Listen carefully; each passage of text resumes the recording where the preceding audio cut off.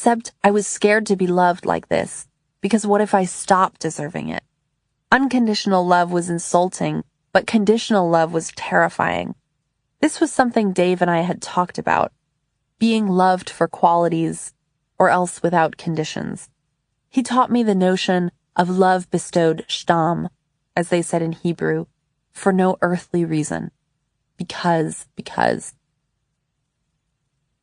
Dave and I weren't fighting drunk anymore, but we were fighting sober, which was even worse, because I no longer had drinking as an alibi or an excuse. Without booze in the room to take the blame, these fights were between us, or between him and the brittle, vigilant version of myself I'd become. Honestly, I'd already been this person, but without drinking, I had no way to mute myself. Sobriety was like a merciless interrogation room, every detail lit by harsh fluorescence. I scanned everything Dave did for signs that he was tired of me, because I was tired of myself. When a friend told me it was difficult to imagine being with Dave because he seemed to save all his charm and energy for everyone else, it confirmed my fear that I'd become little more than a burden. I started staying home from parties because it was miserable to go to them without drinking. I was tired of keeping a diet wild cherry Pepsi hidden in my purse. But staying home wasn't much better. When Dave went out, I would lie awake for hours wondering when he might get home. I'd watch the clock, then try to go to sleep so I wouldn't keep watching the clock. Then I'd wake up and check for his body next to mine, sense an absence, and check the clock again, miserably awake, sober as a puckered wedge of lime in a glass of flat seltzer.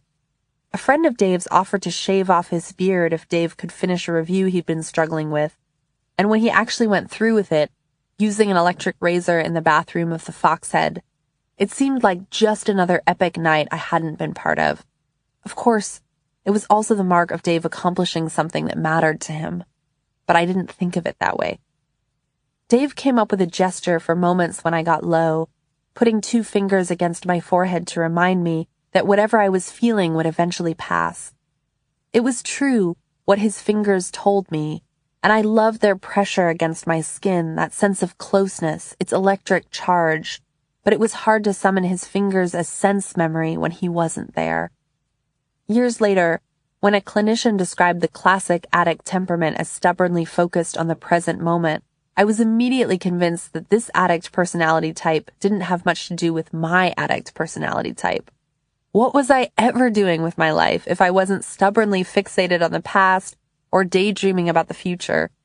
But the more I thought about it, the more I realized this was a way of describing what Dave's 2 fingers had tried to resist. My conviction that there would never be an outside to the present moment. It was frustrating for Dave, I think, to have our days consumed by my ongoing dramas. First, the slurred sadness of my drinking, then the grand epiphanies of getting sober. Some mornings he just wanted to pour a bowl of cereal and sit down at his desk to write, while I was pounding on his door incessantly with one intensity after another. I have to get an abortion. I have to get heart surgery. I have to get sober. That was the movie that played in my head, my desires like barbarians at his door. I wanted his constant reassurance that my needs weren't too much for him, which was, of course, another need I laid at his feet. When the earthquake hit Haiti in January 2010, we read about people holding shirts over their mouths to keep out the smell of the dead, and a woman calling her brother's cell phone to see if she could hear it ringing in the rubble. We decided to host a fundraiser to raise money for relief work, part of my desperate attempt to redeem the bereavement of sobriety with virtue. The bakery donated 100 cookies and a cake, which I thought of decorating but didn't. It would have been like making a vanity plate for a catastrophe. The whole enterprise was muddled by my cloying, frustrated desire to justify my sober life. Is this it? Doing good? I spent most of the party watching Dave talk to Destiny, following her body around the room, keenly aware of every moment they were standing together and laughing. I'd never felt so primal, like an animal tracking the movements of another animal, a mating rival. I'd never been so fully present in my own jealousy, without any numbing agent in sight. It was like waking up during a surgery I was supposed to stay unconscious for. After everyone had left, we threw away the ruins of the cake and counted how much money we'd raised for Doctors Without Borders. The whole time I was fuming until I finally just broke down and asked Dave if he realized how openly he'd been flirting. From Doctors Without Borders to this, few subject changes could be more embarrassing. We're honestly on this again? He looked disappointed and, more than anything, exhausted. We both kept cleaning, putting sticky cups in big white trash bags, sweeping crumbs into our hands, because it was easier not to look at each other when we fought. It's humiliating, I said, to see you standing there with her, especially after what? It's just this feeling I get about the two of you, I said, an energy. That's when he turned and looked at me directly, his voice cold and probing. Did you read my journal? The molecules shifted in the room. I set down my trash bag and its mouth sagged open, showing red plastic Solo cups, crumpled napkins, cupcake sleeves still furred with crumbs. I need you to be honest, he said. Did you? My gut dropped. I didn't even know he kept a journal. What's in it? I asked, hating my own shrill panic. Why are you asking? That's not an answer, he said. I didn't read it, I told him. I didn't even know you kept one. But what were you afraid? I don't believe you, he said. After the texts, I knew I had no right to blame him. If I'd known he had a journal, I probably would have tried to read it too. Learning about a new type of privacy just made me want to violate it. We went back and forth for almost an hour. I kept begging him to tell me what was in the journal. He kept telling me he didn't know how to believe I hadn't read it. If I were him, I wouldn't have believed me either. I've never even seen it, I told him. But part of me dreaded knowing what the journal looked like, afraid that if I knew, I'd be obsessed with the possibility of reading it, the same way I'd grown obsessed with his phone, which I constantly imagined picking up, just like I constantly imagined picking up the bottle of Bombay Sapphire in our freezer. It's on my computer, he said, and I could tell that maybe now he believed me, though I was already thinking compulsively about when and how I might read it, while he was in the shower or at a bar. How would I cover my tracks so it wouldn't show up in the list of recently opened documents? Trying to know him entirely was like trying to pick up 1,000 grains of rice scattered across the sidewalk. Please tell me what you wrote, I begged him. Something happened, didn't it? The only reason I'm going to tell you, he said finally, is that whatever you're imagining is so much worse than the truth. We sat together on our orange couch, and he told me there had been a night back in December, one of the nights I'd lain awake waiting for him, miserably sober, when he and Destiny had been sitting on a couch, just the two of them, at 2 or 3 in the morning, closing down a party. She'd been waiting for something to happen. He could tell. Of course she was, I said, thinking, if it's 3 in the morning and you're alone on a couch with a guy and his girlfriend is at home, then something is probably going to happen. I remembered sitting on a couch with Dave, with my boyfriend at home. I told her something could have happened in another world, Dave said, but not in this one. You told her what? I told her nothing was going to happen. That's not what you said. The point is, I shut it down. But that wasn't the point to me. Why had he been there in the first place? Why had there been something to shut down? To him, the story was proof of his fidelity, but to me it was proof that life was happening just as I'd feared, on couches somewhere else, with bottles all around. While I was home alone, sober, jealous and nervous and afraid, he was testing the limits of possibility, seeking the near edges of transgression. It made me sick, thinking Dave and Destiny both knew about this moment, a secret between them, and I hadn't. Why didn't you tell me after it happened? I asked him. Because I didn't want this, he said, meaning the 3-hour fight we were in the middle of. At 3 in the morning, on our couch, we didn't test the limits of what might be. We ran our scouring sponges over the surface of what was. Couldn't he just pull back from his friendship with this woman? I asked him, because it was something I needed.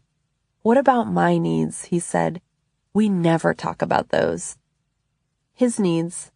to connect with other people, to share a life with someone who was not constantly accusing him of something, were real. But they were hard for me to hear above the volume of my fear, which turned so quickly to blame. At that point, it was past 4 a.m. "Your fear isn't about me or about this," he said. "It runs deeper." He was dead tired and wanted to go to bed. I wanted to keep talking until we worked it out. "Never go to bed angry," I'd heard. It makes me smile now, as if you could avoid it. He went to bed angry, but I knew I wouldn't be able to sleep. It was the middle of winter, but I pulled on my coat and gloves and started walking the streets, past the sorority houses on Washington and Governor, past the shuttered co-op with its squashes on sale, down to the 24-hour gas station on Burlington, where the sleepy college student behind the register blinked when I asked for Marlboro Reds. "Always thought they were nasty," he said with a shrug. But for me, that night, they were just right, and I smoked them in the freezing cold, on the street, in the park, on our porch, until I was finally tired enough to climb into bed with Dave, too scared to touch him, though I wanted to, very much. A few weeks later, I found myself on the phone with my mother, crouched in the closet of my office where I was sure we couldn't be heard, telling her I was convinced Dave was cheating on me. She said she couldn't tell me if he was or not, but she also said this: every time she thought my father had been having an affair, she'd been right. My paranoia about destiny was a tangible, humiliating receptacle for a more nebulous set of fears about the opacity of other people, the possibility of wanting multiple people at once, the diminishment of love over time, and the lurking possibility of being left. Even on the days I believed Dave hadn't slept with her, I was still haunted by the possibility of his desire, by the way his long nights held electricity I couldn't offer anymore, certainly not with these claustrophobic arguments. We never got a carbonation cartridge for the seltzer maker he'd given me. It stood there, magnificent and untouched, while I still craved the booze it was supposed to help me live without. 7. Thirst. As winter turned to spring, I kept taking long drives past strip malls on my days off work, through cornfields where snow was thawing into smaller patches of crusted, dirty white. But these drives seemed empty, my life unbeautiful. I was just a woman jamming my fingers into the heat vents of my car. Everything glossy or buzzed or hot blush drunk in my life was gone. Only strip malls and that big fucked Iowa sky remained. On one of my routes, I passed an indoor water park with a single curve of water slide protruding from its stucco wall, and I fantasized about that pocket of warmth and rushing water, that chlorinated speed, its oasis. When I was 7 years old, I'd told my mom I was pretty sure I could make an apple crumble topping better than hers, a brown sugar crust baked with cinnamon and nutmeg. She gestured at the kitchen, unfazed, smiling, and said, "Go ahead." I made a disgusting concoction with too much butter and, for whatever reason, raw macaroni, and then, too proud to admit I'd failed, I sat there eating the mixture in front of her, pretending that I loved it. Sobriety felt like that. Everything made me think about booze. Empty shower caddies for sale at the student store made me imagine the hypothetical undergrads who would someday use them to get ready for their sorority parties, and I envied all the drinking they'd get to do, still smelling faintly of vanilla body scrub. When I thought of my nephew in San Francisco, at the other end of I-80, I imagined all the drinking he'd get to do someday. He was just over a year old. One afternoon, a stranger in my regular coffee shop, 2 tables away, sat with his beer half drunk in front of him for hours, and I thought, come on already. The woman in front of me in line at the co-op bought a split of wine, half of half a bottle, and I thought, why would you do that? I watched Leaving Las Vegas and felt envious of Nicolas Cage because he got to drink as much as he wanted. Sobriety was shaping up to hold precisely the blankness I'd feared it would. I woke up every day without anything to look forward to. except the hour I spent craning my face to get closer to the small blue UV lamp that was supposed to combat my winter gloom. It was exhausting to be around anyone because I didn't have much inside, much energy or interest, so I had to portion it carefully across the day. Talking took effort. What was there to talk about? My family thought I might be clinically depressed, which wasn't particularly interesting to talk about either. The question of producing interesting conversation in sobriety has always been tricky. In Junkie, William Burroughs describes the narcotic farm as full of patients who talk about nothing but drugs, like hungry men who can talk about nothing but food. In The Fantastic Lodge, an autobiography published in 1961, culled and edited from taped interviews, an addict named Janet arrives at the narcotic farm to find it full of patient prisoners talking about the drugs they miss. There's just nothing to do. Nothing. Except talk about junk. All is junk, and that's all, you know? That's the way it is. Even Janet's grammar is saturated by obsession. She keeps saying the same thing over and over again, about how there's nothing else, really, to say. By the end of The Fantastic Lodge, Janet has written a manuscript about her addiction and recovery, but it hasn't done her any good. She had come to put great hope in getting this book published, says her psychiatrist in an afterword, and she carried the manuscript with her wherever she went, in a brown paper shopping bag that nearly split open from its weight. In meetings, I had been told that telling our stories would save us, but I wondered if this was always true.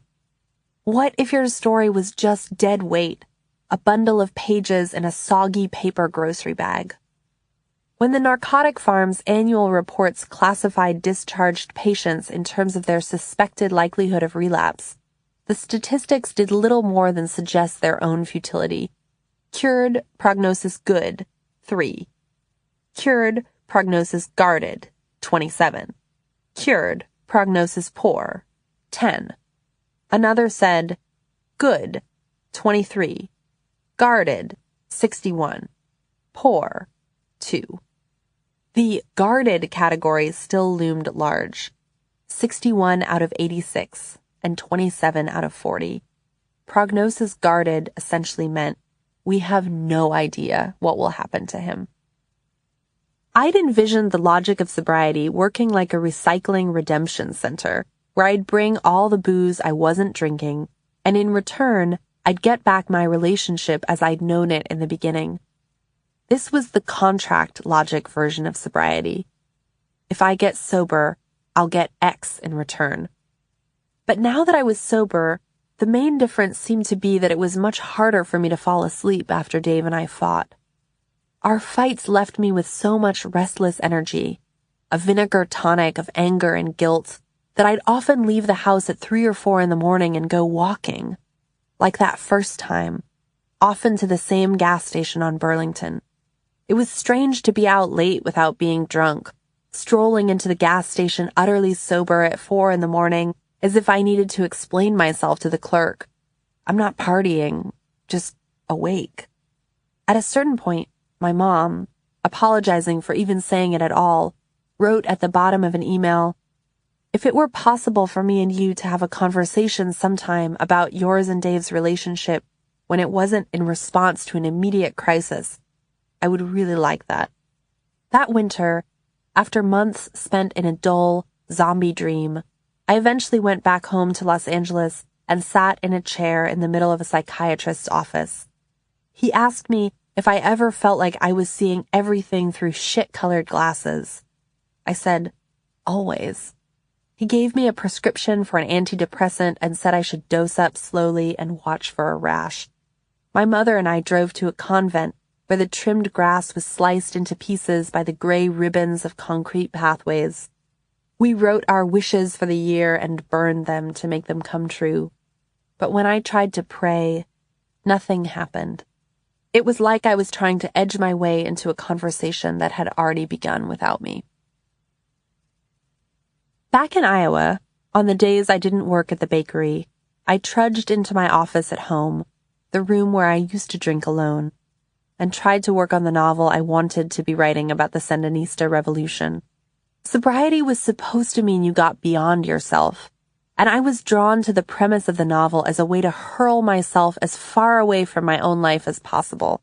The novel itself was actually about the desire to give yourself to something bigger than your particular life. A revolution. I started researching with frantic propulsion, from the subtleties of the Sandinistas' hybrid Marxist doctrinal debates to the jars of blood thrown in protest against the white fortresses of Somoza's for-profit blood banks. I covered one wall of my office with grainy photocopied photographs, black and red FSLN flags waving above a crowded plaza, men in berets riding buses to Managua with their guns pointed against the sky. I wrote heated debate scenes that took place in cobblestone courtyards. Did the revolution depend on mobilizing the rural peasants or gaining the support of the urban elite? At least I had the courtyard down. Candles tucked in the crevices between stones, their fluted, flickering light. The sweet stink of piss and flowers, the faint shushing of palm fronds in the wind overhead. Minor sensory details were all my imagination could muster, a sublimated nostalgia for my drinking days in Nicaragua. But the prose sagged under the weight of all my desperate research. We must not forget the middle classes in Managua. It was terrible. I gave my characters plenty of rum to drink, the same rum I'd drunk years before, to ease the burden of all the soapbox lecturing I was foisting upon them. I imagined all that rum running in tender, spicy streaks down their throats. I could have described that rum for paragraphs, for pages. Every once in a while, I would creep into my bathroom, get on my knees, and ask God to help me write the book. Then I'd correct myself, ask him to help me do his will, and secretly hope that his will would be for me to write the best novel ever written about the Sandinista revolution. In those days, I prayed grudgingly. My faith was skeptical and contractual. I wasn't sure God existed, but if he did exist, there were definitely a couple things he could do for me.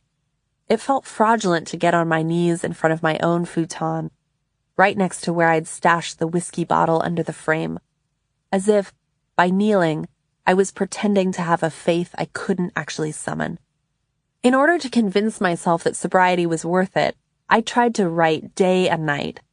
But most evenings I broke down and watched hours of reality television instead.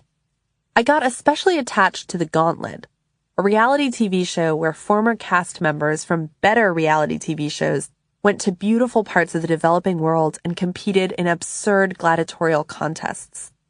They dunked themselves in ice water and buried themselves in coffins. They ended up eating ice cream mixed with their own vomit.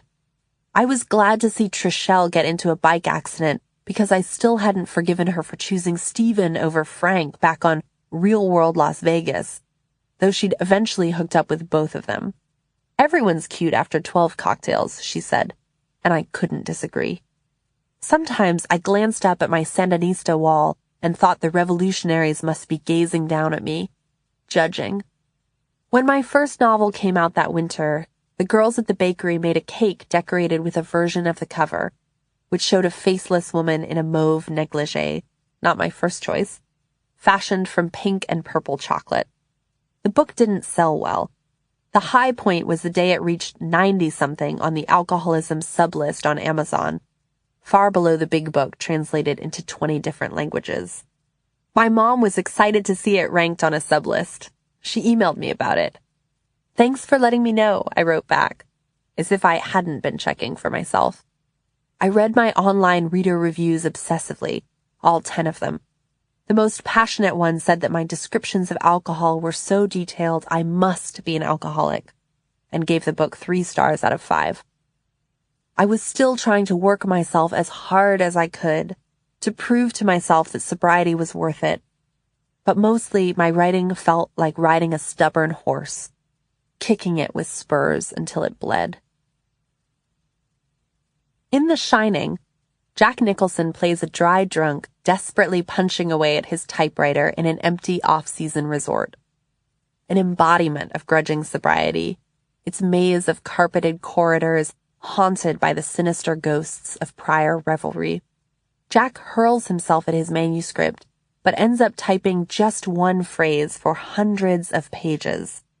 All work and no play makes Jack a dull boy, varied only by margins and typos. All work and no play makes Jack a dull bog. All work and no play makes Jack a dull bot. It's sobriety through a glass darkly. All work and no play, no booze, makes everything hopelessly dull. Life, prose, everything. Jack starts drinking again in the movie, or at least he wants to drink so badly he hallucinates his own relapse. He gets a tumbler of bourbon from poker-faced Lloyd, a ghost bartender at the empty lobby bar.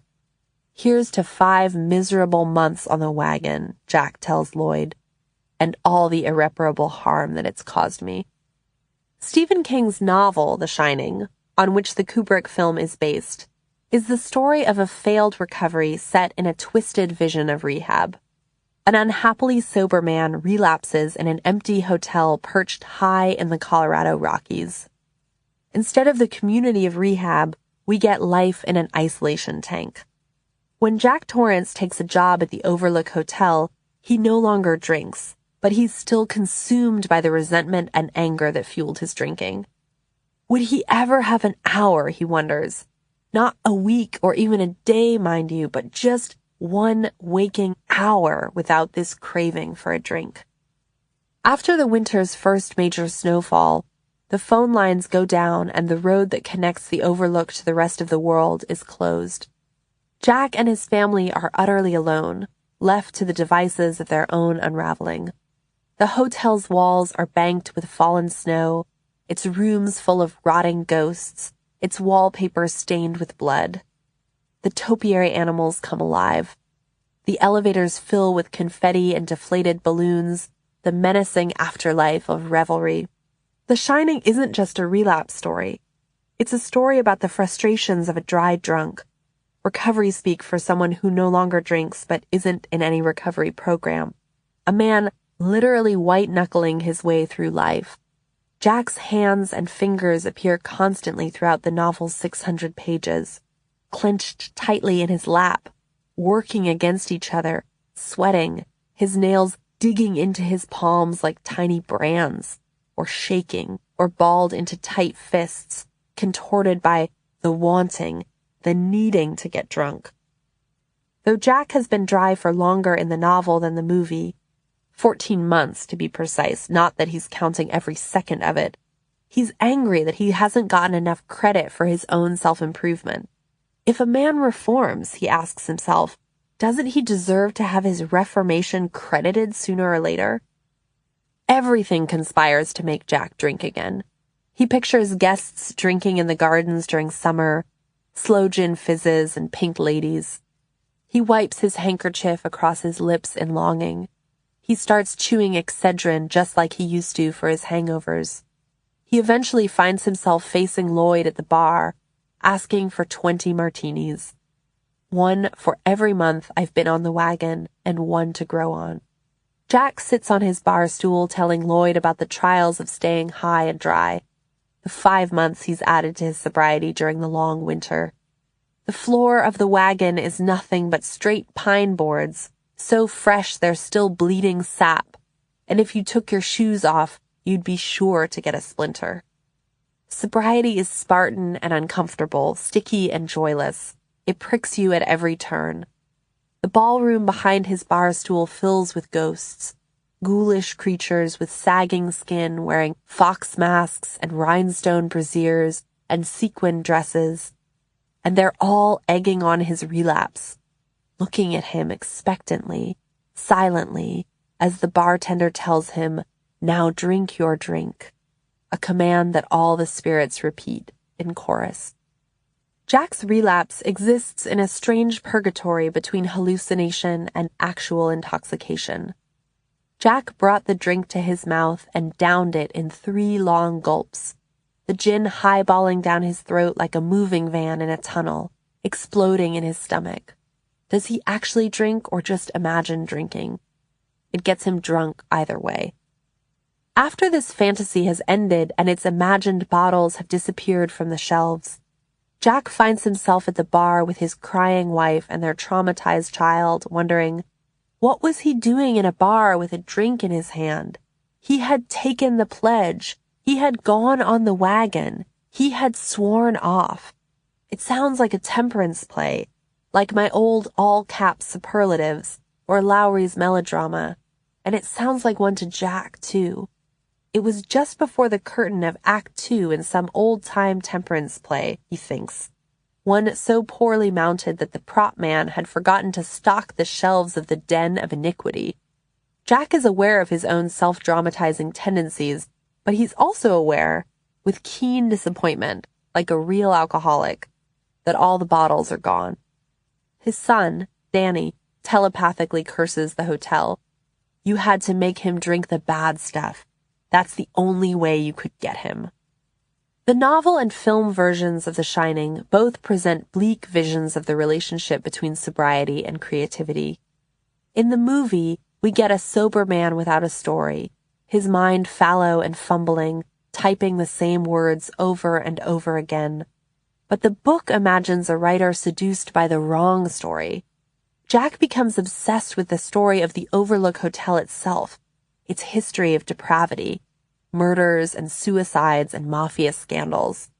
One day while Jack is checking on the boiler in the basement, the novel's Chekhovian gun, spotted in the first act and fired by the last, he discovers a scrapbook full of articles about the hotel's violent past. His fascination quickly starts to sound like relapse as he examines the scrapbook almost guiltily, as if he had been drinking secretly, all the while worried that his wife would smell the fumes on him. When Jack thinks about writing the story of the Overlook, he gets the same sensation he usually felt when he had a 3-drink buzz on. Whether he's working on a story that doesn't exist in the film, or committed to telling a story of dissolution in the novel, Jack's monomaniacal focus on creation is what obliterates his decency. In the novel, he relapses because he finds himself drawn to the wrong tale. Not a recovery narrative, but something nearly opposite. The hotel's own sordid drunkalogue. The sinister revelry beckons. All the ghosts beckon. Drink your drink. It's a relapse writ large. The stakes are supernatural.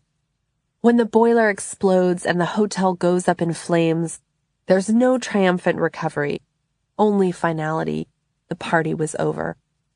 When Stephen King wrote The Shining in the mid-70s, he wrote it without even realizing that I was writing about myself.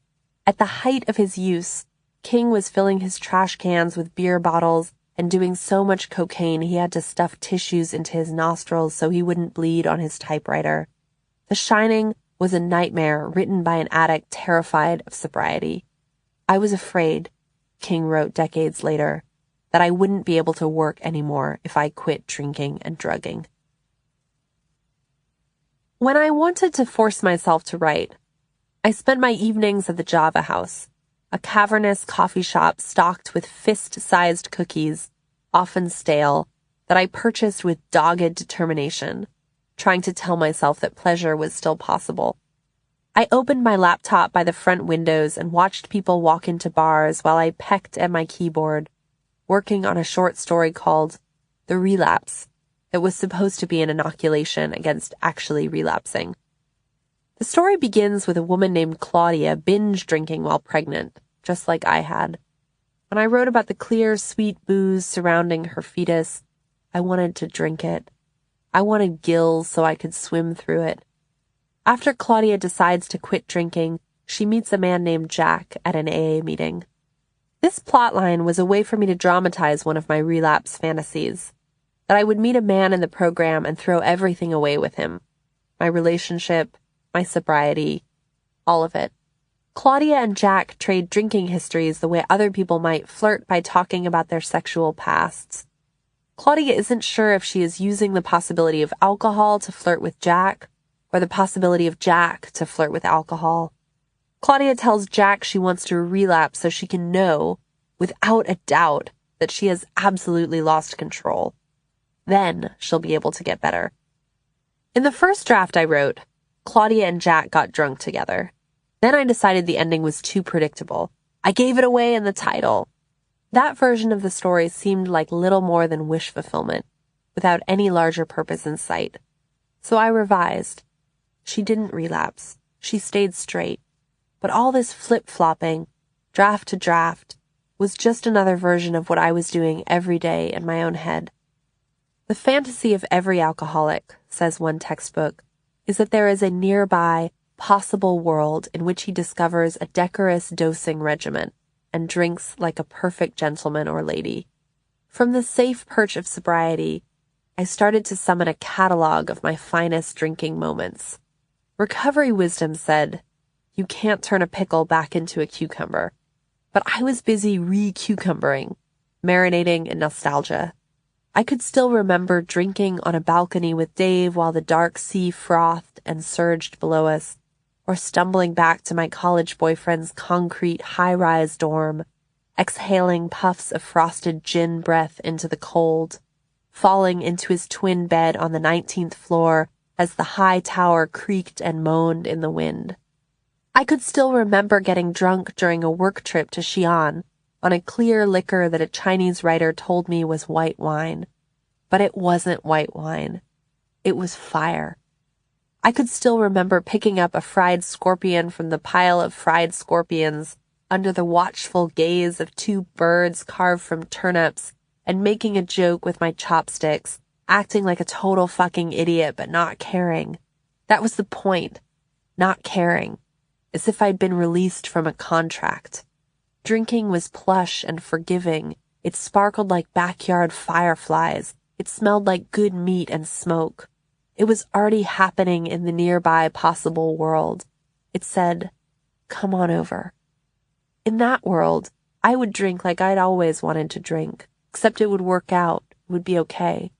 I definitely wouldn't get drunk and stuff my face with old, crusty, leftover pasta from the fridge and tell Dave it made me sick to watch his compulsive attachment to affirmation, something I obviously knew nothing about.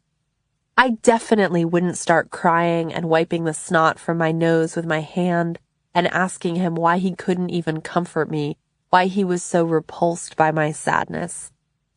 At a meeting, when I shared about how hard it was to be at parties, one woman suggested that, in that case, I might not want to throw so many parties at our house. But I was going to meetings less frequently, and we were throwing parties more often. 22-year-olds in heavy eyeliner were taking shots in my kitchen. At one, I went to the fridge and found that my Diet Wild Cherry Pepsi, the one I'd tucked behind the soy milk to keep it safe, was gone. Dave had given it to a visiting poet, who was sober and thirsty. But I'm sober, I told him. I was thirsty.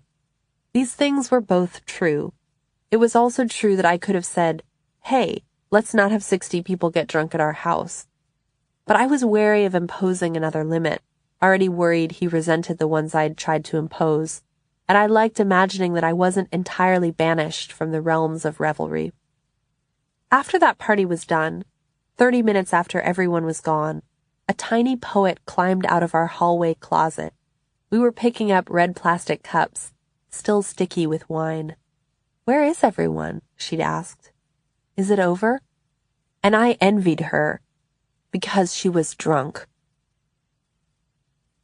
When Sasha finally decides to drink herself to death in Reese's Good Morning Midnight, she reflects on how easy it can be to disappear entirely. You are walking along a road peacefully. You trip. You fall into blackness. That's the past, or perhaps the future. And you know that there is no past, no future. There is only this blackness, changing faintly, slowly, but always the same. After publishing Good Morning Midnight in 1939, Reese tripped and fell off the road herself, as if the novel had been prophecy. Reese disappeared for a decade, publishing nothing, and no one knew where she'd gone. Rumors spread that she died at a sanitarium, that she died in Paris, that she died during the war. Occasional articles about her work referred to her as the late Jean Reese. In 1949, an actress named Selma Vaz Diaz put out a personal ad in the New Statesman, a weekly newspaper, to see if Reese was still alive. Will anyone knowing her whereabouts kindly communicate? She was interested in turning one of Reese's novels into a radio play. By this point, Reese was married, for the third time, to a disbarred lawyer named Max Hamer, a devoted but unstable husband who was convicted of fraud charges shortly after their marriage in 1947. When Reese saw Vaz Diaz's ad, she was living alone near Maidstone Prison in Kent, England, where Hamer was incarcerated. Reese had been in jail for drunk and disorderly behavior several times herself. A local paper had recently run a headline about one of these run-ins with the law. Mrs. Hamer, agitated, only had Algerian wine. When Vaz Diaz wrote an article about finding Reese, she framed the 15 years Reese had been lost to the world as an open mystery. But who was Jean Reese, and where was she? Where was she? Mainly she'd been somewhere drinking. Her days played the same tracks on repeat. Even her biographer got tired of it. Jean's life, wrote Carol Angier, really did seem to be the same few scenes reenacted over and over. The drinking made Reese plump, or else it made her scribble phrases on the wall. Magna est veritas et prevalet, she scrawled in lipstick. Truth is great, and it prevails. After Hamer was released from prison, he and Reese moved into a Cornwall summer cottage in the middle of winter, where she made a sign telling people to go away. No teas, no water, no lavatory, no matches, no cigarettes, no teas, no sandwiches, no water, don't know where anybody lives, don't know anything. Now bugger off. They eventually moved to a dilapidated cottage in a little village called Cheriton Fitzpaine, where the roof leaked and the walls were full of mice, and the villagers thought Reese was a witch because she once threw broken bottles at a fence in the middle of the night. During the years of her disappearance, Reese also began working on the book that would eventually make her famous. It was a novel about the mad woman in the attic from Charlotte Bronte's Jane Eyre, an attempt to reclaim this woman from her villainy and her insanity, to write her backstory as a woman exiled from her Caribbean homeland and wronged by a man. Nothing like Reese at all. I'm struggling with a new thing, she wrote a friend. What a tiresome creature I was, or still am. But if I can do this book, it won't matter so much, will it? The first spring of my sobriety, I got a month off work at the bakery so I could go to a place called Yaddo, a swanky writing residency in upstate New York. Half of me imagined this month as a creative whirlwind that could justify the dreary trudge of my sobriety, but the other half of me imagined it would be the perfect place to start drinking again. Among strangers, far from anyone I'd ever told I was an alcoholic.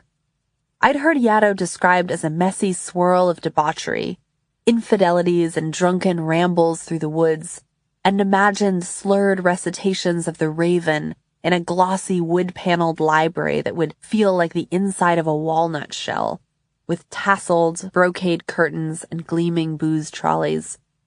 I am drunk every morning almost at Yaddo, Patricia Highsmith had written. I am the God-intoxicated, the material-intoxicated, the art-intoxicated, yes. Sobriety had disappointed me in almost every way I could imagine. It hadn't repaired my relationship with Dave. It made me feel drained and shy. It made my writing lifeless and effortful.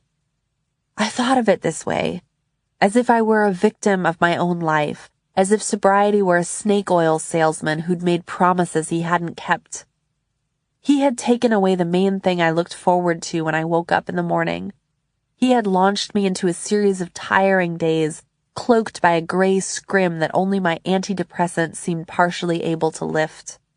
Now that the grayness had given way enough to see around its edges, I was telling myself that drinking didn't have to be so dark. There hadn't ever been a moment when I decided to stop going to meetings. It was more like I'd peeled away, a bit guiltily, surrendered to not feeling like it for many days in a row. until I hadn't gone for several months. And without meetings, sobriety had turned into a weight I was carrying around for no reason at all. Much of my train ride to Yaddo was spent deciding whether or not I should start drinking there. Eventually, I decided it would look too sneaky. If I was going to convince everyone in my life that it was okay for me to drink again, it wouldn't look good if I started on the sly. But I didn't want to tell anyone at Yaddo I was sober either, because I was pretty sure I was going to drink again, sometime soon, and the fewer people to whom I'd introduced myself as alcoholic, the better. So I told people I was celebrating Lent late this year, after Easter, and I was giving up booze. I wasn't, sober or anything. People looked at me in confusion. Okay, that's great.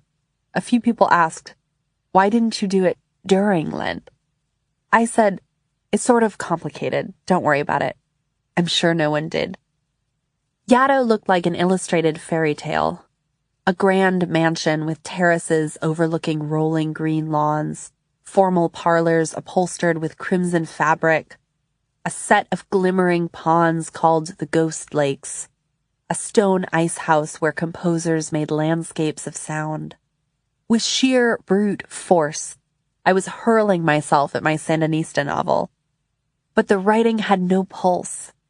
I was glad I didn't have internet access, so I couldn't spend my days checking to see if my novel had somehow miraculously climbed back into the top 100 on the Amazon alcoholism sublist. Since there was no cell reception in any of the buildings, I had to wander down a dirt road to a particular bend until I could hear Dave's voice through the phone, at which point I usually spent our conversations trying to figure out if he'd seen Destiny, making feeble attempts to sound casual. Did you hang out with anyone after the reading? The suspicion was palpable in my voice, and I hated it, just as I hated the tightness in his replies. Nights were stiff and uncomfortable. While self-possessed performance artists were turning their studios into installation spaces and getting tipsy before our nightly games of pool, a variation called Pig, where you had to jump on the table and push the balls with your hands, I was deeply sober, deeply stymied, and deeply worried about deer ticks, terrified of catching Lyme disease. One night, I lay in bed while 3 artists drank and laughed in the living room just outside my door. It sounded like they were laughing right into my ear. I was coiled tight with resentment. It didn't even sound funny, whatever they were saying, though I couldn't quite make it out. I was ashamed of my prim, ascetic life without booze. I hadn't felt this far outside the world of others since junior high, back when I rocked suspenders holding up a floral skirt that twirled above my unshaved legs. I thought of asking the artist to be quiet, but couldn't stand the thought of breaking up a party I hadn't been invited to. Isn't that the girl who doesn't drink? They'd giggle. We should let her sleep. My own desires were cramped and joyless. I wanted to go to sleep early so I could wake up early and work, or punish my body by running around the Ghost Lakes in the cool dawn. One day I came back from a run and spotted a tick stuck on my thigh. In a panic, I checked the tick safety pamphlet in my room. Was the tick partially engorged or fully engorged? I didn't know. It looked like some kind of engorged. It looked like an evil little button, capable of anything. I pulled it out with special tick tweezers, its fierce grip tenting my skin, and took a panicked ride to a local medical clinic. I went on antibiotics that day, which didn't seem like a compelling thing to talk about at dinner, but I didn't feel compelling about ticks or anything else. I was just a chronic hypochondriac who'd been right a very small but unforgettable number of times. The other residents were natural storytellers who carried quivers full of anecdotes, drank good wine at dinner in our oak-paneled dining room, and then split into smaller cliques to drink harder stuff at night. By the time I left Yaddo, I was determined to start drinking again. I spent most of the trip home thinking of how I would present this decision to Dave. It was good to stop drinking for a while, I'd say, but I think I'm ready to start. I had to make it persuasive. More than anything, I had to make it sound casual. I couldn't say it like someone who just spent an entire plane ride trying to figure out how to say it. I was nervous but eager. I was sure I had just the right phrasing. 8. Return. My first drink back was a Manhattan. It was May. The air was warm. I loved the cold, sugared promise of the sweet vermouth gliding down the back of my throat. Dave made it for me in our kitchen, and I was happy to let him take his time. I'd waited 7 months for it. I could wait another half hour. Dave believed I could drink differently this time around, because I'd told him I could, and I needed his approval because I was ashamed of how desperately I wanted to drink, and how meticulously I'd crafted my excuses for starting again. This was exactly how I pictured normal drinking. A single cocktail with the man you loved, in a kitchen with a toaster and a rickety 3-wheeled dishwasher. The moment just before that first drink was the last moment I thought, maybe I don't need this. Maybe I just want it. Then I drank and needed it again. I pointedly drank only one Manhattan that night. It was miraculous to get a buzz from just one. I told Dave I didn't want another drink, even though all I wanted was another drink, like 6 other drinks. But I wanted it to look good this first drink back. Controlled. The lie wasn't just saying I didn't want another. It was saying it casually, with such calculated weightlessness, when I knew exactly how drunk I wanted to get. For the first few months, I tried to follow some of the rules I'd cooked up while daydreaming during Big Book sessions. It was clear to me from the beginning that I'd rather get drunk 3 nights a week than restrict myself to a drink or 2 every night. Without getting drunk, there was no point to drinking at all. Nights I didn't drink at all were trophies of restraint. Enough of these sober credits in my pocket meant I'd earned a night of total abandon.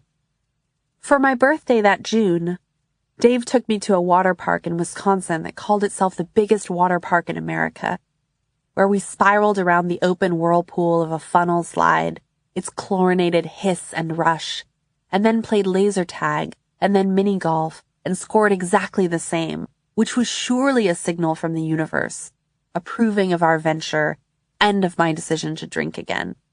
We were bandits and brainstormers and co-conspirators once more. We stayed at a B&B with sayings carved into decorative lawn stones, and somewhere in the middle of all that, I turned 27. That night, I had 1 margarita. Of course, I spent a good chunk of the evening wondering, will we get drunk? Can I get drunk if he doesn't get drunk? What will he think if he sees me trying to get drunk? But we didn't get drunk, and we were happy anyway. Things were going to be better this time around. I was sure of it. I would drink like a person who never thought about drinking. On the way back home, we stopped in a little town called Solon and had pork tenderloins so big that their buns looked like little hats perched on top. The world was full of water slides, full of giant tenderloins wearing little hats of bread. That summer, I was doing wedding cake deliveries for the bakery. Every Saturday, after my regular hours in the kitchen, I delivered 3 tiers to barns strung with Christmas lights, their gemstone colors reflected in rows of glimmering mason jars. On these deliveries, I thought mainly about 2 things. Will Dave and I ever get married? And will I drop this cake? I became obsessed with the Deepwater Horizon oil spill, its constancy, that unending dark bloom in the water. Right now, and now, and now. At every moment I thought about the spill, it was happening. At every moment I didn't think about the spill, it was still happening. Until they finally plugged it up with enough mud and cement. A static kill. Now that I disavowed the identity of being an alcoholic, I knew I was supposed to drink moderately, but I felt entitled to do just the opposite. My months of abstinence meant I deserved to drink everything. It was like the experiment where kids were rewarded with an extra marshmallow if they could restrain themselves, for a certain length of time, from eating the marshmallow placed directly in front of them. For 7 months, I'd been sitting across from the marshmallow. Now I deserved some special reward, double what the other kids had gotten. Dave was going to Greece for all of July on a writing fellowship, and I was secretly excited he was leaving because it meant I could drink as much as I wanted, alone in our apartment, with no one watching. A house where no one was home, no one coming back, and all I could drink. What a relief not to drink at bars. Fuck bars. Fuck the glacial pace of someone else's G&T, letting all the ice melt. But I also imagined what the trip would hold for Dave. Long, late-night conversations with other women, moments they mistook for possibility, moments he'd eventually mistake for possibility as well. I'd always feared that my karmic punishment for cheating on Peter would be that I'd get cheated on. It took me years to consider the possibility that maybe my punishment was the fear itself. I was irritated that my mother, whom I loved deeply and loved spending time with, was coming to stay with me for a week, because this would be a week I couldn't drink as much as I wanted. The night before she arrived, I sat down with 2 bottles of wine, ready to fortify myself for a week of scripted functionality. I will get the best kind of drunk tonight. The last vestiges of syrupy light filtered through our beautiful westward windows, and Chardonnay melted me into our orange couch. The gloaming was like wine itself, with a certain thickness and sweetness, getting into my blood and humming through me. Sometimes I pictured booze moving through my veins like the catheter they'd used in my ablation surgery, threaded from my hips to my heart, attempting its miraculous, necessary work. My story, The Relapse, about a woman who didn't, was published in July, 2 months after I did. Though I didn't think of my drinking as a relapse then, more like the correction of a category error. I'd gotten myself wrong. Now I'd figured it out. The recovery phrase, going back out, had always made me think of an Arctic explorer heading back onto the tundra without a compass. But I no longer believed that recovery phrases applied to me. I'd exited the circuitry of that system, and this was summer, with late sunsets and white wine light. While Dave was in Greece, we sent each other dispatches. He told me about watching the World Cup projected onto the white walls of the old fort on Corfu. I told him about hosting the bakery girls for pesto salad and rosé in our kitchen, about my boss wearing ripped white denim and taking us to a teen vampire romance at the Megaplex in Coralville. He told me about memorizing a path through the cobblestone labyrinths to the gyro's place, about eating in the warm night with tomato juice dripping down his chin. I told him about playing bingo at the Beef Days Festival in Solon. He wrote to say he'd been swimming in the ocean late at night and he'd gotten a sea urchin's spine stuck in his foot. I wanted to wash his foot and bandage it, and maybe also ask him, "Who were you swimming with?" When my mom saw the wine in my fridge, she said, "You never told me you'd started drinking again." And I said, "Oh, I thought I had." I'd practiced the conversation with her so many times in my head, it was as if we'd actually had it. Now, I could see her trying not to say the wrong thing. I hated trying to justify that it was okay for me to drink, since the justification itself already suggested it wasn't. Stopping and starting again was a messy story. It meant I was either calling my past self a liar for saying I was an alcoholic, or making myself a liar now by saying I wasn't. Part of the tremendous generosity of Lee Stringer's memoir, Grand Central Winter, is its willingness to let recovery be messy.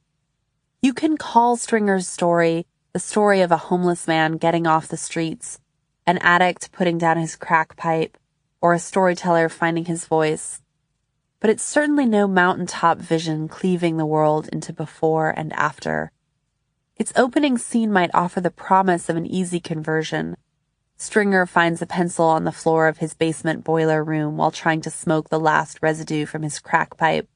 But the rest of his memoir insists on portraying his recovery in more complicated terms.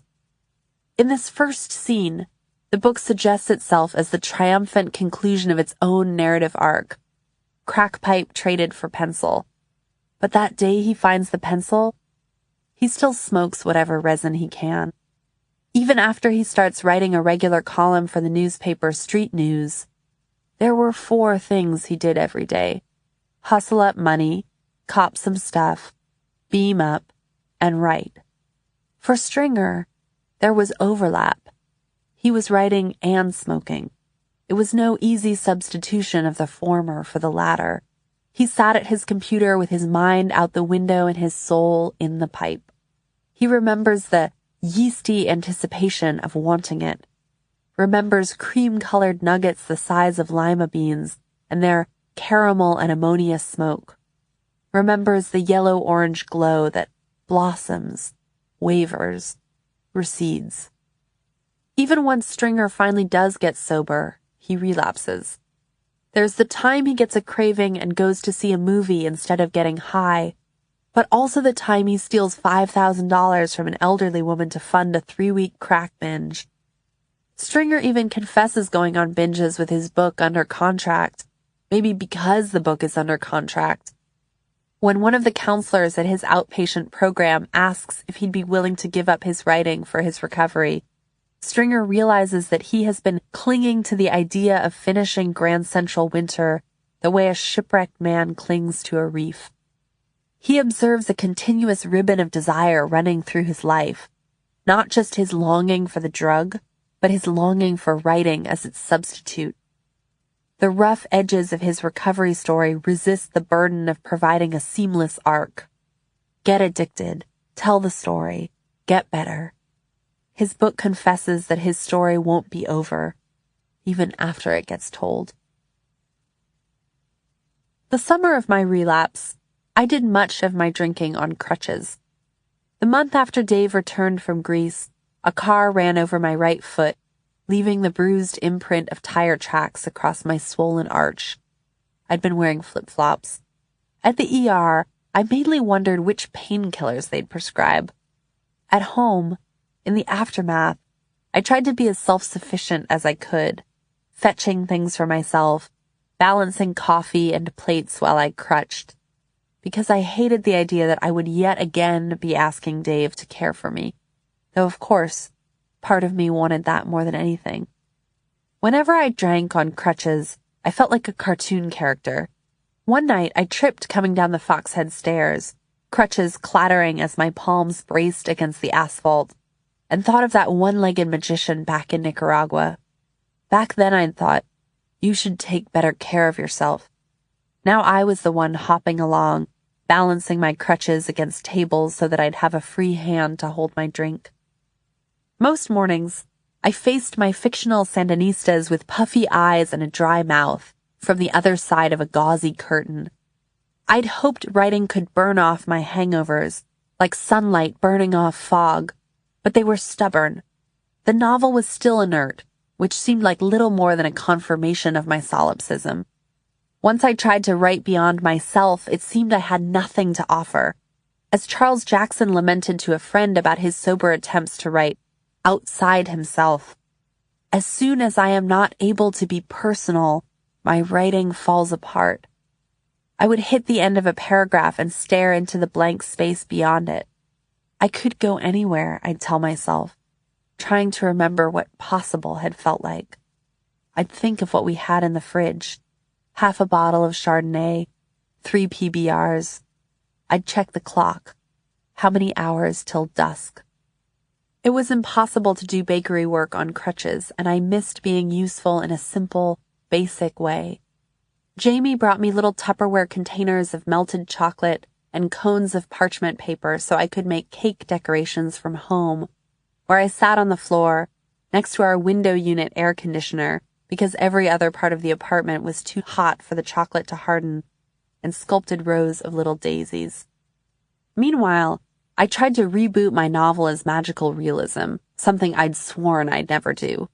Who wanted to see a woman in Iowa writing her magical realist account of a Nicaraguan revolution?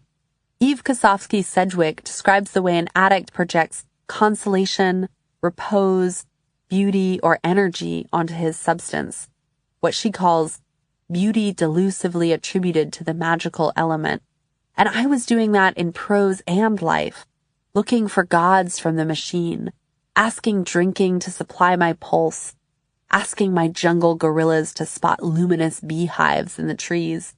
I spent long chunks of time in my hot apartment trying to tell myself I had the drinking figured out. It had gotten bad because of my depression, but now I was medicated. Or it had gotten bad because of me and Dave, but now we would work better. Or it had been recovery itself, convincing me I was alcoholic with the Mobius strip of its logic. If you don't think you are an alcoholic, then you probably are one. What bullshit was that? There was no way out of it. Sure, it felt true that I wanted to drink every fucking night, but maybe I just felt that way because I'd sat through enough meetings where people talked about feeling that way. I'd taken on the identity because it had been a useful way to sort out my sense of self at the time. Now I resented meetings for polluting my relationship to drinking. It was like the joke about two drunks who'd seen The Lost Weekend. When they came staggering out of the movie theater, the first one said, "My God, I'll never take another drink." And the second replied, "My God, I'll never go to another movie." There was a little voice in me that considered the possibility that perhaps there were people who didn't spend hours every day trying to decide if their desperate desire to drink had preceded recovery meetings or been created by them. But it irritated me, that voice. I tried not to listen to it. The whole project of moderate drinking was maddening. The first time I ever heard the phrase, drinking to get drunk, I actually found it humorously tautological. Of course you drank to get drunk, just like you breathed to get oxygen, which was part of why moderation was like constant acrobatic contortion. After work one night, at a pub called The Sanctuary, the other girls from the bakery were ordering beer. The Sanctuary was known for its beer. So I ordered beer too, instead of something stronger. But I carefully checked the proof for every beer on the menu so I could order the highest one. I always go for an ironic name, I said, explaining why I had ordered the delirium tremens, then added, "I hate beer," before ordering 3 more.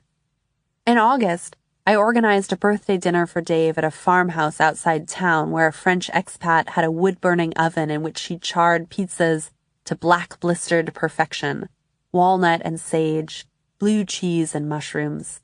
We ate on her porch while a lightning storm lit up the cornfields, and it was insanely beautiful. That humid night breathing through the screens, crackling fingers of electricity across the sky, hot cheese and crisp dough in our mouths. I crutched across the rough-hewn floorboards, nearly fell head-first on the way to the bathroom, and wondered, why do I have to get drunk to find this beautiful? For a long time, I'd thought of my drinking as the opposite of anorexia, as abandon rather than restriction. But I was beginning to see, during my days of attempted moderation, that my relationship with drinking was a direct extension of those restrictive days. Starving myself meant resisting an endless longing, and drinking meant submitting to it.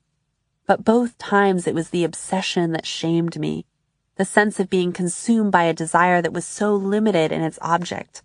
When I restricted my eating, I was ashamed that there was nothing I wanted more than to eat, endlessly, recklessly.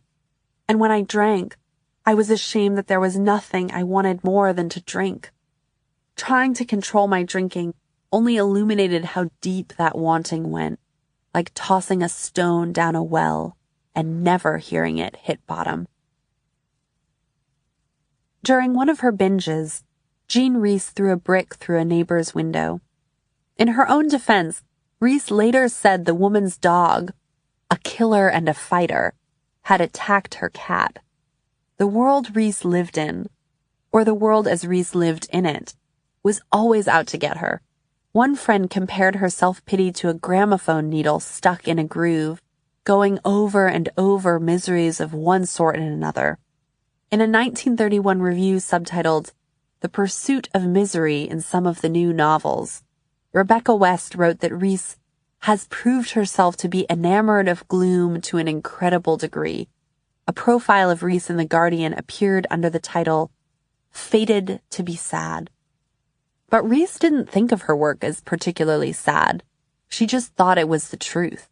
She resented that interviewers always pushed her into a predestined role, the role of victim. She'd often had enough of herself. She signed a woeful letter to one of her best friends, End of Moan in Minor. Everyone saw the characters in her books as victims, she told one interviewer, and I don't like that. Everyone's a victim in a way, aren't they? To Reese, it seemed more like she was the only one willing to speak plainly. I'm a person at a masked ball without a mask. The only one without a mask. Eventually, she put out a declaration of rights against her interviewers. I am not an ardent women's libber, or a victim, eternally, or a darned fool. Reese never wanted to be a victim, eternally. I love that parenthetical. She still wanted to reserve the right to be a victim sometimes. Reese's first biographer, Carol Angier, called her one of the century's greatest self-pity artists, but her second biographer leapt to her defense. I do not see self-pity in Reese's work or her life, wrote Lillian Pizzacchini. I see an angry woman who had good reason to be angry and whose vision was bleak. But defending Reese by saying her work and life held no self-pity is like defending a spider by claiming it never hurt a fly. The spider's grace comes from how it kills the fly, with its intricate web, and Reese's grace came not from her refusal of self-pity but from her merciless portraits of its grip. Always full of invention, never cluttered by apology. Reese was constantly dissecting self-pity by pulling apart the threads of its alibis. Her female characters were her hair shirts. Through them, Reese could pity herself, scold herself, humiliate herself, and martyr herself. She was still the little girl who'd smashed the face of her doll, then mourned it. Her self-pity wasn't a needle stuck in a single gramophone groove, because the song was always changing. One of her characters imagines her own face as a tortured and tormented mask that she can take off any time she likes, or wear under a tall hat with a green feather. This isn't self-pity served straight up, but with a twist, with a green feather perched over its unsightly features. Defending Reese's work by insisting it holds no self-pity already accepts the premise that self-pity must be entirely repressed. Another version of Lewis Hyde's claim that the dream songs spent too much time on an alcoholic's pity pot. But both Reese and Berryman refused to ignore the pity pot in its ugliness and shame as part of pain itself. Starting to drink again wasn't responsible for my self-pity. I'd managed to pity myself in sobriety as well. But booze certainly ignited it, and at a party that fall, it burst fully into flame. This was just before the start of our second year in Iowa. I'd been sitting on the kitchen stairs, with my crutches leaning against the steps beside me, talking to a poet who was looking at me funny. "Which eye do you want me to look into when I'm talking to you?" he asked. "What?" I said. He was drunk and I was drunk, but still. He launched into a whole story about how he used to live in Boston and there was a guy he knew there with a wandering eye. How everyone had just pretended it wasn't there, his wandering eye, which only made the whole thing worse, and this guy didn't want to do that with me. "But I don't have a wandering eye," I said. He said, quite kindly, "It's nothing to be ashamed of." I grabbed my crutches and crutched my way across the room to Dave, pulling him into the bathroom. "Tell me the truth," I said. "Do I have a wandering eye? Have I always?" I felt betrayed. I fixed my gaze on him. Is my eye wandering right now? Then I called my mom from the porch, drunk and crying. "You have to tell me," I said. "Have you been lying to me my whole life?" "What are you talking about?" she asked. And then, after a beat, "Where are you? Are you okay?" Although I didn't actually have a wandering eye, I became convinced I could actually feel my eyeball rolling around in my head, as if that's what a wandering eye would feel like. Maybe my eye wandered only when I got drunk enough, like a terrible poker tell. For days I obsessed over it. this secret the whole world had been keeping from me. I hated seeing people for meetings around town, but it was a small town, so it happened all the time. I did surgical strikes on the booze aisle of the Hy-Vee, in and out, so that nobody for meetings could pass by and catch me standing there. An abject failure. Just doing some research. That's what people in recovery called it when you started drinking again. At the Java House one night, I saw a guy for meetings doing step work with his sponsee. Or rather, he spotted me. "How are you?" he asked, and I blushed instinctively, hearing, "Has your drinking gotten bad again?" "I'm so great," I said, then realized my voice was too loud, so made it softer, sincere. "I'm just really, really great."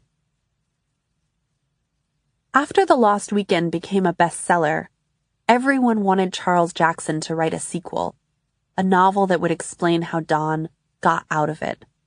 As Jackson's former doctor put it, this sequel might fall into the hands of someone whom it would help. Jackson tentatively titled this sequel The Working Out, but he wasn't enthusiastic about it. As he told an AA group years later, he didn't think literature was meant to solve psychiatric problems. Also, there was the fact that Jackson hadn't entirely gotten out of it himself. He started taking pills a few years after The Lost Weekend was published, and then relapsed on booze in 1947, when he finally surrendered to the craving for an ice-cold beer while on vacation in the Bahamas. "What do you know?" he told his wife, Rhoda. "I'm drinking again." Bud Wister, the counselor who had coached Jackson through the Peabody method a decade earlier, died during a bender that same year after swallowing broken glass from a whiskey bottle whose neck he'd smashed, drunk. As the famously sober author of a wildly successful book about alcoholism, Jackson was under pressure to keep up appearances. "Nothing could make me take another drink," he wrote a year after his relapse, in a 1948 promotional brochure put out by his publishing house. "My house could burn down, my capacities could fail, my wife and children could be killed, and I still would not drink." But the truth came out anyway. "Author of Lost Weekend loses one himself," ran one headline, after Jackson, driving drunk, drifted across a lane divider and crashed into another car head-on.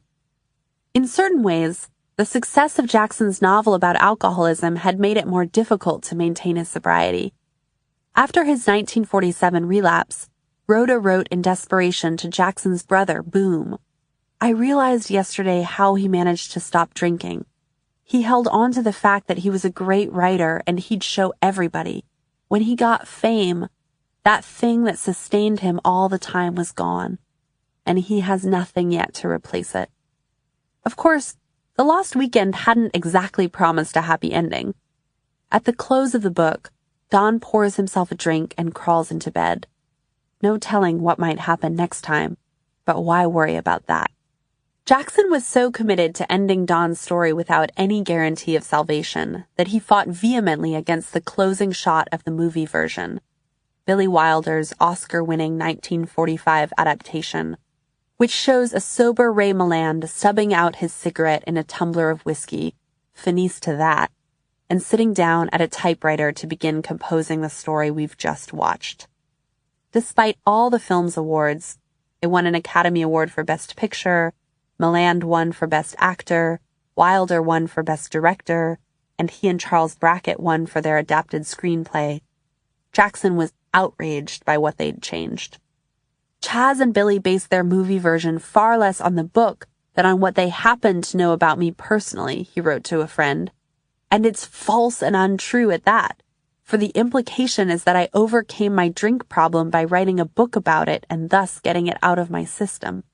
Jackson didn't just hate the fact of this happy ending, but the means of it. He hated that the movie peddled false faith in the idea of narrative as salvation. That fall, 4 months after I started drinking again, I drove to another writing residency, this one in Wyoming. My relief at drinking far from home was almost ecstatic. Near the Badlands and their striated towers of rock, I found paradise, a tiny roadside motel, the neon vacancy glowing, with nothing for miles but the only thing I needed, a small bar across the street.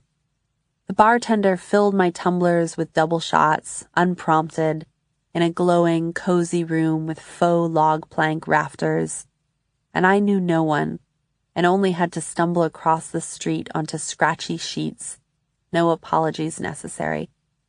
In Wyoming, I drank with the artists in their studios, stumbled home across the cow fields one night, and tripped face first onto the metal bars of a cattle grid, and I drank with the writers at a place called the Mint Bar, full of cattle-branded cedar shingles, marked by a glowing neon cowboy astride a bucking neon horse, where no one had ever heard me say, "I'm an alcoholic." On the drive back home through South Dakota, I was looking forward to one last anonymous night of drinking freely before I got back home to Dave, to stopping at the same motel and going to the same bar across the street, with its leather seats and green lamps, its wooden counters smooth as maple syrup. But I couldn't find the right exit, and eventually ended up at a Super 8 in Chamberlain, where the rooms faced the parking lot and I didn't feel like walking to the single bar I'd seen a mile down the road. So I drove to a gas station and bought 2 6-packs of Mike's Hard Lemonade, perhaps because it was the thing I'd be most ashamed to drink with anyone I knew. The woman at the register eyed my 2 6-packs. "I can't drink this stuff," she said. "Makes me fucking sick." "My friends like it," I said, shrugging. Something about the exchange peeled the skin off my evening and exposed the venture as pathetic. Why was I so hell-bent on drinking hard lemonade alone in a shitty motel in South Dakota? I brought the 6-packs into my room, but they regarded me accusingly, a sign of failure. I took the 6-packs back to the trunk of my car, just to prove to myself that I didn't have to drink them. I didn't have to drink anything. I sat in my motel room for about 5 minutes before I went back out to the car, grabbed the 6-packs from the trunk and carried them halfway to the door, thought, "This is crazy, why can't I just decide?" and then turned around and put them back in the trunk. Then I decided that if I was this obsessed, I should just go ahead and drink them. So I popped the trunk, brought the 6-packs inside, turned on the motel TV, pulled the chain lock, and carried myself into the sweet, nauseating gauze of a hard lemonade drunk. That fall, I put an incredible amount of effort into talking to my therapist about everything but drinking. I told her stories about my fights with Dave, but carefully talked around the booze, a tumor I'd excised. I was also starting to cut myself again, like the holes you cut in the crust of a pie to let out the steam as it bakes. One day, Dave caught sight of the cuts on my ankles and asked if I wanted to talk about it. I said I didn't. The pages of my diary were filling up with drunken scrawls. I believe there are things in me that are beautiful. When is enough? Then farther down, the writing bigger and messier. I know I've drunk 1.5 bottles of wine, and the end trailing off. Another night. I don't know. And I didn't. When I finally told my therapist about the drinking, it was because I was tired of running laps around it. "It gets so bad when I'm drunk," I told her, and started crying and couldn't stop. I was already thinking about how our conversation was going to pollute my drinking that night, like a piece of hair stuck in the back of my throat. I asked her what she saw when she looked at me. "Shame," she said. "There is no other word for what I see on your face." By the time Billie Holiday finally collapsed, she was 44 and past the point of curing. This was the summer of 1959. Weakened by years of heroin abuse and suffering acutely from cirrhosis of the liver, she was emaciated and covered with old track marks. Her legs were pocked with ulcers from injections. After getting checked into Metropolitan Hospital in New York, she told a friend, "You watch, baby. They are going to arrest me in this damn bed." And they did. Narcotics agents found, or planted, a tinfoil pouch of heroin in her hospital room and handcuffed her to the bed. There were 2 policemen stationed by the door. Her mugshot and fingerprints were taken in that room at Metropolitan. During the preceding years, Holiday's last few albums had met with mixed reactions. Some fans thought her late voice was a betrayal of its former glory, an open wound, vocal cords flayed, husky from years of smoking and self-abuse. Others found this voice raw and moving, a distillation of her essence all along, the purest form of her. But almost everyone heard, in this late voice, a ledger of her trauma, an audible record of everything she'd endured and done to herself. While recording her last album, Lady in Satin, she drank gin from a water pitcher. Before one recording session, she pulled out a pint and said, "Now I'm going to eat breakfast." Ray Ellis, who did her musical arrangements near the end of her life, was disappointed when they first met.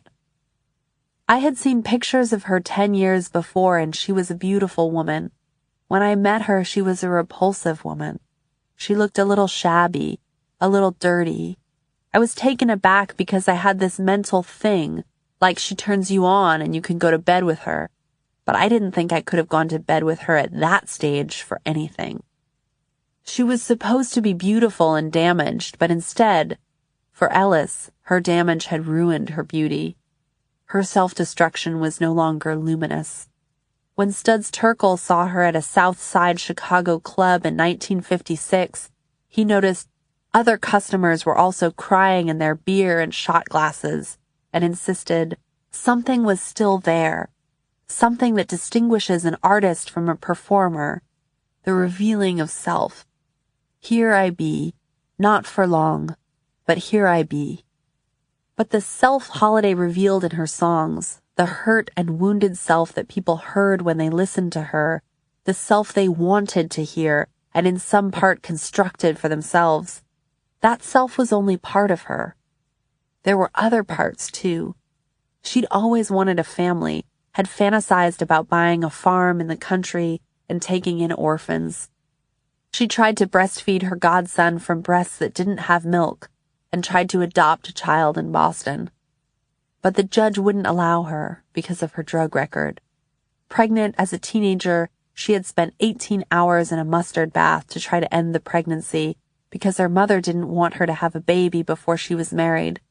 But she later told a friend, "The only thing I ever wanted is that baby."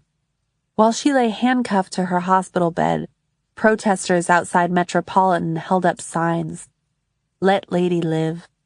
And on the July day she died, 6 weeks after she was admitted, Frank O'Hara wrote, "Everyone and I stopped breathing." A year after my first AA meeting, I found myself drunk in a bathroom stall in Mexicali, snorting coke off the flat top of the toilet paper dispenser.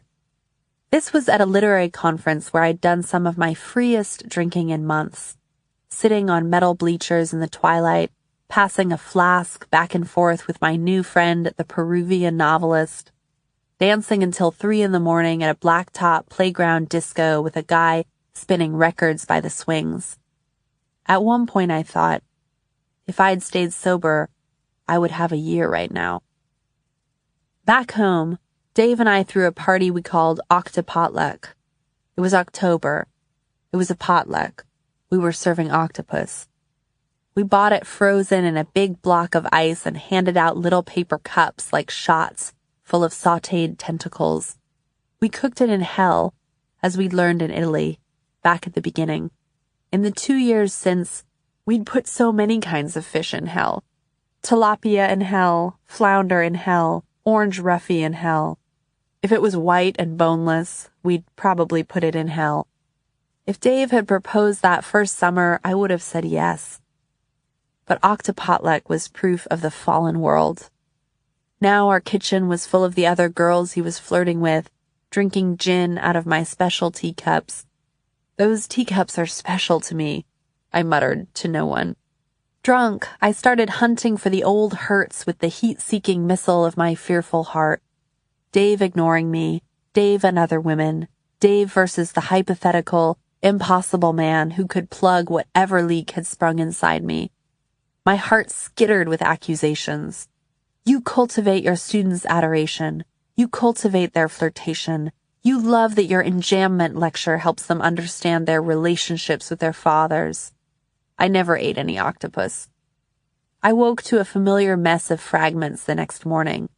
Bathroom wall, gritty linoleum, cool porcelain of the toilet throat, hallway slanting like a fun house, me and Dave in the corner of our crowded kitchen, me accusing him of needing praise so badly, my voice dripping with venom, him saying, "I think this is the alcohol talking," as I tried to open my mouth to explain that it wasn't. Part of me still believed that real drinking stories demanded big tragedies, more broken noses and blood on the streets, fiery explosions you could see clearly against the horizon. My drinking wasn't that. I hadn't set off a bomb in the middle of my own life. It had just grown small and curdled. I lived with shame like another organ nestled inside me, swollen with banal regrets, remembering the chicken I'd half-cooked drunk the night before, picturing the wet pink flesh at the core of each breast, and imagining the spores of bacteria growing in our guts, or waking up 5 minutes before a 7 o'clock bakery shift to find my windshield coated with thick ice, then driving to work with my head stuck out the window, glad for the cold wind ventilating my hangover. Dave went back home to Boston for Thanksgiving, and I stayed to help with the bakery pie rush. While he was gone, I often found myself at the grocery store buying large amounts of alcohol. There was always a reason. When I showed up at my best friend's house for Thanksgiving in the early afternoon, she was worried there wasn't enough booze. Could I go out and buy some? Sure, I said, but maybe someone else should drive. I said I'd had a glass of wine while I was cooking. I didn't say it was a giant plastic soda cup that I'd poured most of the bottle into, saving a bit so that I wouldn't have drunk a whole bottle before noon. Someone else drove. We picked up a 30-pack of PBRs. I was happy we'd gotten beer because I didn't even like beer, and this made me feel less alcoholic because if I was really alcoholic, I'd only be buying alcohol I was going to drink. This was just alcohol for other people, so they wouldn't drink the alcohol I'd gotten for myself. At the meal, when I was bringing another bottle of wine back to the table, I knocked over my glass and it splintered into my food. Tiny shards of glass sparkled in my stuffing. My true self, clumsy, desperate to be drunker, had shown herself for a moment, like a wild animal peeking out from the underbrush, foolish and fumbling. I got another glass of wine but didn't bother to replace my turkey. When I went to pick up Dave from the airport, I stopped at the recycling dump to drop off all my empties, then drove from one life to another, from the cold, stinking circle of dumpsters, with broken glass underfoot and bottles sliding out of my hands, shattering into their bins, to the warmth of our car, and Dave on the airport curb, scarf-wrapped and red-cheeked from the cold. I loved when we were apart and missed each other, but I knew he'd been missing somebody other than the person I'd become. On my last night of drinking, we had Dave's poetry students over for dinner, and I drank steadily in the kitchen, losing track of how many bouillon cubes I'd added to my chicken noodle soup. It ended up saltier than tears. A female student who sometimes texted Dave to see which bar he was drinking at. "Why did you give her your number?" I'd asked him once. Sat on our orange couch and recited all of the love song of J. Alfred Prufrock from memory. I was swollen with booze and indignation. It's so totally predictable to memorize Prufrock. That's my orange couch. I couldn't wait for his students to leave, but couldn't kick them out. They left one by one, impossibly slowly. When Dave took the last stragglers down to the front porch to smoke, I thought, finally, and carried a big plastic cup of whiskey to my office. I don't know how long I was in there before he came in. I remember he showed me an email he'd just gotten from one of his students, who had written him, clearly drunk, after getting home from wherever she'd been drinking after she'd been at our house, to say she was depressed. She needed help. All this is blurry. Months later, this same girl would leave a drunken voicemail on Dave's phone saying she was in love with him and wanted to kill herself, and he called 911 because he was afraid she would. That night, he just wrote back to her and to the dean of his department to say he was worried. I don't remember if he asked me what he should do or if he just did it. I remember thinking some people in the world were crying out for help and other people were giving it, and I wanted to be one of the people giving it, but I was one of the people crying out for it instead. I also wanted Dave to realize I was bottoming out and somehow this other girl had stolen my bottom. I told him the drinking had gotten bad again and I didn't know what to do about it, and I was sorry for the way we fought. I didn't want to fight. I hated fighting. And he sat beside me on the futon and wrapped his arms around me, and I buried my face in his chest, which seemed more honest than trying to say anything. I made weird little animal sounds against him and tried not to wipe my nose with his flannel shirt. "We're not having a fight tonight," he said. "You were wonderful tonight." Sometimes it hurts to remember how selfish I was, how completely cocooned, and how good he was to me. The rest of the night went fuzzy. At some point I was stumbling down the hallway. At some point he told me his student was okay. I thought, great. At some point I stood over my pot of soup on the stove and picked out noodles and clumps of shredded chicken with my fingers, stuffing them into my mouth, then knelt by the toilet for a while. I'm not sure if I threw up or not. I know I went back into my office with more booze. I thought, this has to be the last night. It was just like the other one. The last night I'd already had, holing myself up with a big red cup of whiskey. Except this time, I brought the bottle too, just to be safe. 9. Confession. The first day of my second sobriety, I crashed my friend's car into a concrete wall. I'd borrowed his car because ours wasn't starting and I needed to get to my morning shift at the hospital so that medical students could diagnose my fake appendicitis. It was a frozen December day, and I was jumpy and nervous, hungover and jittery. I need to stop. I don't want to stop. Stopping didn't work last time. My hands were having trouble staying still. And then I pulled into a parking space and hit the accelerator instead of the brakes and slammed right into the concrete wall. I remember thinking, oh shit. And then I wondered if I could pretend it hadn't happened. Do I definitely have to tell him? And yes, I did, because the front bumper was dangling like a loose Band-Aid and one of the headlights had been cracked into a glass web. My immediate impulse was simply to back out and pull into another parking space, as if that would give me a do-over. I was trying to do the right thing, after all, get sober again, and today was supposed to be my big watershed, the first day of the rest of my life. Now my reward for those intentions was this battered station wagon. I was indignant. If I was going to stop drinking, I was supposed to discover a spectacular new version of myself, or at least recover the presence of mind not to accelerate into a concrete wall. But sobriety didn't work like that. It works like this. You go to work. You call your friend. You say, "I'm sorry I crashed your car into a wall." You say you'll fix it. Then you do. "Why do you deserve another chance?" one drug court judge asked his defendant, an addict trying to explain his latest relapse. "There's hope," said the defendant. "What makes you think you have hope now?" The defendant said he was getting clean for his kids. He had to give a reason it was different this time. How is life different? I have better coping skills and listen more. Do you still know everything? No, I'm open-minded now. Humble? The judge asked. Willing to listen now? The defendant laughed and shook his head. It's been a personal challenge, the defendant admitted. I thought I knew everything. It's an uncomfortable ritual. The addict asked to perform his humility, expected to regard the judge as both therapist and punisher. It's just one of many ways that drug courts, the American legal system's main concession to the possibility that there might be something to do with addicts besides locking them up, still live imperfectly inside their ideals, one of the ways they still treat addiction as a form of failure. In drug court, the judge and defendant are meant to collaboratively construct the person the defendant is supposed to become, not just someone recovering, but someone who sincerely desires this recovery. But sociologists find that drug courts are full of tongue lashings from judges.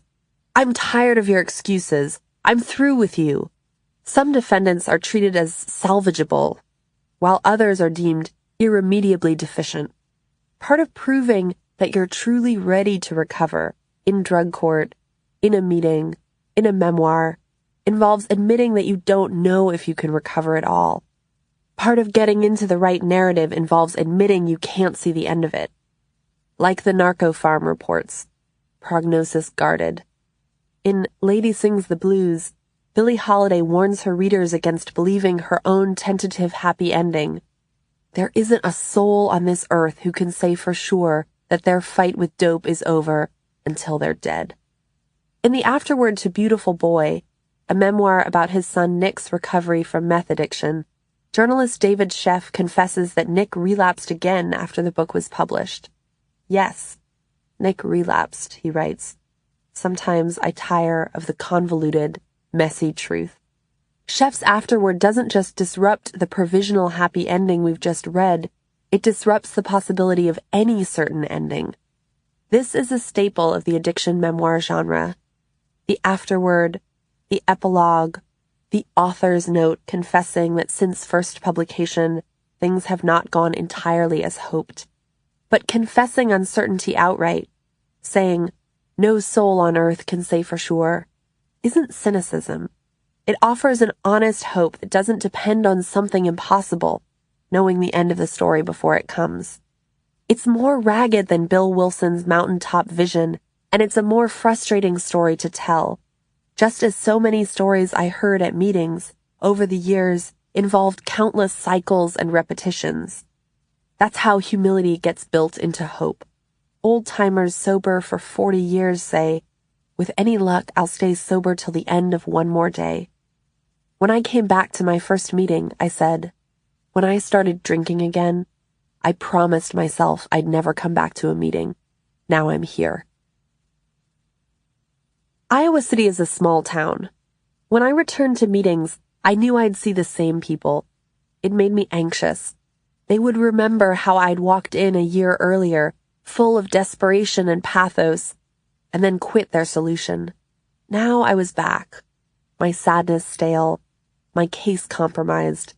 It made me picture Civil War deserters branded with a D at the hip, or forced to wear wooden signs proclaiming their cowardice. But everyone was happy to see me. People said, glad you're back. Some said, it was like that for me too. A woman I'd known the first time around knelt on the floor next to my chair and said, you never have to drink again. And I thought, never have to? Drinking was all I wanted to do. I wanted to do it right then. Years later, I looked back and saw the truth of what she'd said, that I'd taken one step away from that tight crawl space full of endless scheming and apologizing, deciding and redeciding. But that first night back, the trap was still the thing I desired most. It made me anxious that the first thing I'd heard didn't ring true at all. Had it been a ridiculous mistake to come back? But I was crying. I was a wreck, and that woman had seen that whatever I was in the middle of, I was desperate for relief from it. Relief came from sitting still and listening. That night, a man talked about getting drunk for the first time when he was 12, babysitting his little sisters one night, how he broke into his parents' liquor stash, then ate a whole bag of licorice and woke up in a puddle of his own black vomit. He talked about how his diabetic wife had died of a blood infection 6 weeks after he left her. She'd stepped on a piece of glass, drunk, had to get her toes amputated, and then her foot. Then she died. That really sent him off. Survivor's guilt, he said. He also had that from working in the Marriott World Trade Center on 9/11. After he made it home that day, he turned on the news and drank a whole bottle of wine, then checked how many bottles he had left, in case the world was ending. Hearing his voice in that church basement, above the scrape of metal chair legs across linoleum and the percolations of the coffee maker, I listened to his story as a writer, for its themes and climax, but I mainly heard it another way, as a woman who still wanted to drink more than she wanted to do anything else. During the zenith of his involvement in AA, during the mid-1950s, Charles Jackson started to believe that recovery was inspiring him to write in a new way. He had a new angle on the book he was writing, an approach committed to simplicity and honesty, and wrote to one friend that his stopping drinking and enormous interest in AA had a lot to do with this new attitude. At that point, Jackson was working on the book he imagined would become his magnum opus, an epic called What Happened, a novel of affirmation and acceptance of life that would tell the story of his old anti-hero, Don Burnham, once he'd left all his lost weekends behind him. The epic's first installment, titled Farther and Wilder, would begin with a 200-page overture constructed around the central event of a massive family reunion. Don would be host to the gathering. They should come to him and be his guests, and he would not only take care of them all, but be able to take care of them all. Jackson wanted to write a different Don than the one the world knew from the lost weekend. This Don would be stable and affluent, not only taking care of his family, but able to take care of them. The syntax is poignant in its repetition. Jackson had been stymied by the book for years. His biographer Blake Bailey has observed that Jackson was a master of working on every conceivable thing but this novel. But in the months after Jackson got involved in AA in 1953, he was finally able to generate more than 200 pages. As he wrote to a friend, "It's far and away the best thing I've done, simpler, more honest, and, for the first time, out of myself. That is, not self-tortured or absorbed or eviscerated. No, it's about people. Life, if I may say so. My stopping drinking and my enormous interest in AA, if you'll pardon the expression, have a lot to do with this new attitude. Well, everything to do with it, I think." The novel was anchored in the ordinary texture of a sober alcoholic's daily experience. "I can put it best," Jackson told his editor, Roger Strauss, "by saying the story happens, is happening, taking place, like daily living, on every page." He wanted to write a novel that humbled its content by taking up the topic of ordinary people and ordinary living, as well as its style, by resisting the siren call of virtuosic performance. These were both ways of trying to write away from his ego. In another letter to Strauss, Jackson described his approach. "It is really wonderful, simple, plain, human, life itself, nothing in the dazzling intellectual class. But unless you are James Joyce, the relaxed novel is good enough." Jackson wanted to believe his novel could be wondrous in its attention to ordinary human life, but he was also worried. You can hear the doubt seeping into his justifications. Although he argued that the novel can do just about what it pleases, and announced, "I please to make it plain, like everyday people," his underlined "I" suggested a fragile sense of his own prerogative. It was as if his social self-consciousness about his AA fellows, who were, as his wife said, not very bright or interesting or anything, had its corollary in his anxiety about whether this new style would seem ambitious or intellectual enough. At times, he openly confessed his anxiety that this approach of life unfolding moment by moment could seem careless and rambling, or just marked by a total lack of originality, the very lack of originality that AA was teaching him to embrace. Jackson's conflicted attitude toward the project had everything to do with the split he perceived between the spheres of literature and recovery. How could he write a novel that would satisfy the demands of both? He feared the judgment of a shrewish literati that wasn't much like the crowd at his AA meetings. People whose ethos of fellowship had asked him to imagine himself into their everyday lives and away from his own. If Jackson had gotten drunk because he couldn't get outside himself, as he would tell AA crowds, then getting out of himself in the novel translated this newfound sense of sober purpose into prose. As he wrote to one friend, he wanted all of it outside of myself, outside. It was a curious claim for Jackson to make that his project, another semi-autobiographical novel, was somehow leaving his own life behind. The AA ethos was key to these paradoxical ambitions, the belief that every person was simply a vehicle for delivering a story, and the faith that illuminating your own life was a way to be of service beyond yourself. That first winter of my second sobriety, my sponsor gave me a chart to fill out for my fourth step, which involved making an inventory of all my resentments. "Just that?" I joked. "How long do you have?" She smiled patiently and said, "Trust me, I've seen worse." My sponsor, Stacy, was a funny, generous woman who'd gotten sober before she was legal.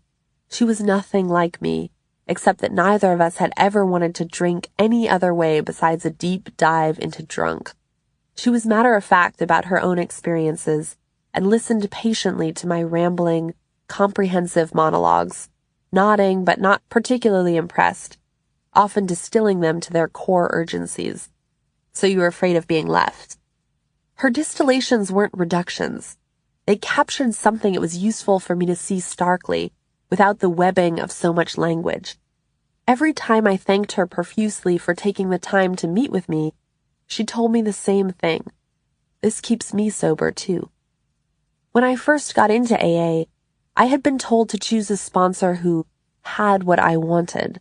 I sensed this didn't mean a Pulitzer Prize. I eventually chose Stacy not because she reminded me of myself, but because she didn't. She moved through the world with assurance, helpful without seeming righteous, humble without excess apology. It felt viscerally good to be around her ease, like silk against the skin. She was not ashamed to confess the size of her love for her Pomeranian. We shared a sense of humor, both laughed at the part of Bill's story in the Big Book where he said he'd never been unfaithful while he was drinking, out of loyalty to my wife, helped at times by extreme drunkenness. We liked that he confessed the less than noble reason, too. Stacy and I had worked together before my relapse, and when I decided to get sober again, she and her fiancé had taken me to my first meeting back. "Thank you for giving me another chance," I'd gushed, thinking it was all about our connection. "Of course," she'd said. "That's how the program works." When it came to my fourth step, I was anxious about the format of the list, a spreadsheet with extremely narrow columns, because I wasn't sure how I'd tell the full story of each item I was listing. "Some of my situations are pretty complicated," I explained. "So are everyone's," my sponsor said. "I'm sure you'll manage." The fourth step was supposed to include all my harms and resentments, but I asked Stacy if I was supposed to list people I resented, even if I hadn't caused them any harm. She smiled. I was clearly not the first alcoholic who had asked this question. "Anyone who gives you a knot in your gut," she said. The chart had a column asking me to link each of my resentments to a motivating fear. Fear of conflict, fear of abandonment, and I filled it out dutifully, always a model student. Fear of inadequacy. I hadn't done an inventory during my first sobriety, and it was part of my attempt to do things differently this time around. The inventory wasn't about asking for absolution for my sins. It was about bringing discomfort into the light, all the toxic grudges that might make me want to drink again. Listing them was like emptying a cluttered drawer. When I looked back at what my drinking had been, I saw someone hurling herself at the world, asking it to give her back to herself with some edges. I saw myself standing in a man's doorway, my body thrilling with coke and already smarting with disappointment, practically begging him to kiss me. My sister-in-law had once asked me, "Would you rather have no bones or no skin?" And at first it made me picture a creature without bones, a shapeless dough blob of flesh, and then a creature without skin, a taut sculpture of glistening nerves and muscles. How would you describe the creature without either? Just totally fucked? Sometimes I suspected I had no structure, at other times, no boundaries. I looked back at the girl in the doorway, waiting to be kissed, and wanted to clap a hand over her mouth, to shake the coke from her nose and drain the vodka from her stomach, to say, "Don't say that. Don't drink that. Don't need that." except I couldn't because she did say that, drink that, need that. She wasn't the only one with needs. This was part of my inventory too, accepting that I wasn't the only victim of my insecurities. In the chart called Sexual History Inventory, the most telling column was this one. Whom did I hurt? It wasn't just telling because it was full of names, but because most of them were followed by question marks. I'd rarely paid enough attention to know whether I'd hurt them or not. My insecurity had convinced me I didn't have the power to hurt anyone. By the time I was ready to go over my chart with Stacy, this was the 5th step, talking about the 4th step inventory with someone else. I was in the recent aftermath of another surgery, a procedure to fix residual damage in my nose from the time I'd been punched.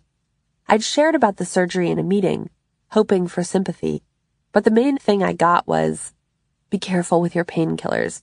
It turned out to be good advice. I was surprised by how much I looked forward to the drugs that would knock me out and the ones I'd get afterward, by how obsessively I'd imagined the possibility of laughing gas or Valium. It was like a surge through my belly, this anticipation, unbidden and unexpected. In meetings, people sometimes said, your disease is always waiting for you outside. It's out there doing push-ups. I pictured alcoholism as a small man with a mustache and a wife beater. It turns out I didn't even get the pre-op stuff I'd been hoping for, nitrous oxide or Valium. All my anesthesia did for me was make me vomit after the surgery into a bucket Dave held beside me. He'd been there for me, over and over again. And in sobriety, it was getting easier to see that, easier to tell him I was grateful for that tenderness. The night before I was supposed to do my 5th step, my face was still bandaged. I hadn't taken any Vicodin, too scared of how much I wanted to take them all, or at least enough to make the whole world swim.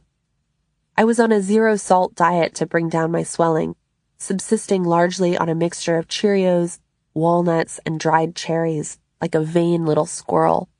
I texted Stacy suggesting that maybe we should postpone our session for a few weeks. Are you physically able to speak? She asked. I told her I was. Then let's do it, she said. So the next day we sat across from each other at my kitchen table. I put out a little bowl of Cheerios and cranberries. I poured us glasses of water. My chart lay on the table between us, its boxes reductive and true.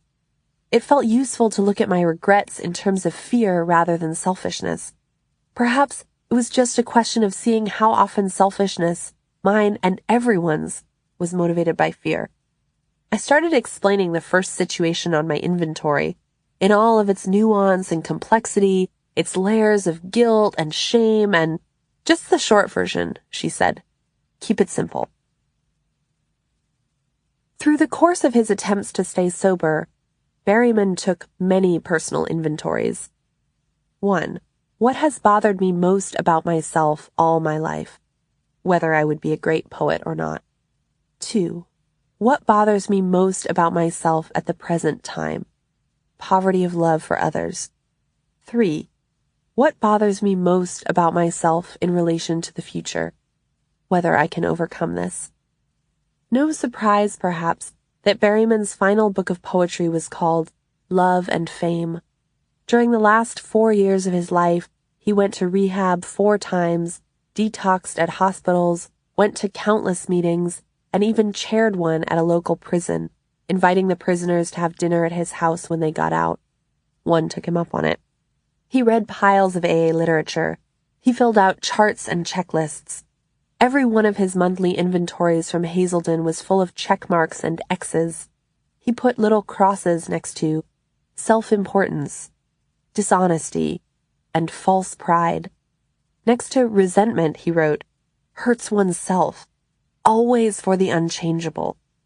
He underlined the immoral in immoral thinking.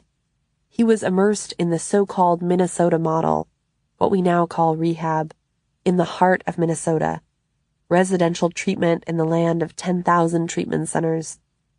The AA first step that Berryman completed the first time he arrived at St. Mary's Hospital in Minneapolis gives a sense of the wasteland his drinking had become. Wife left me after 11 years of marriage because of drinking. Despair, heavy drinking alone, jobless, penniless, seduced students drunk. My chairman told me I had called up a student drunk at midnight and threatened to kill her. Drunk in Calcutta, wandered streets lost all night, unable to remember my address. Many alibis for drinking. Severe memory loss, memory distortions. DTs once in Abbott, lasted hours. Quart of whiskey a day for months in Dublin working hard on a long poem. Wife hiding bottles. Myself hiding bottles. Wet bed drunk in London hotel. Manager furious. Had to pay for new mattress. Lectured too weak to stand. Had to sit. Lectured badly prepared. Defecated uncontrollably in a university corridor. Got home unnoticed. My wife said, St. Mary's or else. Came here. There's a palpable heartbreak not only in the devastation of Berryman's drinking, but in his surprising regrets. Not just shitting in a hallway, but also lecturing badly prepared. He was preparing better for recovery. Hence the piles of reading, the dutiful charts. In one fourth step, he made a list of his responsibilities. A. To God. Daily practice, submission of will, gratitude.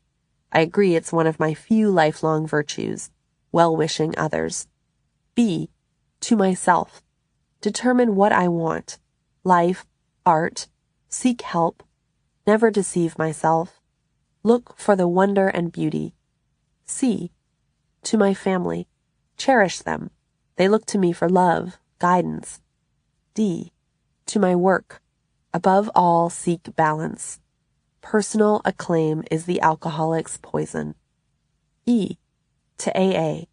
To God and AA I owe my deliverance. At the bottom of the list, he wrote instructions to himself. Be careful how you live. You may be the only copy of the big book other people ever read. When Berryman started to consider writing a novel about recovery, he imagined a book that would function not as great literature, but as a 12th step. We tried to carry this message to alcoholics, bringing recovery to those who hadn't found it yet. He scribbled ideas for what this book might become.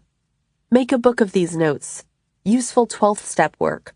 Probably hardly worked up at all, only expanded and glossed with some background on Hazelden and St. Mary's last spring. This wasn't another lyric dream song. It was something else. Hardly worked up at all. Not meant to be beautiful, but useful. In considering his book, Useful 12th Step Work, Berryman was following the desire he'd articulated on his inventories, to replace the ambition to be a great poet with a creative life committed to love for others. He thought of calling the novel Korsakoff's Syndrome on the Grave, but found he preferred I Am an Alcoholic. Like better, he wrote next to this simpler title. Eventually, he just called the book Recovery. He wanted to donate the profits, give half my royalties to who? Not AA. They won't take it. Perhaps just lend it privately to AAs in despair. Berryman kept his notes in a beige notebook labeled Recovery Notebook, stained with coffee. His life no longer ran on whiskey and ink, but on caffeine and graphite, less godly fuels. He wanted recovery to constitute an act of gratitude. In an early draft, he imagined his dedication.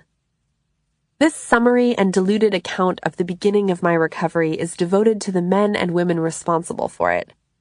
The founders of Alcoholics Anonymous, physicians, psychiatrists, counselors, clergymen, psychologists, transactional analysts, group leaders, nurses, orderlies, inpatients, outpatients, members of AA, and to its primary divine author. In the spring of 1971, less than a year before his death, Berryman taught a course at the University of Minnesota called The Post-Novel, Fiction as Wisdom Work. This was what he was attempting in recovery as well, something like wisdom work. Though Jean Rhys was never in recovery, she once wrote an imagined courtroom scene called The Trial of Jean Rhys, scribbled in spidery script in a plain brown notebook that looks remarkably like the fearless moral inventory of an AA fourth step. After the prosecution lists the major themes of her work: good, evil, love, hate, life, death, beauty, ugliness, and asks Reese if they apply to everyone, she replies, "I do not know everyone. I only know myself." When the prosecution persists, "And others?" she confesses, "I do not know others. I see them as trees walking." That's when the prosecution pounces. "There you are. Didn't take long, did it?" Part of Reese's torment was that her self-absorption wasn't complete enough to make her unaware of its effect on others. But in the trial, confessing her solipsism doesn't count as repentance. It just confirms her guilt. The prosecution continues its line of questioning. "Did you, in your youth, have a great love and pity for others, especially for the poor and unfortunate?" "Yes." "Were you able to show this?" "I think I could not always. I was very clumsy. No one told me." "Excuse, of course," prosecution shouts. "It is untrue that you are cold and withdrawn?" "It is not true." "Did you make great efforts to, shall we say, establish contacts with other people? I mean, friendships, love affairs, so on?" "Yes." "Not friendships very much." "Did you succeed?" "Sometimes. For a time." "It didn't last." "No." "Whose fault was that?" "Mine, I suppose." "You suppose?" Silence. "Better answer." "I am tired. I learned everything too late." Reese's trial echoes Berryman's inventories. "What bothers me most about myself at the present time? Poverty of love for others." Even when Reese articulates some faith in human possibility, "I believe that sometimes human beings can be more than themselves," the prosecution still objects. Come, this is very bad. Can't you do better than that?" After that exchange, the trial transcript just reads, "Silence. Objection sustained." But Reese did believe there was a way she could surrender herself to something larger than her claustrophobic sadness. "If I stop writing," she told the court, "my life will have been an abject failure. I will not have earned death." The fantasy that brilliant writing might redeem a flawed life. "If I can do this book, it won't matter so much, will it?" didn't belong solely to Reese. When Carver was brought to court in 1976, accused of collecting unemployment while he was employed, his first wife, Marianne, showed the court his first collection of stories as a defense on his behalf, presenting the brilliance of his work as an excuse for the disappointments and deceptions of his life. Perhaps it's not enough. For the critic A. Alvarez, Reese's monstrous life made a powerful argument against biography itself. The effect of Reese's first published biography was to make the reader doubt if any book, however original, however perfect, could be worth the price Reese and those close to her paid. Neither of Reese's biographies made me want to spend a long weekend with her, but I'm not interested in the question of whether her work is worth the price, to us or to anyone, because it was never our choice to make. Her life was. The work is. We can't trade either back. There's no objective metric for how much brilliance might be required to redeem a lifetime of damage, and no ratio that justifies the conversion. Whatever beauty comes from pain can't usually be traded back for happiness. Reese kept hoping anyway, not for relief, but for the possibility of an assuaging beauty, that by voicing her thirst well enough, she could redeem the damage it had caused. When Berryman scrawled down a daily plan for writing recovery, he was also outlining the healthier life he imagined the novel ushering him into. Write 8 or 9 to 1 p.m. in study. Aim at 2 pages a day with next sentences drafted. Walk. Drive. Library. Immunology, alcoholism, journals. Exercise and yoga. 24-hour book, AA Lit.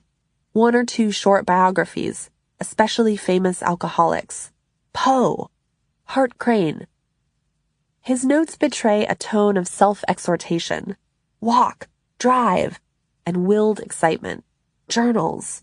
He wanted to do his homework. He wanted to do yoga. He wanted to ground himself in a tradition of other drunk writers.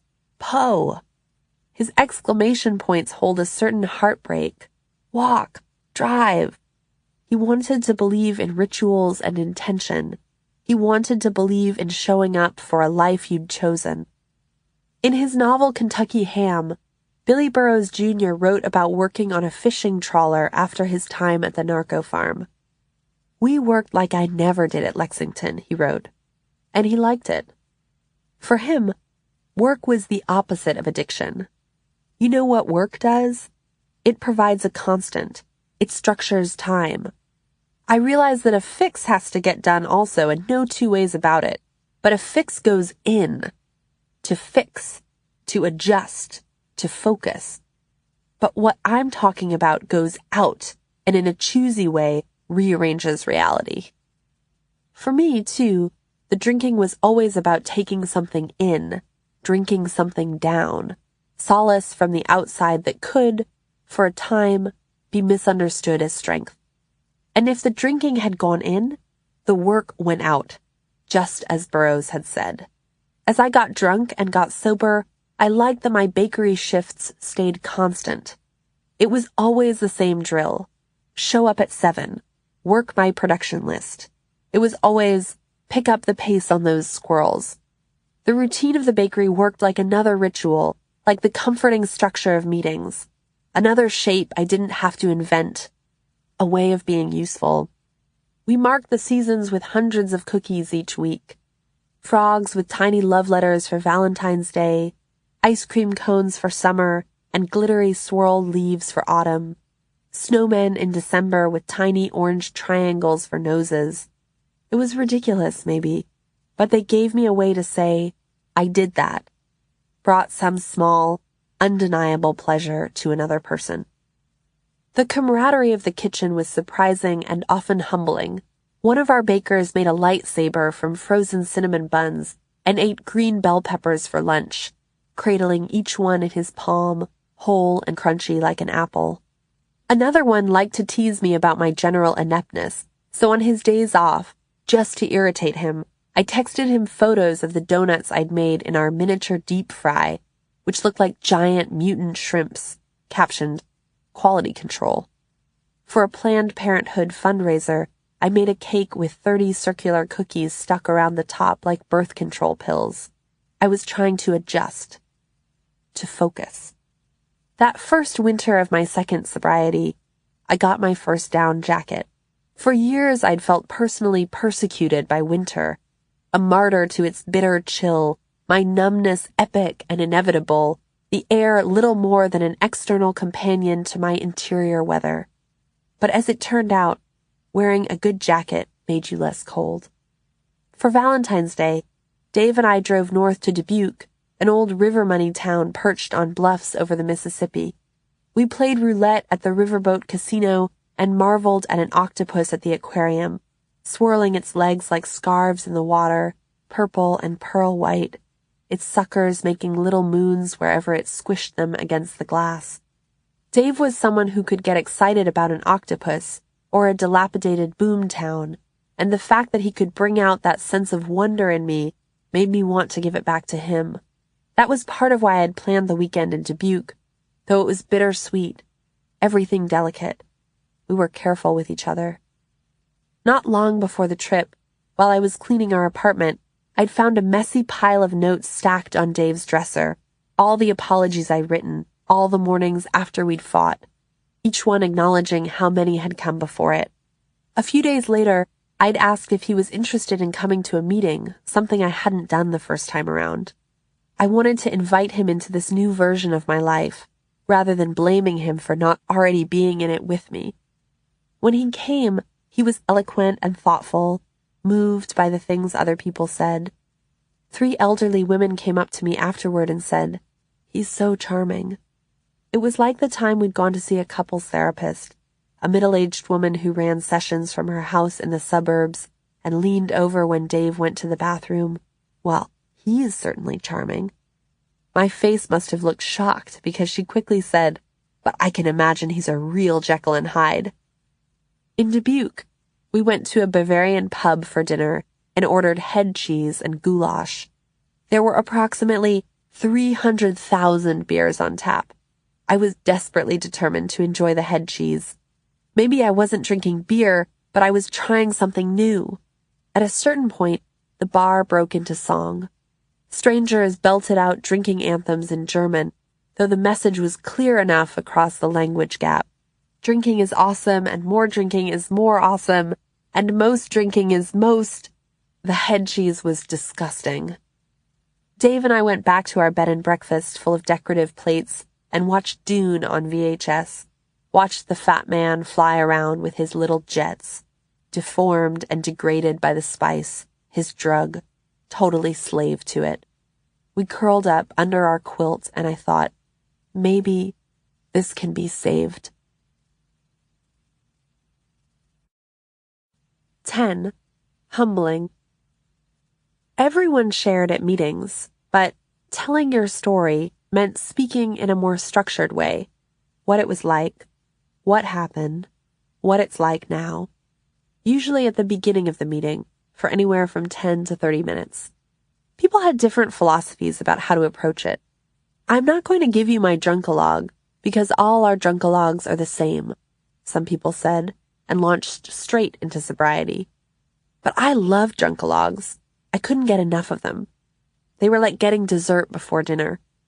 Sure, they were all the same, but they were all different, too, insofar as every particular life manifested and disrupted the common themes in its own way. Drunkalogues were also useful because they reminded me of certain absences it was easy to take for granted after they'd been absent for a while. Not waking up early with a hangover, or not thinking about booze every minute, every hour, every day.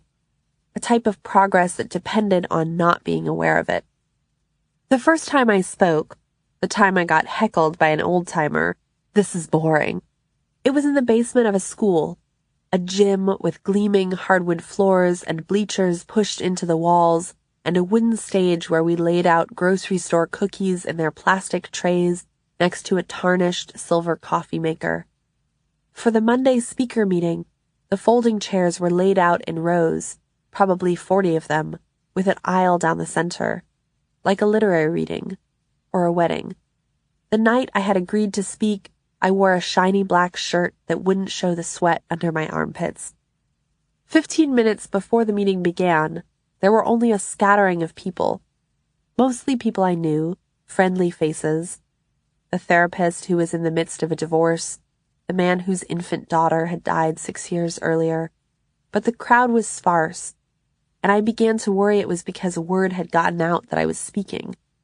This was typical thinking, imagining the world as a conspiracy of forces directing their attention toward me, when it was more likely people were just picking up their dry cleaning or watching the Bachelor episode they'd been looking forward to all week. When more people started arriving, I realized I'd also been relieved at the low turnout, and immediately started to imagine how everyone who'd shown up might be disappointed by what I said.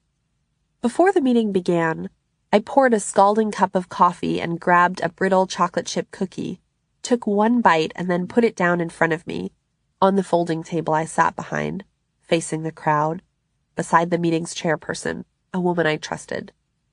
She had short-cropped gray hair and a teenage daughter, and she spoke with matter-of-fact warmth. She was honest about her mistakes, but not exhausting in her regret. My half-eaten cookie stared up at me as I told my story, which ended up focusing less on narrative drama and more on things I was surprised to find myself talking about. Waking in the middle of the night worried about my meds, with a racing heart like a bird trapped in the cage of my ribs, and finding that stack of apologies on Dave's dresser. It was right about then, just when I'd started to feel pretty righteous about moving away from narrative interest and toward emotional candor, that the man in the wheelchair started shouting, "This is boring." After he started shouting, I started unraveling. Heat in my eyes, swell in my throat, voice starting to crack open, and struggled to finish the thought I was articulating about prayer. It's like picking up a heavy box, I said. I mean, prayer is like putting down the heavy box, but then I kept trying to pick it up again. I started crying fully. Again, the man yelled, "This is boring." He wasn't a bad person. He was just losing his grip on whatever part of us keeps us from shouting at strangers. And maybe, also, he was bored. I wiped my eyes with the back of my hand. What was my other thing I had to say about prayer? I had another thing to say about prayer. Multiple women in the audience reached for tissues in their purses. After the meeting, one of them came up to me immediately. "It was so moving to see you cry," she said, "when you started talking about prayer." Then another woman, the chair of the meeting, put her hand on my arm and said, "You just told my story. Thank you." Malcolm Lowry's greatest nightmare was being accused of telling someone else's story. That's why he was so outraged by the success of Jackson's Lost Weekend, and by its publication in the first place, by the idea that someone else had told his story before he'd been able to tell it. Years later, in his unfinished final novel, Dark as the Grave Wherein My Friend Is Laid, Lowry offered a thinly fictionalized account of his own anger, a scene in which a novelist named Sigbjorn Wilderness discovers that his alcoholic magnum opus has been scooped by a terrible book called Drunkard's Rigadoon. "It's purely a clinical study," Sigbjorn's wife assures him. "It's only a small part of yours." But Sigbjorn is crushed. If his alcoholism hasn't helped him produce an original masterpiece, what good has it been? He was sure he'd been achieving something that was unique, but instead is told by his agent and several publishers that his book is merely a copy. When a dismissive 1947 review in Harper's Magazine accused Under the Volcano of being a long regurgitation that can only be recommended as an anthology held together by earnestness, little more than a patchwork imitating the tricks of better authors, Lowry defended himself in a passionate letter to the editor.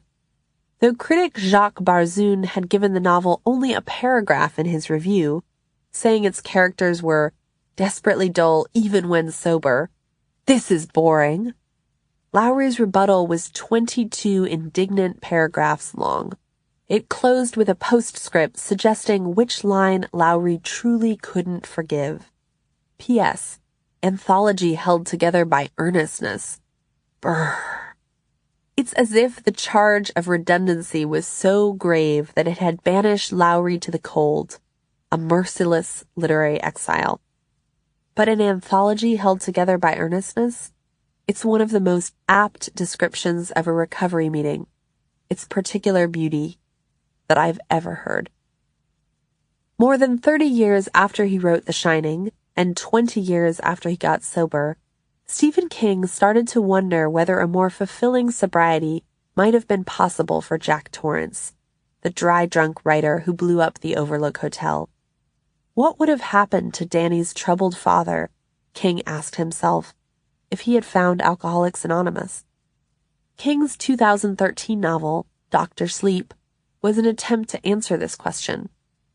The plot follows Jack's son, Danny, now grown up into a drunk like his dad, but finally clean and sober, as he fights an anonymous collective called the True Knot, a band of RV-dwelling supernatural monsters who chant in circles before they drink pain harvested from their unfortunate victims. The True Knot looks like a sinister version of AA, a fellowship of suffering where pain has become, quite literally, a form of sustenance. The novel's climax, however, is not Danny's triumph over the True Knot, but a scene directly afterward, when Danny finally confesses his true bottom to an AA group at his 15th sobriety anniversary. He describes the morning he woke up in bed with a coked-up single mom and stole money from her wallet while her diapered son reached for a pile of leftover Coke on the coffee table, thinking it was candy. Leftover Coke? The addict in me was dismayed, but the shame was familiar. After Danny confesses his terrible truth, the moment of honesty that the whole book has been building toward, he gets very little in response. The women in the doorway had gone back to the kitchen. Some of the people were looking at their watches. A stomach grumbled. Looking at the assembled 9 dozen alkies, Dan realized an astounding thing. What he'd done didn't revolt them. It didn't even surprise them. They had heard worse. The narrative doesn't just insist on the moment as anticlimactic. It insists that this anticlimax has still been meaningful. As it turned out, my own sobriety held the same double moral as a second-act Stephen King novel. You've spoken your truth, and now everyone is making a beeline for your sober birthday cake. Your story is probably pretty ordinary. This doesn't mean it can't be useful. When I finally read the manuscript of Charles Jackson's unfinished novel, What Happened, the pages he had written under the influence of recovery, unpublished in his archives, I brought so much desire with me. It was like the desire poet Yvonne Bolan confesses when she asks for poems with women in them who aren't beautiful or young. I want a poem I can grow old in. I want a poem I can die in. I wanted a story I could get sober in. This made it disappointing to confront the manuscript of What Happened, which offered a tedious, convoluted narrative I found difficult to keep reading. I can only write the human, meanderingly, Jackson had written to a friend, confessing his fears about his long-awaited epic, and I started to understand what he'd meant. I'd been glued to The Lost Weekend, unable to put it down, and I wanted What Happened to be like that, only better, about functionality. But it wasn't. Mostly, it was hopelessly abstract. What life means, it came to him, or he seemed to overhear it. It means all the time, not just at isolated dramatic moments that never happened. If life means anything at all, it means whatever it means every hour, every minute, through any episode big or small, if only one has the awareness to sense it. Each step, the dramatic and the humdrum alike, every fleeting second of the way. The thing was, I actually agreed with what Jackson was saying. I'd come to believe that life happened every hour, every minute, that it wasn't made of dramatic climaxes so much as quiet effort and continuous presence. But I could also see how Jackson's desperate desire to deploy his recovery wisdom had crippled his story. His own words about the book now played back to me like an omen. With scarcely any plot, but much character, I'm proud to be so objective and detached. Finally. The manuscript bore out some of my worst fears about sobriety. That it was destined to force you into a state of plotless abstraction, a string of empty evenings, a life lit by the sallow fluorescence of church basement bromides rather than the glow of dive bar neon signs.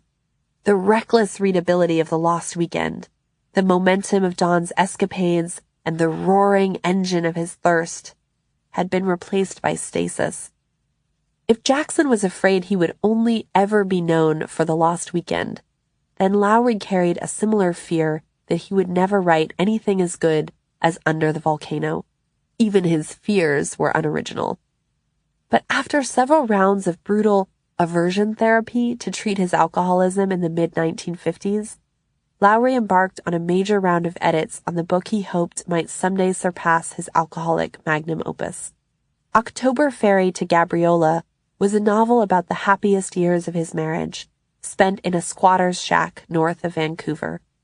In critic D.T. Max's account, Lowry wrote furiously in the aftermath of his aversion therapy, new pages that examined what he called the alcoholocaust of his life and the way that drinking had affected his art. Lowry took apology letters he'd written to his wife, Marjorie, over the years and pasted them directly into the draft. He was trying to fill the book with the texture of his regret, to make it not just a transcript of harm, but also the process of reckoning. This kind of salvage made me imagine crafting a book from my own apology notes. The response from others was a bit less enthusiastic. Lowry's editor at Random House canceled his contract for the book because the manuscript sent to him was just about as tedious as anything I'd ever read. After Lowry's death, Marjorie added her own comments to the manuscript. Rambling notes, she wrote. Seems like a dissertation on alcohol. Nothing useful here. When I read the manuscript of Jackson's What Happened, I grasped at its meager glimmers of plot. He had the impulse to pull the car over to the side of the road and give himself up to introspection, a kind of self-inventory, leaving nothing out. Okay, he's in a car, I thought, but where was he going? Would something finally happen there? I perked up at the mention of an inventory, like the AA fourth step, because maybe that meant I would get to read about how Don had fucked up. But then I felt guilty for wanting the train wreck. I was supposed to be rooting for the underdog story, the story of sobriety, but instead my own lapsed attention was just proof that this story would never be as interesting as the story of getting drunk. It was like sitting in a meeting and hoping the drunkalogue would never stop, thinking, yeah, at the part about a newfound connection to a higher power. I didn't want to think, yeah, about sobriety.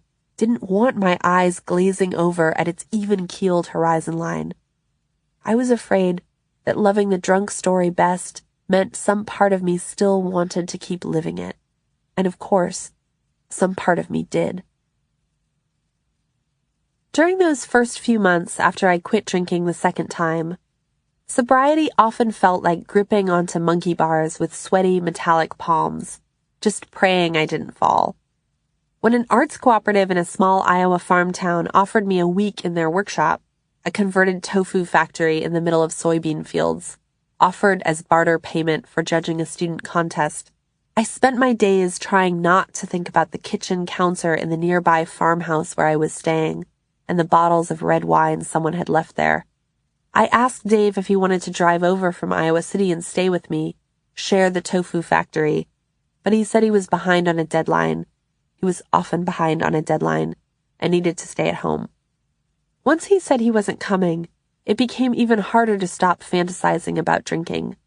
It would be so easy to get drunk out in these ghostly soybean fields, all alone, to sink into that blooming warmth and not tell anyone. So I tried to distract myself. Because I was afraid to go back to my farmhouse at night, to those 3 bottles I could picture so clearly, I stayed up till 3 a.m. trying to work in the converted tofu factory.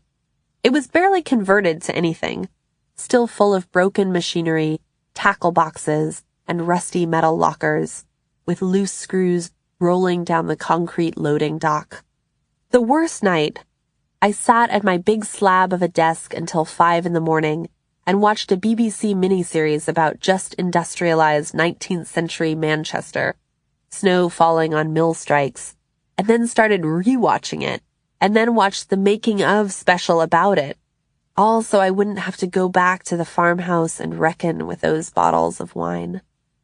The next morning, I looked online for a list of meetings in town. At noon, I showed up at the address I'd found, a brick church with a stained glass window that looked dull in the sunlight. The front door was locked, but when I circled around to the back, where 2 bikers in full leather were standing with a white-haired woman in a mint green pantsuit, I knew I'd come to the right place. It was just the 4 of us, until a woman in sweatpants showed up, a single mother who lived on a farm nearby with her son. It was only her second meeting, she said. One of the bikers, smiling, said, "The journey begins." "I hope so," she said. "I can't even imagine tomorrow." It turned out the back door was locked and the person with the key hadn't come, so I thought maybe we'd all go our separate ways. But no, we all went to a gazebo in the park instead and sat in the dappled sunshine on splintered wooden benches. The woman in the pantsuit was a local librarian, and the bikers were just passing through. The single mother was 10 days sober and totally falling apart. Her son had seen her crying 2 days in a row. Their llama was going through puberty and acting like a little shit. When it was my turn to speak, I told everyone about rewatching the BBC miniseries just to keep myself from drinking, and one of the bikers, a huge man with a snake tattooed around his neck, nodded so vigorously I was sure he'd say he'd seen that miniseries too. He hadn't, but he knew what it was like when craving tugged you like a puppet. He told us about his first drink, and when he paused to describe the smell of that bourbon, he spoke straight to my gut, straight to those terrifying bottles in the farmhouse pantry. It wasn't his words so much as his pause, how it held him for a moment, the memory of that bourbon smell, how it stopped him in his speech. A few days later, I met the single mother for coffee. She brought me bratwurst made from her goats, and I told her I didn't know what it was like to be a single mother, or any kind of mother, but I did know about crying every day, and I also knew that the 90th day of my sobriety had been pretty different from the 10th one.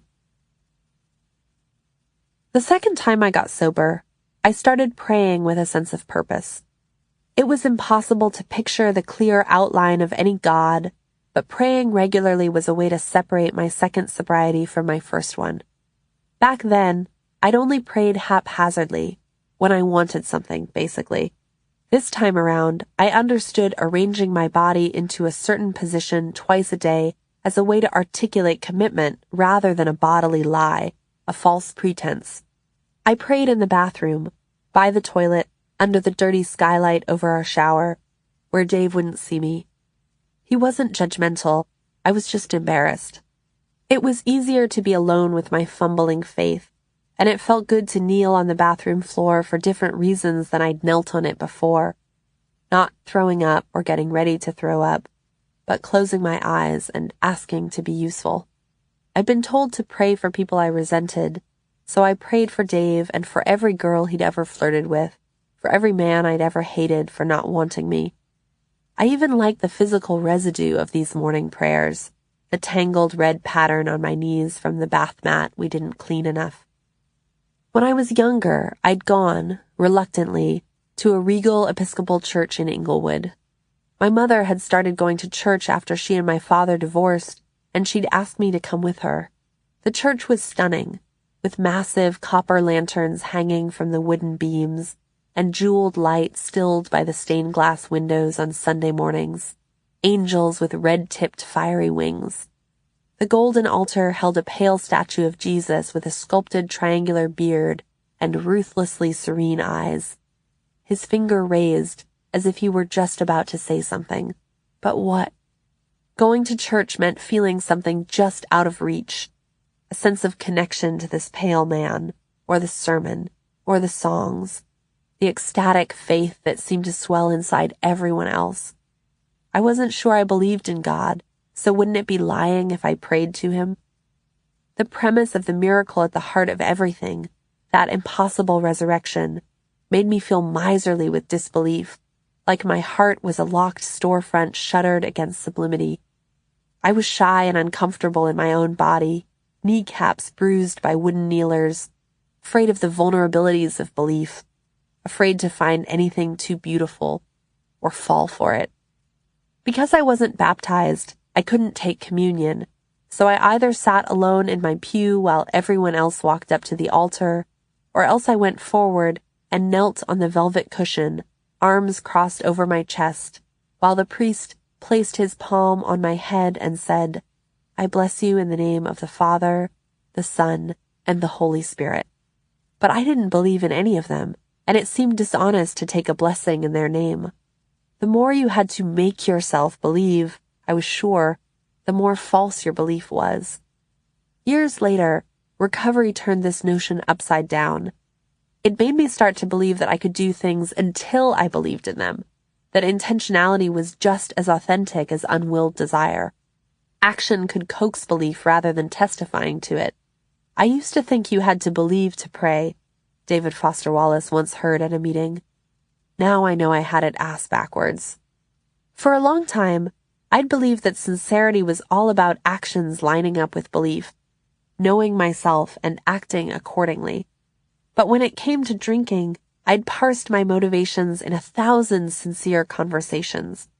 With friends, with therapists, with my mother, with my boyfriends, and all my self-understanding hadn't granted me any release from compulsion. This ruptured syllogism, if I understand myself, I'll get better, made me question the way I'd come to worship self-awareness itself, a brand of secular humanism. Know thyself and act accordingly. What if you reversed this? Act and know thyself differently. Showing up for a meeting, for a ritual, for a conversation, this was an act that could be true no matter what you felt as you were doing it. Doing something without knowing if you believed it, that was proof of sincerity, rather than its absence. I didn't know what I believed, and prayed anyway. I called my sponsor even when I didn't want to, showed up to meetings even when I didn't want to. I sat in the circle and held hands with everyone, opened myself to cliches I felt ashamed to be described by, got down on my knees to pray even though I wasn't sure what I was praying to, only what I was praying for. Don't drink, don't drink, don't drink. The desire to believe that there was something out there, something that wasn't me, that could make not drinking seem like anything other than punishment. This desire was strong enough to dissolve the rigid border I'd drawn between faith and its absence. When I looked back on my early days in church, I started to realize how silly it had been to think that I'd had a monopoly on doubt, or that wanting faith was so categorically different from having it. When people in the program talked about a higher power, they sometimes simply said HP, which seemed expansive and open, a pair of letters you could fill with whatever you needed. The sky, other people in meetings, an old woman who wore loose flowing skirts like my grandmother had worn. Whatever it was, I needed to believe in something stronger than my willpower. This willpower was a fine-tuned machine, fierce and humming, and it had done plenty of things. Gotten me straight A's, gotten my papers written, gotten me through cross-country training runs. But when I'd applied it to drinking, the only thing I felt was that I was turning my life into a small, joyless, clenched fist. The higher power that turned sobriety into more than deprivation was simply not me. That was all I knew. It was a force animating the world in all of its particular glories. Jellyfish, the clean turn of line breaks, pineapple upside down cake, my friend Rachel's laughter. Perhaps I'd been looking for it, for whatever it was, for years, bent over the toilet on all those other nights, retching and heaving. When Charles Jackson reread The Lost Weekend, years into his inconstant sobriety, he was most of all impressed by the sense that, in spite of the hero's utter self-absorption, it is a picture of a man groping for God, or at least trying to find out who he is. He understood the old patterns as driven by the same hungers, the hunger for booze as the hunger for God, all this groping as part of the same journey. At times, it seemed my relationship wasn't to a higher power but to the act of prayer itself, a ritualized cry of longing and insufficiency, as if my faith were a catalog of places I'd gotten on my knees, 100 bathrooms where I'd knelt on cold tiles with thin ribbons of grout under my shins, or crouched on a foot-worn bath mat facing the eye-level skyline of my mother's bubble bath, jars of pearly peach and vanilla. In those bathrooms, God wasn't faceless omnipotence, but proximate particulars, grout and soap, the things that had always been there, right in front of me. During the spring of my first sobriety, I had embarked on a different type of writing project than I'd ever pursued before. I drove to the Tennessee wilderness to write about an ultramarathon my brother was running, a 125-mile race through briar-cloaked hills and hollers around the outskirts of a deserted federal penitentiary. The runners spent days in the woods, circling back to a central campsite after every loop to fill their fanny packs with candy bars and pop their blisters with sewing needles. I'd never done anything like this, conducting interviews and gleaning observations to write about the lives of strangers, and the sheer plenitude thrilled me. How much was all around me, just waiting to be gathered. I slept in my car and filled a notebook with details. One runner's tale of seeing a wild boar on the trail, the dead-tired glass of his eyes and the mud on his legs, rain pattering on the roof of my Toyota all night, sliced by the lonely cry of bugle taps played whenever a runner dropped out of the race. I ate chicken slathered in barbecue sauce, roasted over a campfire in the smoke and chill of early spring, and asked these runners why they pushed themselves past the limits of what they thought they could endure. What community was made possible by a shared confrontation with pain? Even this attempt at reportage was turning into autobiography, but it was still something new, inspiring and awkward. Before interviews, I got nervous, my armpits dampened with sweat, my pulse spiked up. I was a terrible interviewer at first, too eager to prove myself and so busy saying, "Yeah, I know exactly what you mean," that I never gave people enough room to speak. Often I stuttered when I asked my questions and cringed whenever someone shrugged or squinted in reply. But it surprised me, my own ability to make eye contact. Meetings had trained me. Whenever someone shared, you had to look at her, so that if she ever locked eyes with you, you could give what she was saying a place to land. By the time Berryman started working on his novel Recovery, he had come to see the notion that he needed to drink in order to write as a delusion. So long as I considered myself as merely the medium, arena for my powers, sobriety was out of the question, he wrote in 1971 in a handwritten note he later adapted for use in the novel. The even deeper delusion that my art depended on my drinking, or at least was connected with it, could not be attacked directly. Too far down. The cover had to be exploded off. Several years earlier, in a 1965 review in the New York Times, Charles Jackson had questioned the mythic figure of the tormented artist. Are we really all that tormented?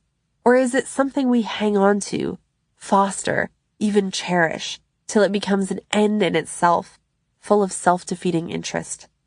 In this review of Lowry's selected letters, a review that would have infuriated Lowry if he'd been alive to read it, Jackson wondered what Lowry might have been able to write if by some supreme effort, some mystical or psychological shifting of gears, the tormented man had been able to get on another level and get outside of himself. Jackson was probably thinking more specifically about recovery, something he wasn't willing to name explicitly. Perhaps thinking about what he'd told an AA meeting 6 years earlier, I couldn't get outside myself, or his own unfinished novel, his attempt to get, for the first time, out of myself. Marguerite Duras certainly wrote drunk, but she didn't harbor any delusions about what the drinking did for her work. Instead of drinking coffee when I woke up, she wrote, I started straight away on whiskey or wine. I was often sick after the wine, the pituitary vomiting typical of alcoholics. I'd vomit the wine I'd just drunk and start drinking some more right away. Usually the vomiting stopped after the second try, and I'd be glad. Her pragmatic approach to this particular oblivion, the typical and totally unsingular vomiting, the relief when her body stopped resisting the booze, dismissed myths and opted for something more matter-of-fact. Drunkenness doesn't create anything. The illusion's perfect. You're sure what you're saying has never been said before. But alcohol can't produce anything that lasts. It's just wind. Duras's critique of the illusion of drunken creativity is also a critique of the illusion of singularity, the idea that what you're saying has never been said before, one of the precise notions that recovery pushes against. In my own sobriety, I'd given up on that impossible ideal of saying what had never been said, but I also believed every unoriginal idea could be reborn in the particularity of any given life. As my sobriety continued, my writing turned toward interviews and journeys, asking a long-distance runner in a West Virginia prison what it felt like to be trapped in one place, asking a woman at a Harlem community center about the way her obsession with a mysterious whale helped her recover from a 7-week coma. Duras herself was never involved in any organized recovery, though she did undergo 3 brutal disintoxication treatments at the American Hospital of Paris. Their physical toll nearly killed her and brought on terrible delusions. A woman's head shattering like it was made of glass, or exactly 10,000 tortoises arranging themselves into formations on a nearby roof. Duras even dreamed a vision of the communal salve she never actually experienced. The sound of singing, solo and in chorus, would rise up from the inner courtyard under my windows, and when I looked out, I would see crowds of people who I was sure had come to save me from death. After one of his admissions into detox, Berryman wrote a poem addressed to his fellow patients, Tyson and Joe. Take up, outside your blocked selves, some small thing that is moving and wants to keep on moving, and needs, therefore, Tyson, Joe, your loving. The poet teaches what he most needs to learn, and Berryman was constantly finding ways to recommit himself to the lives of others. In the margins of a Grapevine, an AA magazine, next to one prompt, have I a personal responsibility in helping an AA group fulfill its primary purpose? What is my part? Berryman wrote, to listen. Next to, what is the real importance of me among 500,000 AAs, he wrote, 1/500,000th. There were 500,000 AAs for Berryman to love, every one of them moving. Recovery was about understanding himself as one tiny numerator, a blocked self, above the larger denominator of a community. Many communities. As part of his step work, Berryman listed all the groups he was part of. My groups, K and Twist, AA, Friends and Poets, Cal, etc. Common Cause, Hum, All of M, Shakespeareans, Students, the Church, America, the Human Race. K and Twist were his wife, Kate, and their daughter, Martha. Cal was Robert Lowell. Hum was his division, Humanities, at the University of Minnesota. Common Cause meant protesting the war in Vietnam. He wanted to love his colleagues and his school. He wanted to love strangers halfway around the world, strangers his country was bombing in the name of its democratic vision. Hence, America in scare quotes. Hence, the human race. AA was the group that asked him to face his responsibilities to all the other groups on the list. Writing his novel was not only an opportunity to offer something to these communities, useful 12th-step work, but also a way to dramatize the difficulty of becoming part of one, the struggle to humble himself, to submerge his own voice by making himself 1/500,000th of the chorus rather than its soloist. The protagonist of Recovery is a renowned former professor of immunology named Alan Severance, almost amusingly revered, as if celebrity immunologists are nothing out of the ordinary, who struggles, as Berryman did, to reconcile his acclaimed professional life with his identity as a debilitated alcoholic. From his room at rehab, Severance sees the spires of the college campus where he teaches. Towers above the trees across the river reminded him that he was University Professor Severance, not the craven drunk Alan S., who had been told by an orderly that his room smelled like a farmyard. At rehab, Severance is constantly reaching for the part of himself capable of something besides self-concern. His own hope was to forget about himself and think about the others. These are the same instructions that Berryman gives Tyson and Joe. Take up, outside your blocked selves, some small thing. Who can Severance take up? There's a man named George who is still seeking the approval of his dead father, or a woman named Sherry who isn't interested in anything, until, to Severance's great delight, she gets interested in the history of North Dakota. There's another woman named Mirabella who tells the group that she hasn't wanted to do anything but scream for years. You don't remember a time when you didn't have it? Her counselor asks, and she replies, drinking sends it away. The core question of recovery is whether something else might send it away instead. Perhaps other people might. In hospitals, he found his society. Berryman's friend Saul Bellow wrote about his stints in rehab. About these passioning countrymen, he did not need to be ironical. When George finally accepts that his dead father had good reason to be proud of him, Severance is so moved he finds himself fighting sobs. And when George climbs onto a chair to announce his joy, "I did it! I did it!" Severance catches his exuberance as contagion. Cheers from everybody, general exultation, universal relief and joy. Severance felt triumphant. But recovery is also canny about the ways that resonance can become self-involvement, an absorption in the strength of your own emotional response. When George is having his breakthrough, it's actually difficult for Severance to hear him because his own empathy gets so loud. There was more, but Severance was fighting sobs and didn't hear it.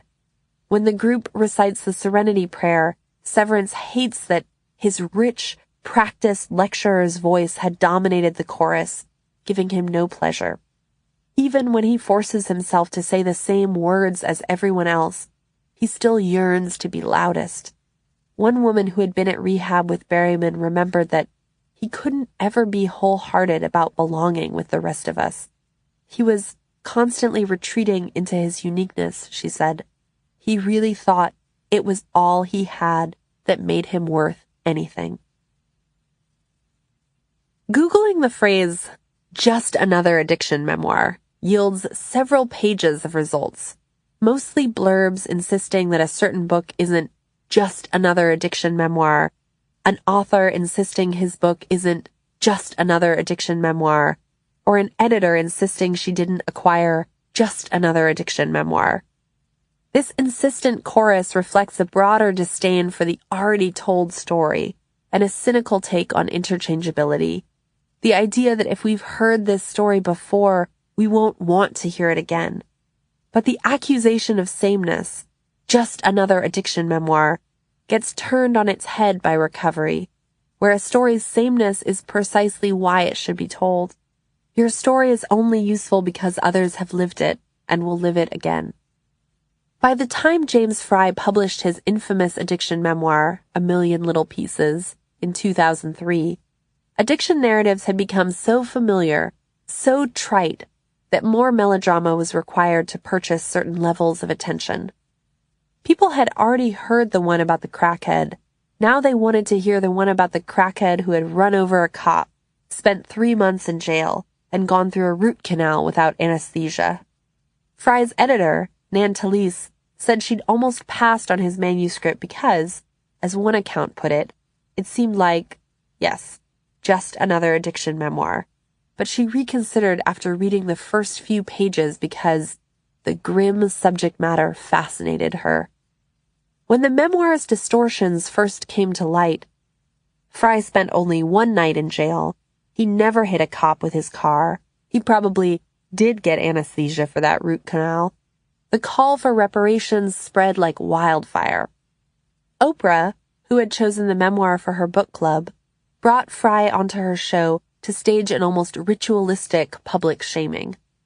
12 indignant readers filed a lawsuit on behalf of indignant readers everywhere. The book had given them hope, they said, and what did that hope mean now that they knew it wasn't based on truth? A social worker who'd recommended the book to her clients filed a lawsuit seeking $10 million on their behalf. Fry's distortions became a stand-in for the truthiness of his times. His book linked to the political deceptions and overblown narratives that had justified the war in Iraq. My mistake, Fry wrote in a public apology, was writing about the person I created in my mind to help me cope and not the person who went through the experience.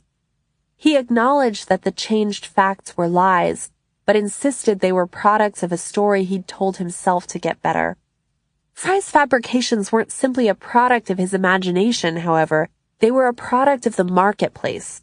In this case, a marketplace of sentiment and trauma already swollen by inflation, an economy that demanded increasingly elaborate forms of objection to keep readers interested. I've often wanted to defend Fry, not because I find his alterations defensible, but because I find them comprehensible. Perhaps this is only because I project a certain desire onto them. Fry sought the objective correlatives of high drama, prison time, violence, even dental work without Novocaine, because he was clutching at things that could communicate the huge stakes of how it felt to need drugs like he did. Perhaps I projected this desire onto him because I've often had it myself, this hunger for a story larger than my own, with taller buildings and sharper knives. At meetings, my stories were hardly the best ones in the room. It was like a picnic where I'd brought the plastic forks instead of the fancy brie or a key lime pie. But I also knew my presence was one small part of what allowed the meeting to happen at all, my body in a room along with everyone's. Exceptional case my ass, I was just another junkie, period, Janet tells herself in The Fantastic Lodge, describing her time at the narco farm. This disappointed me horribly, naturally. People weren't dazzled by anything I had to say or how I said it. They just listened. Yeah, I've gotten punched in the face while I was drunk too, one guy said. I wasn't supposed to tell my story because it was better than anyone else's, or worse than anyone else's, or even that different from anyone else's, but because it was the story I had. The same way you might use a nail, not because you thought it was the best nail ever made, but simply because it was the one lying in your drawer. When I got sober for the second time, the messy story I'd had so much trouble telling before, about getting sober and then starting to drink again, was something I could offer other people. Yep, I also had trouble convincing myself I couldn't drink. My return was not unique. It just meant I was present again, and I could tell the story of what it was like to be gone. In one of his haikus, the Japanese poet Kobayashi Issa writes, "The man pulling radishes pointed my way with a radish." I pointed the way with whatever radishes I'd lived. Whiskey tucked behind a futon, wine bottles in a purse, apologies piled on a dresser. At 3 days sober, you can tell someone on her first day what the second day was like for you. Could be anyone. Could have been anyone's story. These were phrases I often heard in meetings, but they struck me as erasures. Giving up on singularity was like giving up on the edges of my own body. What would I be if I wasn't singular? What was identity if it wasn't fundamentally a question of difference? What defined a voice if not distinction? I was still a little girl at the dinner table, trying to prove myself by coming up with something better than a few cliches balled up in my throat. Recovery started to rearrange these urges. Whenever someone else said something simple and true, I felt it bodily. I got sad and ate a cookie, one woman said, and an electric current surged between her body and mine. In early drafts of the AA Big Book, you was often changed to we, which effectively turned assumptions into collective confessions. Half measures will avail you nothing. You stand at the turning point. Became, in waxy red pencil script, half measures availed us nothing. We stood at the turning point. In moving from you have to stop drinking to we had to stop drinking, the grammar implies a certain humility. We can't know your story. We can only speak our own. The paradox of recovery stories, I was learning, was that you were supposed to relinquish your ego by authoring a story in which you also starred. It was a paradox made possible by the acknowledgement of commonality. I happened to be at the center of this story, but anyone could be. When Gilles Deleuze wrote that life is not personal, he was getting at this too, that an individual story is both more and less than self-expression. A 1976 AA pamphlet called Do You Think You're Different? Its cover full of black circles, one thinner than the others, opens with an admission of delusion. Many of us thought we were special. The plural subject already holds the argument. Even the belief in singularity is common. In a book called My Story to Yours, a guided memoir for writing your recovery journey, Karen Casey offers a paint-by-numbers approach to writing your addiction story. The premise itself insists that our stories are the same and that this isn't a bad thing. Casey structures her personal story around prompts designed to nudge readers back into their own. What's the first memory you have of drinking? Did it include friends you could trust or strangers you realize now were not very savory? Casey's book is the epitome of everything programmatic about recovery narratives. It makes the blueprint explicit. But I loved its stark confession that our stories have common hinges, whether we want to admit to them or not. You might have some fond memories of the drinking days, too, and that's normal. Share some of them if you like. A balcony with Dave, the crisp tang and sugared nectar of Siachetra, a local white, the wine Pliny called lunar, with the big moon over us and the waves breaking below, the faith we'd get married, the church music from another hill. Do you believe in destiny? Yes, I do, I wanted to tell her. I wanted to shout it. If so, what do you see as yours currently? Are you content with it? If you had hoped for something different, why not write a letter to God here and now? I wanted to write God a letter asking why Dave and I were still fighting. I wanted to hurl myself at Casey's trite questions like I'd surrendered myself to the tight columns of my fourth step. I imagined flinging myself off a cliff onto their necessary humbling. We're all drama queens, my sponsor told me once, even in our sobriety. That first spring of my second sobriety, I was reading applications for the writer's workshop to make some extra money, specifically to help keep up with the coupon book of student loan payments from my own days as a workshop student. I was supposed to rate these applications on a 4-point scale. The fiction program got more than 1,000 applicants a year and accepted around 30. That meant someone had to rule a lot of people out. But meetings were teaching me to listen to everyone. I started to lose my bearings. I would read something trite and second-guess myself. Was it trite? Who was I to say?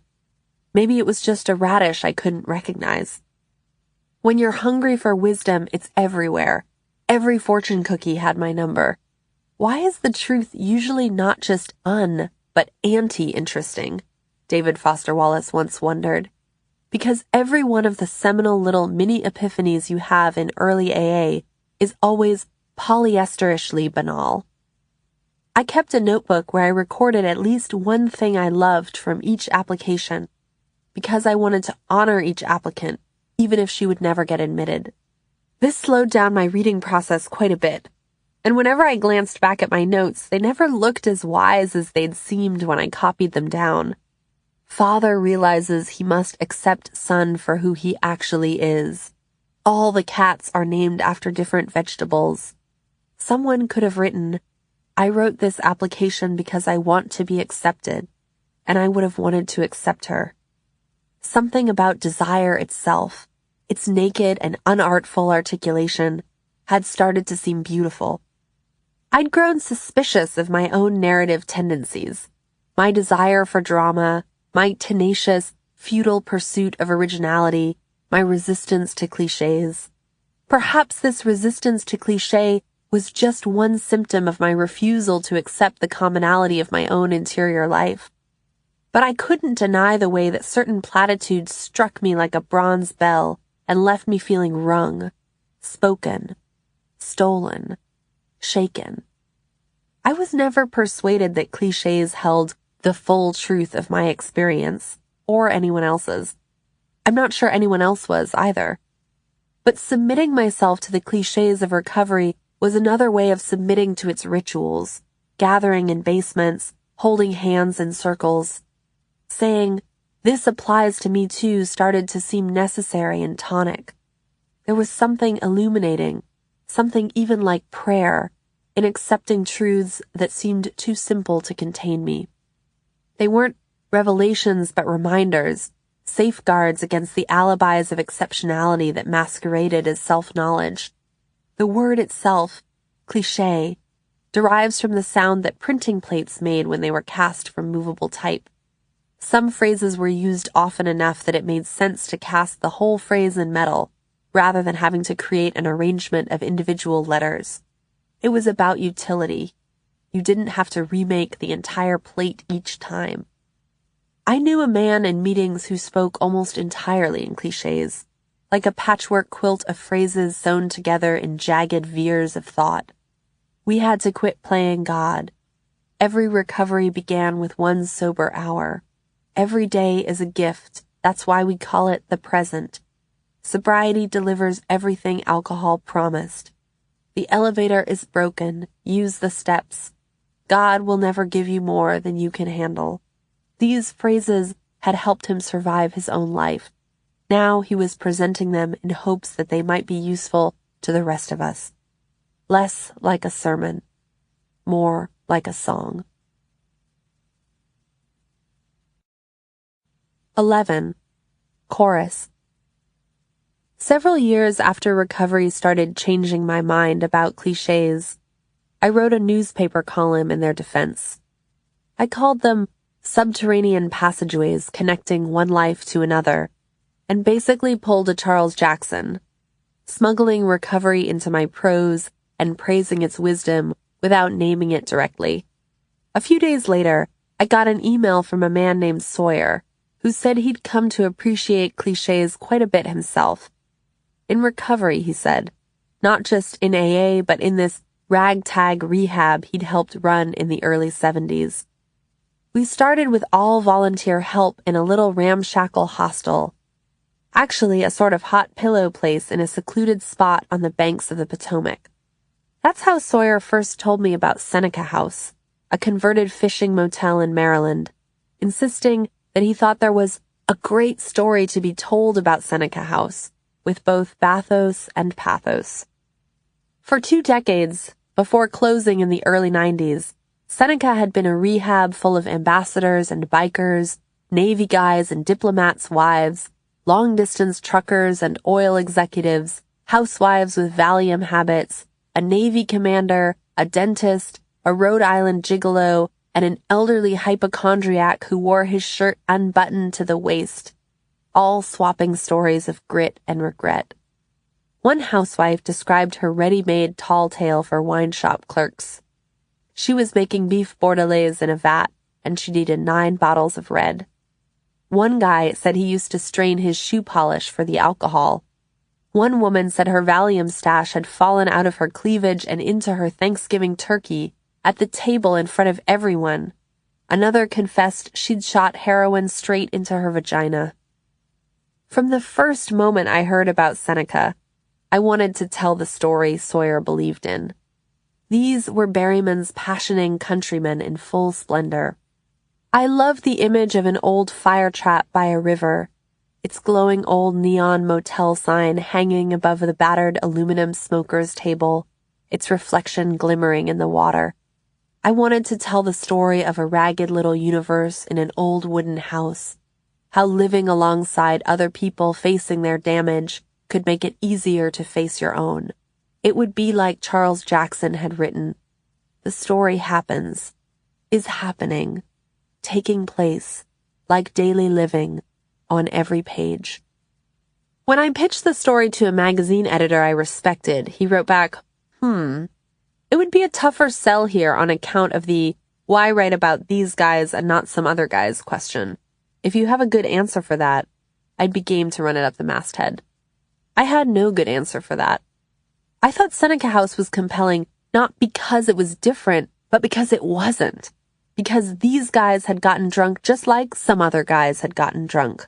Because these guys had gotten better just like some other guys had gotten better. They'd shown up at a junky wooden shack and said, "This is done." How had Jackson put it? It is really wonderful, simple, plain, human, life itself. His name is Sawyer, and he's an alcoholic. He grew up in Vandergrift, a Pennsylvania steel town. His father died when he was 2 months old. His mother, who'd come from Lithuania at 16, cleaned the homes of steel baron millionaires. She saved every nickel and dime so that Sawyer could go to prep school, which is where he really started drinking. He got kicked out for booze. Then his test scores got him a scholarship to Virginia Polytechnic, and he got kicked out for booze again. He went to Korea with the army, where he worked as a land surveyor and drank triples of whiskey. His battalion was based in an old walled silk factory in Yeongnam-po, a district in southwest Seoul that looked like medieval times, with mules pulling honey wagons full of shit to their rice paddies. When a mule died en route, they set up a meat sale on the road, right then and there. Eventually, Sawyer managed to build himself a life that looked good from the outside. Wife, kids, career as a lawyer in D.C., but he drank away his paychecks at the Jefferson Hotel after work and often left his family's electric bill unpaid. At home, his 6 kids ate peanut butter and jelly sandwiches for dinner by candlelight, while Sawyer sang along to Louis Armstrong at the hotel bar. On a good night, the guys at the Jefferson put him in a cab, but on a bad night he'd end up drinking rotgut at some illegal place in Chinatown, maybe get picked up by the police, maybe get bailed out of jail by his law partner. Looking back, he saw that the drinking had been a way to evade responsibilities. The flock of kids with their jam-sticky hands, tugging on his pant legs, asking him to fix their wagons. Sawyer finally got sober when his wife, pregnant with their 7th, told him she would leave him if he didn't. He'd just come home from drinking all night. His first AA meeting surprised him. He thought he'd see the same guys he saw in drunk court. Instead, it was a luncheon full of businessmen who seemed to be doing better than he was. He got a sponsor, an Irish-American veteran named Buck who'd flown with the Flying Tigers in China, Chenault's 14th Air Division. A guy who liked to say, being Irish isn't a prerequisite for being a drunk, but it's not an obstacle either. He had no patience for guys who couldn't give their all to AA.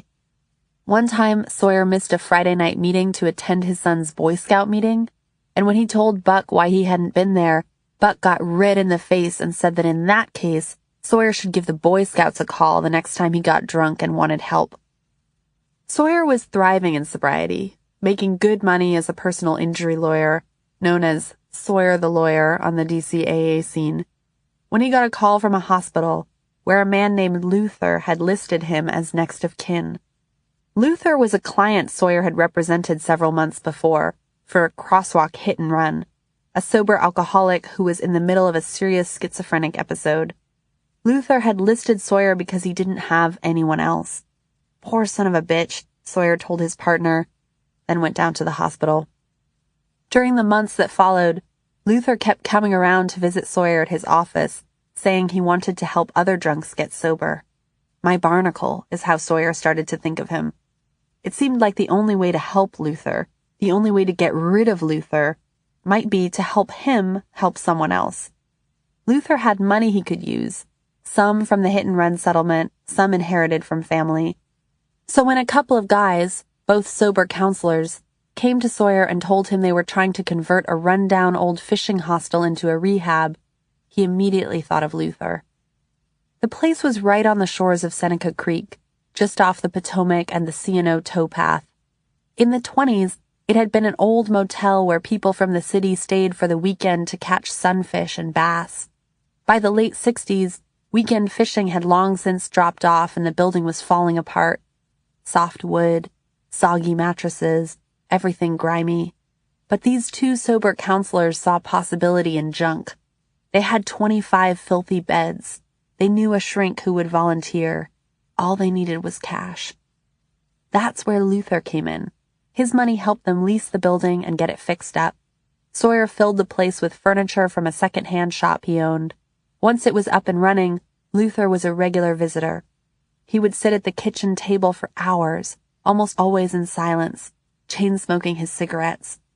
People sat with him, telling him their stories, and he listened quietly, a silent chimney of trailing smoke.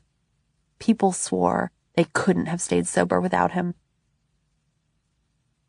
When it first opened, Seneca charged $600 for a 28-day stay. The manager, a former Marine drill sergeant turned carpet cleaner named Craig, made exceptions for guests who couldn't pay the full amount. He took one guy's junked old pickup truck in exchange for a month. He let a prostitute barter some of her jewelry. There were bills he never collected, Whenever a new resident came in, bloated and sick, throwing up or soiling himself, Craig gave a hard time to anyone who didn't pitch in to take care of the newcomer. He said, "We all have to be on the vomit line." This was 1971, the same year Bill Wilson died and Nixon launched his war on drugs. It was a year of cognitive dissonance. Addiction was the enemy, but it also needed therapy. When Nixon called for the reclamation of the addict, he made him a victim and a sinner at once. At Seneca, guests did chores every day, painting the lawn furniture, emptying ashtrays, managing the rowboats the house rented for extra income.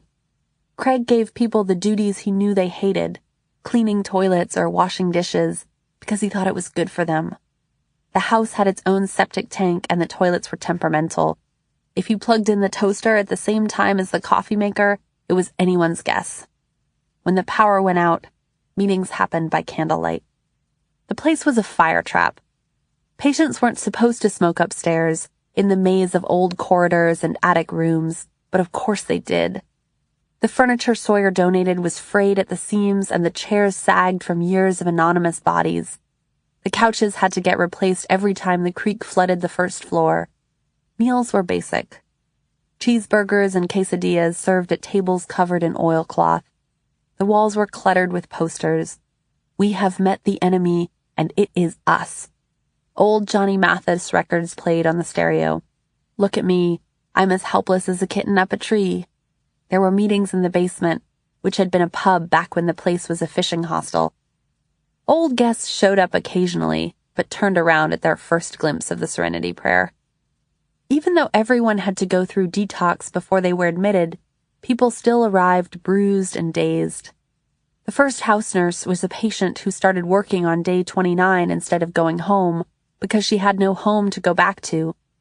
At first, the staff mainly consisted of volunteers who worked for $50 a month if they got anything at all. It was hard raising money for alcoholism back then.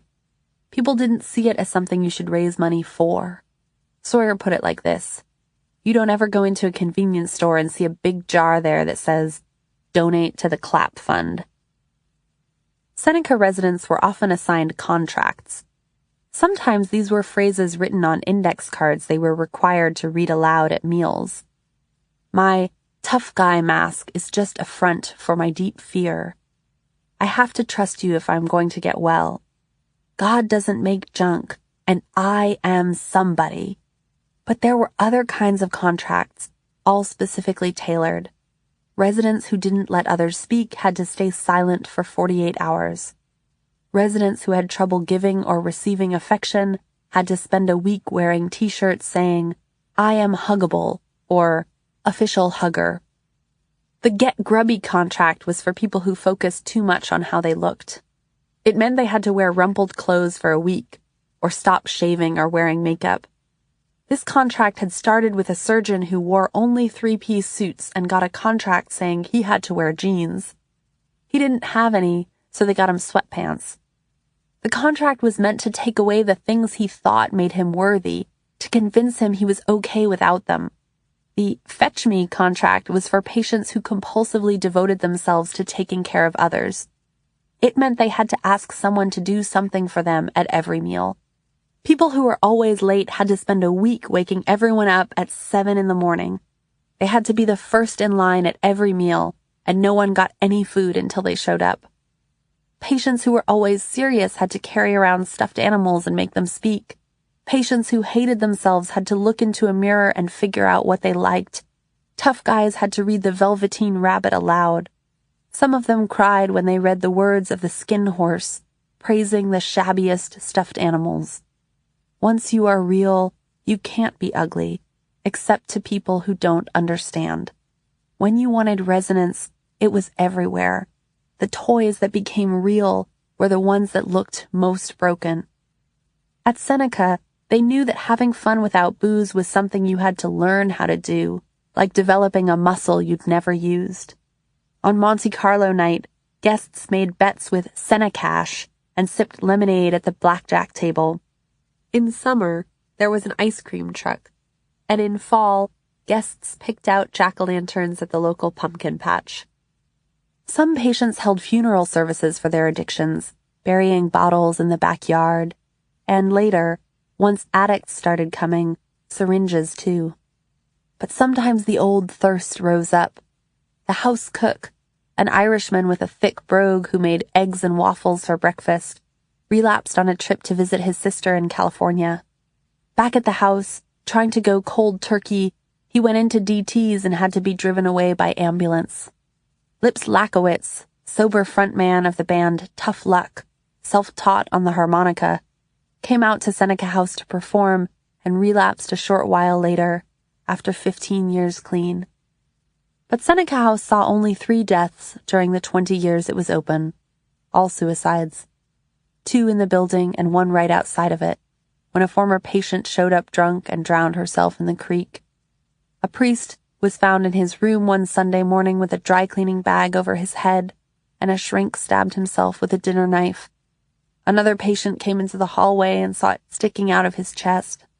After he died, the house mutt, named Molly, went to every single room, offering whatever comfort she could. Every spring, the creek swelled with rain and snowmelt, but in the early days of Seneca, once-in-a-century floods came twice in 2 years. When Hurricane Agnes flooded the whole house, everyone had to move to a motel nearby. There was a bar in the lobby, but no one drank, which was a triumph. During bad storms, when the creek flooded Riley's Lock Road, someone had to take the rowboat out to the main road to pick up new residents. "You came here to dry out, did you?" they'd joke. "Well, get in the boat." It's easy to imagine how many times that joke got rolled out, washed off, and used again. During the spring floods of 1984, an Australian named Raquel was the one who took out the rowboat to pick up the new residents. She loved the adrenaline rush, a boozeless thrill. When Raquel first arrived at Seneca House, she was so nervous she was actually shaking, in a way she hadn't since she was a kid, right before she was about to get hit. What was she afraid of now? She was afraid that if she opened her mouth, she'd start screaming, and afraid that if she started screaming, she wouldn't be able to stop. Instead, she opened her mouth and started talking. Craig said that if something haunted you, you should talk about it 3 times. The first time would be almost unbearable, and the second time would still be pretty bad. But by the 3rd time, you'd finally be able to say it without breaking down entirely. Simple, plain, human. The story of Seneca was the story of 20 years of cheeseburgers and vomit lines, meetings that felt like salvation and meetings that felt like dental drills, 20 years of popsicles from the general store down the creek, and forbidden sex in the bushes and thighs covered in angry little red ant bites, 20 years of lemonade at barbecues and women wondering how they'd fuck their husbands sober, men wondering how they'd go back home and face everyone they'd disappointed, wondering how their roommates would go back home and face everyone they'd disappointed. 20 years of starting to believe it might be possible. More than 4,000 people came through Seneca over the course of 2 decades. They weren't famous. Their drinking wasn't famous. They hadn't turned their pain into dream songs or best-selling novels. They'd just arrived craving relief. A social worker named Gwen, who drank room-temperature vodka and Kool-Aid while hosting her son's Boy Scout troop. A journalist named Shirley, who showed up after hurling all her mother-in-law's crystal against her dining room walls. A crack addict named Marcus, who claimed he'd flown all over the world, but had bottomed out working for his uncle's trash business. When he showed up, he was utterly emaciated. His dirty linen suit hung off his skinny body like a coat on a rack. At Seneca, people put their past lives in chorus in order to craft new plot lines for themselves. Residents often stayed in touch after they left. "I'm all alone," one wrote from Cairo. "I need fellowship." So they sent him letters. Whatever those letters said, they always said one thing beneath everything else. "We are here." At my own meetings in Iowa, the chorus came as relief. Greg had followed dirt roads into the hills of North Carolina, to cinder block houses where the moonshiners drank and sold. Chloe was a grandmother in periwinkle fleece who said simply, "My drinking broke so much." Sylvie had torn jeans, red eyes, and a daughter sitting at her feet, cutting out paper snowflakes.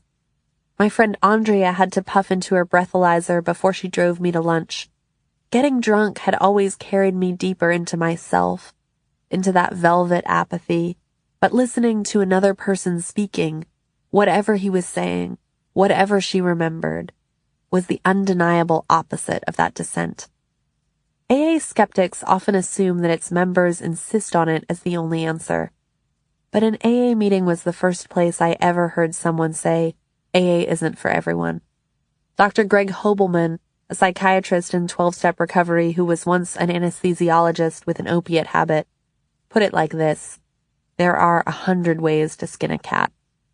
For me, no skinning was quite like this one.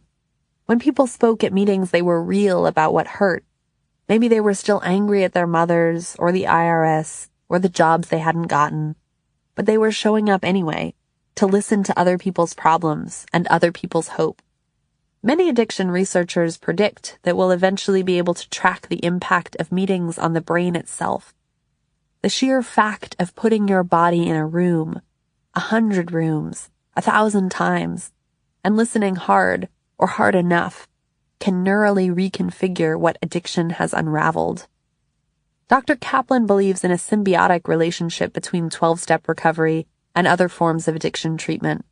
He told me that the medications we have for addiction now, drugs like buprenorphine that target specific neurotransmitters, are incredibly useful, but they're still just knocking on the door of the mechanism. When he described his big picture dream for addiction medicine, a drug that could recondition the mechanisms of dependence itself, I asked if this would render recovery obsolete. Was it just another way of knocking on the door? Would it eventually, ideally, be unnecessary if we could rejigger the mechanism itself? You can give someone as much methadone as you want, he told me, but they will still need a social network. Writing about Berryman's drinking, Lewis Hyde described the thirst of the self to feel that it is part of something larger, as something comparable to the body's need for salt. That thirst is Jackson craving the street full of strangers, or Duras dreaming the ones who never sang for her. An animal who has found salt in the forest, Hyde wrote, will return time and time again to the spot. The big book of AA was initially called The Way Out. Out of what? Not just drinking, but the claustrophobic crawl space of the self. When he comes off heroin in Blues Child Baby, dope sick and despairing, George Kane finds glimpses of hope in moments of self-escape. Listening to jazz at a smoky club on 116th Street. Feel myself outside myself as we follow the music, shattered into a million tiny fragments chasing the sound, all outside ourselves. Or sleeping with a woman, for the first time, clean, sweating and shaking, naked and defenseless, another device to get outside yourself. Critic Alfred Kazin, in a review of William Burroughs' novel The Wild Boys, described the addict author as someone struggling to escape an infatuation with the storeroom of his own mind. Writing could be part of this escape, Kazin argued, but only if it looked outward. All stream of consciousness writing, in order to rise above the terrible fascination with itself, has to find something other than itself to love. David Foster Wallace, too, believed that great art came from having the discipline to talk out of the part of yourself that can love instead of the part that just wants to be loved. He knew what it meant to consider yourself just 1/500,000th. You're special, it's okay, he wrote to a friend. But so's the guy across the table who's raising 2 kids sober and rebuilding a 73 Mustang. It's a magical thing with 4 billion forms. It kind of takes your breath away. The way out, the salt in the forest, the street full of strangers. The hunger to escape myself had always manifested in physical ways. I'd tried to bleed it out when I cut, to whittle myself to nothing but bones when I starved. Drinking myself senseless had been another way of getting rid of myself for a while.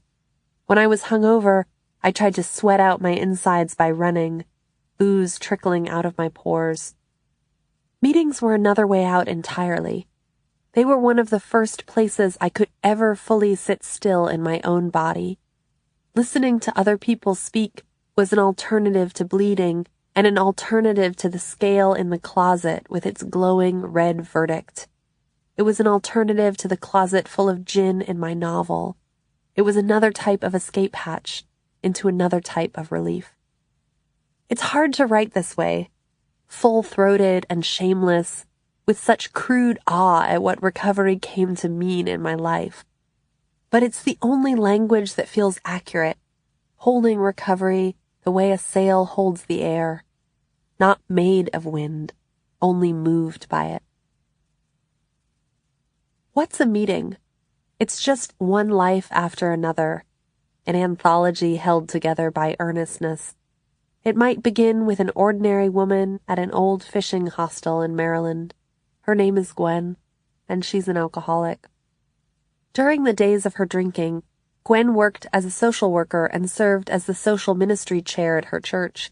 She helped poor families who had gotten moved to public housing. She wasn't supposed to be the one with a problem. At church, she won Citizen of the Year. At home, she poured Kool-Aid for her son's Boy Scout troop with her own vodka and Kool-Aid perched on the fridge above their reach. She tried to keep her drinking hidden, but it was impossible to keep people from noticing what happened when she got drunk. One day a stranger knocked on her door and said he'd found a little girl, just a toddler, wandering outside. Did the little girl belong to her? She did. Tiffany was 3. When Gwen's son came home from school one day and told her he never knew if he'd find her sad, mad, bad, or glad, she slapped him across the face.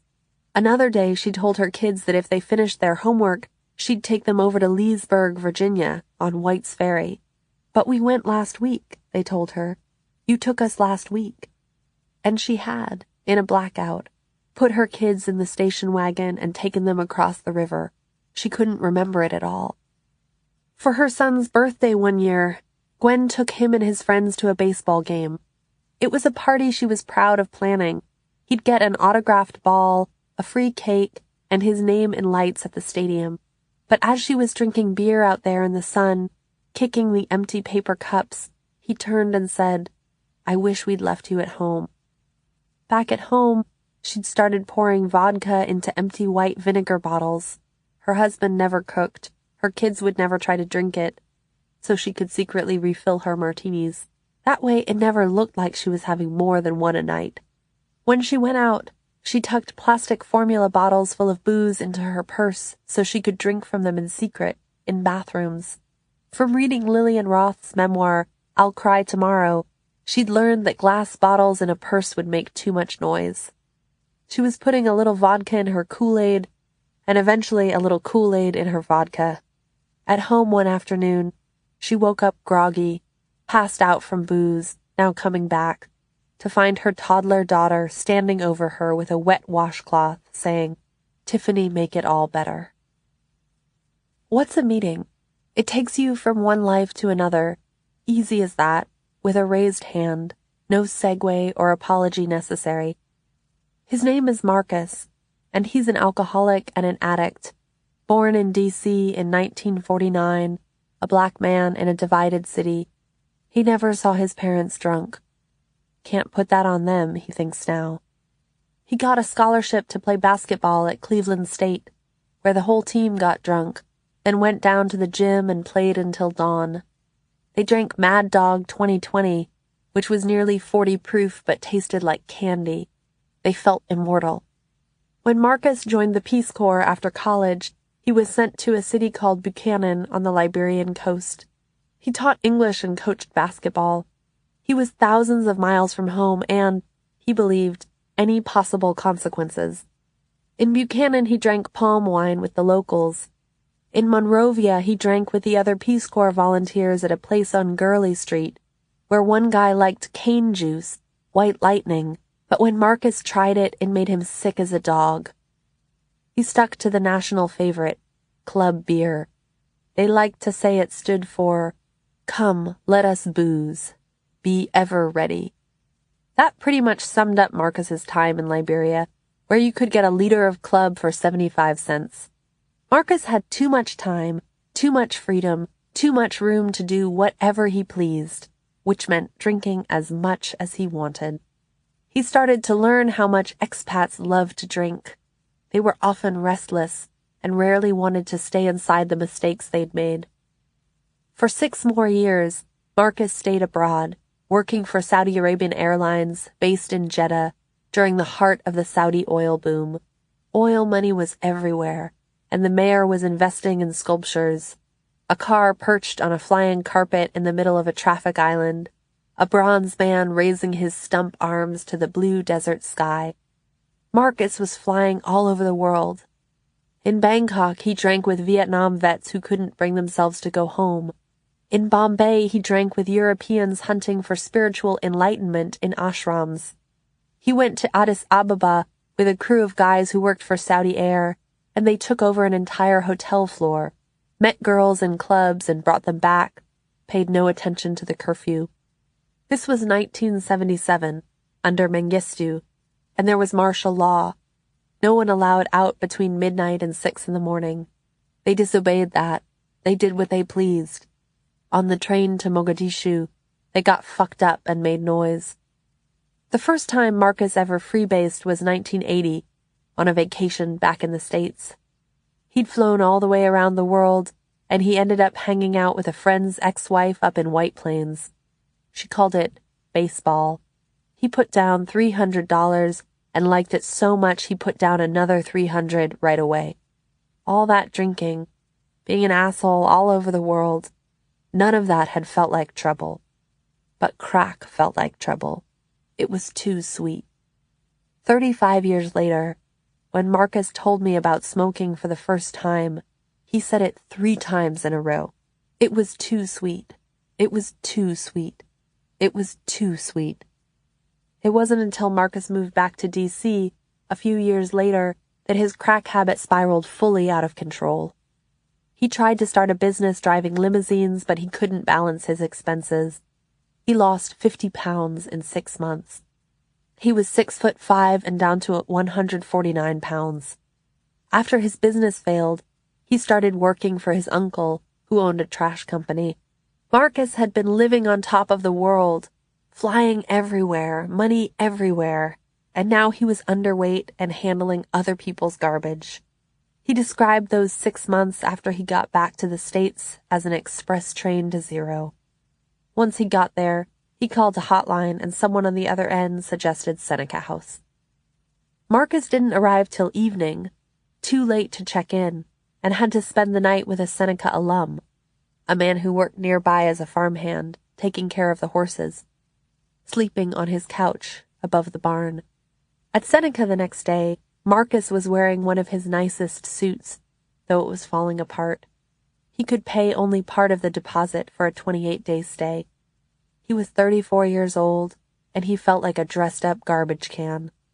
Decades later, he would work as a counselor at a 102-bed program for federal prisoners with substance abuse problems.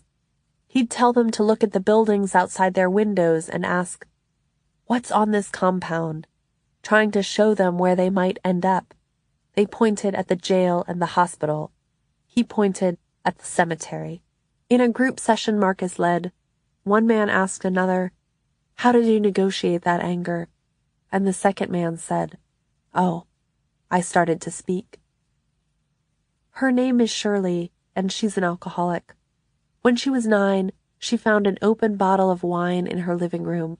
The warmth in her throat, then her gut, helped her understand why her father got so drunk it left him retching at the toilet in the middle of the night. Shirley didn't become alcoholic by accident. She wanted it. She romanticized geniuses like Robert Burns and Edgar Allan Poe, but she was disgusted by drunks who'd failed at their drinking, who had nothing to show for it. Like her 250-pound uncle, lumbering and frightening in his cups. That kind of drinking repulsed her.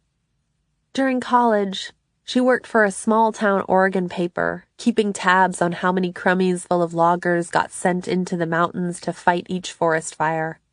The first time her boss took her to the Portland Press Club, she was hooked on booze and reporting at once, intertwined. All these hardcore reporters getting blitzed from stashes in their private liquor lockers. She had her first highball there, bourbon and ginger ale, and ended that night throwing up in the ladies' room. The attendant stood by saying, "Must have been something you ate." They both knew it wasn't. For her 21st birthday, a friend baked her a cake that said, "Ballots or booze." During J School in Minneapolis, Shirley lived in an apartment above a tea shop and ate one meal a day, at noon, a 35-cent hamburger. She sold her blood for extra cash. She drank only on dates when a guy was paying. She dated a lot. When she heard she'd gotten a junior reporter job at Life magazine, she screamed so loud she wondered if her screams had embedded themselves permanently in the tea shop walls. She moved to New York in June 1953, the same summer the Rosenbergs were executed. Life kept booze in the office, especially on Saturdays when the magazine closed. One week, Marlene Dietrich had a case of champagne delivered to the office with a note. "It's 4 p.m. Love, Marlene." But Shirley mainly drank alone in her apartment. She felt perpetually out of place. As a woman, without an Ivy League degree, it seemed impossible she'd ever rise through the ranks. She decided to take a job at a small paper in Montana, near the Judith Mountains, where she lived above the Gold Bar Saloon, drank gin upstairs while she listened to the jukebox and the cowboy brawls below. She wrote a piece about a wild horse roundup. She fried eggs on the sidewalk for a story about the heat. She snapped shots of a forest fire from a 2-seater plane. After they closed the paper around 10 each night, her boss took her across the street to the Burke Hotel for highballs. The bartender was a guy named Frank, 10 years sober, who used to tell them, "You guys are the lost generation." They loved to hear it. A grocery clerk gave her tango lessons in an abandoned bakery, dipping between the old mixers and dusty countertops. And when they performed their tangos at a roadhouse called Bar 19, they got rounds of free bourbon in return. One day, Shirley got a fan letter from a man named Lou, a reporter in Pennsylvania, who'd read her cowboy roundup piece and loved it. They started writing to each other. Less than a year later, on Valentine's Day, they got married. It turned out Lou was knee-deep in gambling debts. He'd even written bum checks to the priest and the organ player for their wedding. They lived on Christopher Street in the West Village, in New York, and drank whatever they could, whenever they could afford it. Lou worked for a Jersey paper but hated it. He wanted something better. They bought a suit for his job interviews, and then they threw his suit a little party, hung it up in the window and toasted it with wine. To the suit. Over the course of the next decade, Shirley devoted herself fully to Lou's career, helping him come up with pitches, putting her own career on the back burner, moving for his newspaper jobs in Harrisburg, Tulsa, Oregon, Maine, and eventually Beirut, where he worked for the Daily Star and got paid in cash. They lived in a high-rise overlooking the bay and rode taxis all over town, old Mercedes with watermelon rinds littering the floors, blasting music as they drove past shawarma shops fluttering with flies. People asked why they didn't have kids, and Lou wanted them badly, but Shirley was secretly relieved she hadn't gotten pregnant. She thought becoming a mother would mean she'd have to give up her career for good, and she'd already sacrificed so much for her husband's. Maybe sometimes she had a drink. When the local New York Times correspondent threw a big party for Henry Luce's arrival in town, with belly dancers and buckets of booze, Shirley got so drunk she collapsed in the bathroom. They had to kick in the door to get her out. "You need to take her home," her husband was told. It must have been something she ate. Déjà vu. Back in the States, they adopted a baby girl named Laura. When they stopped for formula on the way home from the adoption office, Lou ran into the store while Shirley stayed in the car and whispered to the baby, "I don't want you. I don't want you. I don't want you." A few years later, Unexpectedly, they had their own biological child, a daughter they named Sonia. Staying at home with the two kids drove Shirley crazy, but it also let her drink as much as she wanted during the day. She lost her temper easily, raging at Laura for spilling the cat food. Lou kept them moving for his work and traveled constantly. One night, right after they'd moved to a new town, Shirley wanted a drink so badly she took both kids in the car with her and they went out searching. She told them to look out for signs that spelled Liquor. It was after Lou made a comment about a shelf that hadn't been properly dusted that Shirley started picking up pieces of her mother-in-law's crystal and hurling them one by one against the dining room wall. "I'm going mad," she yelled. "I'm going mad." Not long after that, the kids came downstairs late one night and saw her making peanut butter sandwiches for their school lunches. She'd been throwing up and her hair was stringy with vomit. She promised them she'd get help, and she did. Decades after Shirley had stopped drinking, one of her children, now an adult and newly sober, called her from the hospital after a suicide attempt, and Shirley read from the big book over the phone. Remember that we deal with alcohol, cunning, baffling, powerful. Without help, it is too much for us. 6 months into my second sobriety, I took a trip down to Memphis with my friend Emily. Glamorous in tortoiseshell sunglasses, sober since 22. In college, we'd eaten tacos at 3 a.m. to soak up the vodka in our stomachs. She'd drunk until she reached the place she called the fuck it point, where she just didn't care. She'd spent a summer drinking her way across Nicaragua on a freelance writing gig. Lush days that landed her in a Managua hospital with dengue fever. Now that she was sober, Emily's life had a certain thickness. She salvaged furniture and finished it herself. She'd once taken me to a North Carolina gas station for boiled peanuts and hush puppies in a plastic basket, spotting their paper with grease. Then shown me the Beaufort Cemetery at night, the graves of bootleggers and pirates. Her sobriety was contagious. The world vibrated under her gaze. In Memphis, she took me to watch the Peabody Hotel ducks, marching on a red carpet from the lobby fountain to a glass elevator. We went to an old converted bordello with clawfoot bathtubs, where we drank Coke from plastic cups, and she told me about the upstairs bartender, a man who'd been sober for decades. I loved thinking that the world had been full of sober people all this time, hidden in plain sight. Emily told me about the first few months after she'd quit drinking, those long nights spent baking elaborate cakes and watching endless TV. And I remembered pacing the tofu factory, watching that mini-series about Manchester, panicking when I reached the last episode, that last scene on a railway platform, because I was scared of the silence. We drove around Memphis looking at the big empties, huge buildings the city couldn't afford to tear down. They stood 30, 40 stories high, with cracked windows and boarded doors, walls moldering with asbestos. We went to an old cemetery shrine with a secret grotto of quartz inside a concrete tree stump, with jittery music fluted from interior speakers. I needed that. Something twinkling inside. I needed the world to tell me there was more out there, waiting. What you really want, Berryman wrote, is to stay just who you are and not drink. That's not possible, of course. Jack who drinks has got to alter into Jack who does not drink and likes it. Who was that Jack in me, the Jack who didn't like to drink? And what did she like instead? I'd always associated drinking with falling in love and driving to New Orleans, dancing on wooden bars between foam-crusted beers, taking swigs from a bottle of cheap red in a graveyard, wriggling out of the tight swaddling of self-awareness. But in sobriety, it was getting easier to take myself less seriously.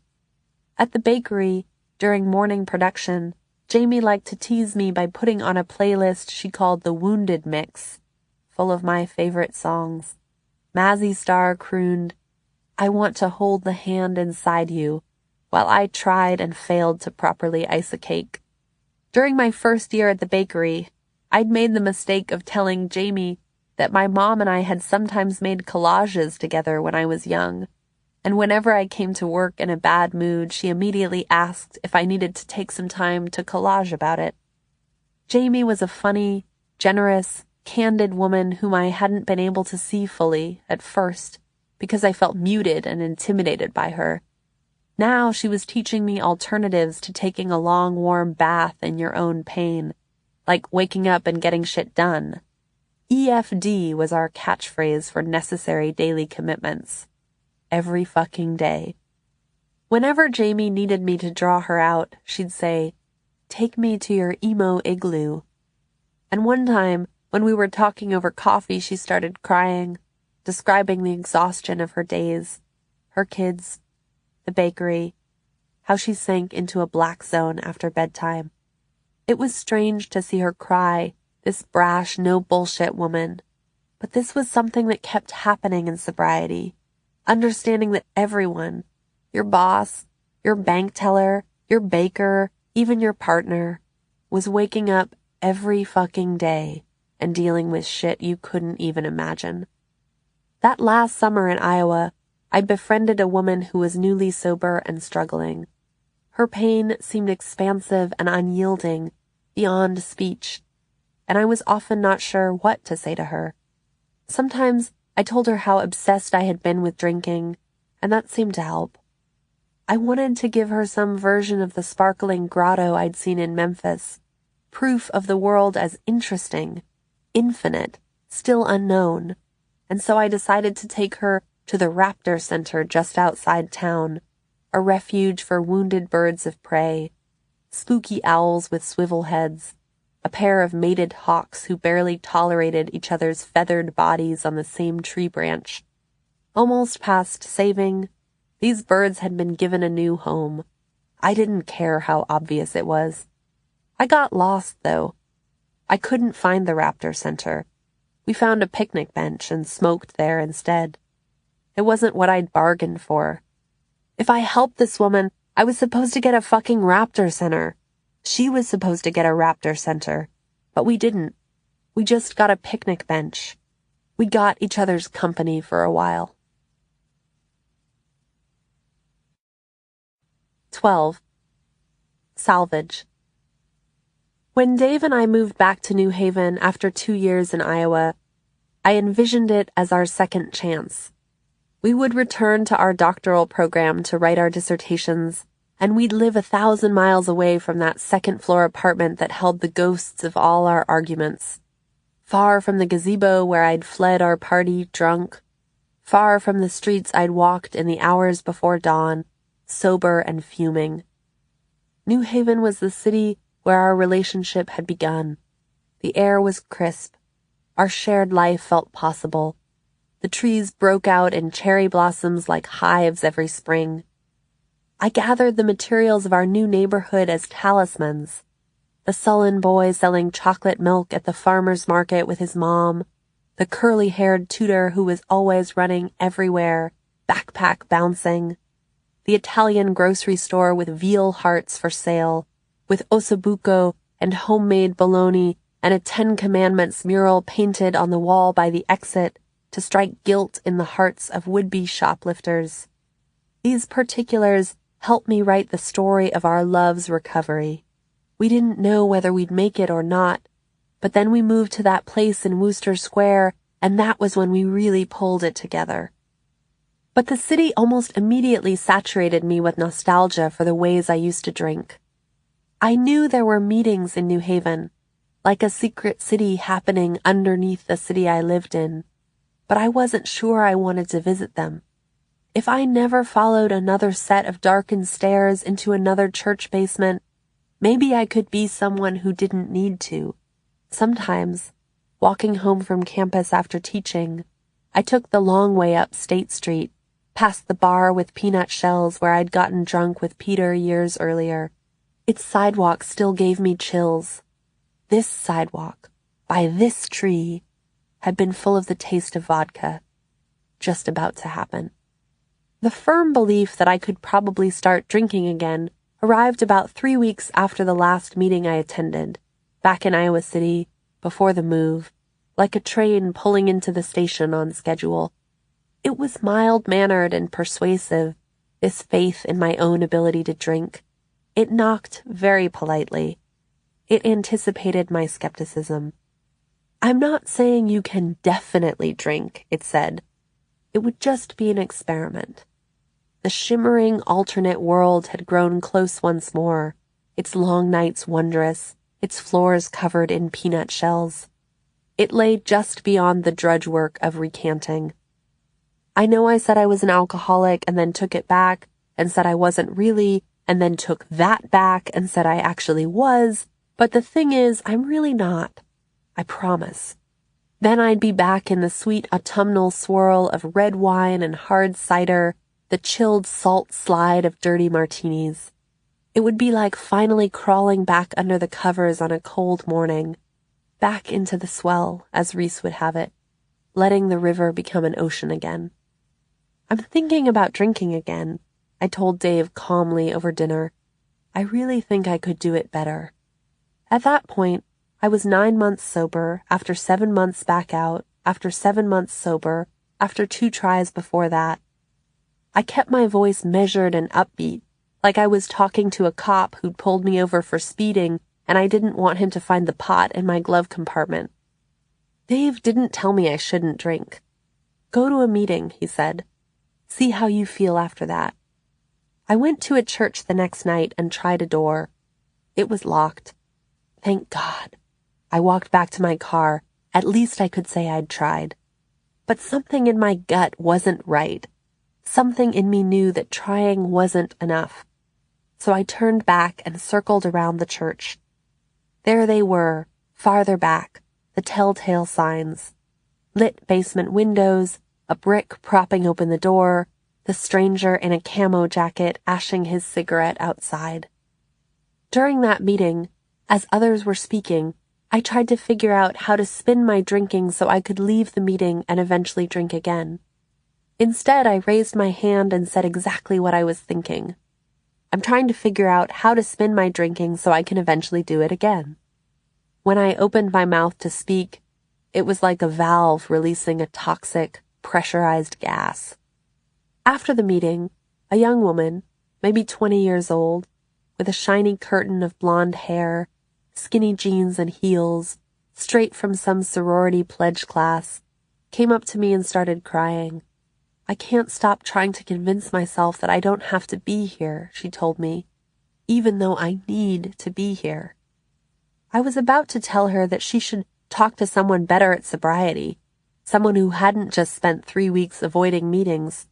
But then I realized she'd come up to me because I'd just announced that I'd spent 3 weeks avoiding meetings. She connected to that part of me and to the part of me that had come back anyway. We were both in that room for a reason. She said she'd never gotten drunk in the mornings until she heard someone in a meeting confess that he used to get drunk in the mornings. "That's fucked up, right?" she asked me. It seemed like half of her wanted me to tell her she was beyond hope, and half of her wanted me to tell her there was hope for her. But maybe she was just a Quinnipiac sorority girl who drank too much, and who was I to tell her anything? That's when she pulled up her bubblegum pink baby tee to show me her colostomy bag, a beige pouch tucked against the salon-tanned concavity of her abdomen. "I'm making myself sick," she said. "Nothing, before or since, has dissolved my self-absorption faster than the sight of that colostomy bag." She told me she knew she was supposed to drink less now that she had it, but she couldn't moderate. She'd just changed what she drank. No more beer, since it bloated the bag. Looking down at the ground, mumbling, she asked if she could have my number. I said of course she could, though it seemed absurd to think that I could help her. "And you ridiculous people, you expect me to help you." It turned out I needed her help, too. A few weeks after my first meeting in New Haven, I started reading David Foster Wallace's Infinite Jest. I'd been surprised to hear it was a novel about recovery because I'd always thought of it as ego-inflated. A blue brick of a book by a smart guy who'd wanted to buoy his ego by writing it, beloved by other smart guys who'd wanted to buoy their egos by reading it. But once I started reading Infinite Jest, it seemed like much more than virtuosity for its own sake. The core of the book, for me at least, was Ennett House Alcohol and Drug Recovery House, where a massive and genuinely decent man named Don Gately is recovering from his dilaudid addiction and helping other people get better, one day at a time. The novel seemed self-aware about the trite sheen of these slogans, their simplicity and handled polish, but unapologetically committed to their messages anyway. Infinite Jest wasn't just about recovery, of course. It was also about a tennis academy right up the hill from Ennett House, and 3 brothers living there, a punter, a prodigy, and a stunted and complexly deformed boy, barely taller than a fire hydrant, all grieving a father who'd stuck his head in a microwave. It was also about the lethal film their father had made before he died, and the Quebecois separatist wheelchair assassins hell-bent on finding the film and deploying it as a weapon. This film was the engine at the center of the whole story, so engrossing that no one who watched it wanted to do anything but watch it forever. That's how it killed you. I approached my reading like a recovery program, by reading 50 pages a day, showing up for them whether I wanted to or not. At the top of each page, I took note of what had happened. He is weeping from desperation, but detached even from his own weeping. Or, Millicent makes a move. Or, Lyle licks the sweat. These notes were a way of taking my own attendance, a way of saying, I've been here. It wasn't that Infinite Jest took me back to meetings. It was the persistent desire to drink that took me back to meetings. But Infinite Jest helped me understand why I needed them. More specifically, it helped me understand that certain things about meetings could drive me crazy and I could still need them. The novel had metabolized recovery with so much rigor, it had already asked all of my questions and weathered all my intellectual discomforts. It documented what it called the grudging move toward maybe acknowledging that this unromantic, unhip, cliched AA thing, so unlikely and unpromising, this goofy, slapdash, anarchic system of low-rent gatherings and corny slogans and saccharine grins and hideous coffee, might actually offer something. In its simplicity and its slogans, in its church basement coffee and its effusion of anonymous and unqualified love. The novel offered an encounter with recovery charged by double consciousness, both interrogating and affirming it, investigating its labor, its oddness, and its sublimity. The novel was questioning the recitations of recovery, but still alive to its miracles, and not afraid to say so. Recovery is hope in Infinite Jest, but it's also absurd. It's grown men crawling across cheap carpeting with teddy bears tucked into the crooks of their arms. It's guys killing alley cats to get a sense of resolution. It's old-timer crocodiles and their emphysema-addled voices of prophecy. It's the soul-swollen, heartbroken, chain-smoking world of Boston AA in all its unromantic, unhip wonder. Serious AAs look like these weird combinations of Gandhi and Mr. Rogers, the novel observes, with tattoos and enlarged livers and no teeth. Infinite Jest gets at something truthful and astonishing about how all of these people gather together seeming so humble, kind, helpful, tactful, how they actually are these things. Not because anyone is forcing them, but simply because it's the way they survive. The novel conjures the strange foods of recovery. Meatloaf covered in cornflakes, pasta doused with cream of something soup, ordinary things I'd also eaten, in the company of other ordinary people and their ordinary drinking memories. If I'd read The Lost Weekend, rooting for Don Burnham to get drunk again, I read Infinite Jest, rooting for Don Gately to stay sober. I was grateful to direct my narrative desires toward recovery rather than relapse, glad to know it was possible for a book to make me thrill toward wellness. If Berryman had imagined recovery as 12th step work, then I was 12th stepped by Wallace. The novel was my old-timer just when I needed one.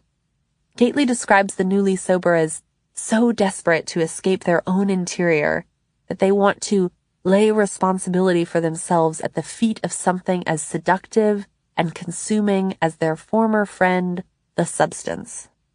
I wanted to lay myself at the feet of the book that told me that. Wallace himself went to a Boston rehab called Granada House in late 1989, 7 years before Infinite Jest was published.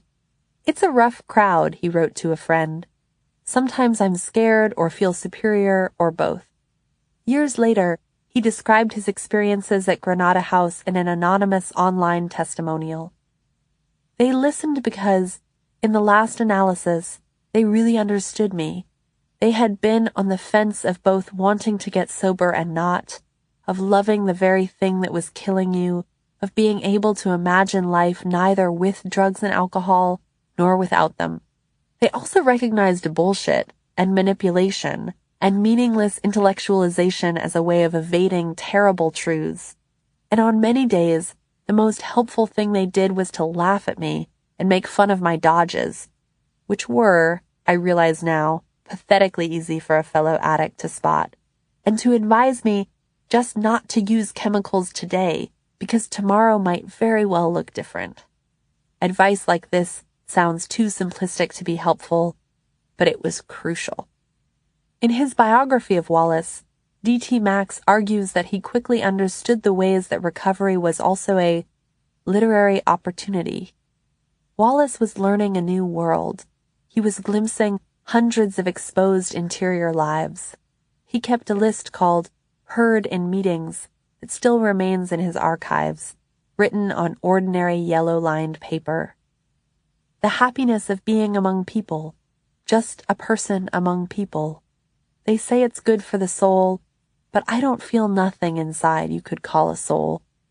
I shit myself every day for years. I came in to save my ass and found my soul was attached. No is also an answer to my prayers as well. It hurts. But recovery was far from just a source of material for Wallace. Max argues recovery was part of his growing commitment to single entendre writing that meant what it said. Recovery shifted Wallace's whole notion of what writing could do, what purpose it might serve, made him want to dramatize the saving alchemy of community, the transformative force of outward-facing attention, the possibilities of simplicity as an alternative to the clever alibis of complexity, meaningless intellectualization as a way of evading terrible truths. In Infinite Jest, Wallace describes irony and recovery as oil and water. An ironist in a Boston AA meeting is a witch in church. The novel believes in the sincere wisdom an ironist might scoff at, the kind you might find on a tear-off calendar or a daily prayer book. It doesn't believe in bromides as revelations, but it believes in what they seek, the possibility of common ground. After Hurricane Irene, our first August back in New Haven, the world was raw and wet and dazed. The Occupy movement filled Zuccotti Park and then our own downtown green, a cluster of tarps and tents that sheltered protesters alongside people who had already been homeless. Years before, I might have dismissed a movement without a clear agenda as something without purpose. But collectivity itself had started to seem purposeful.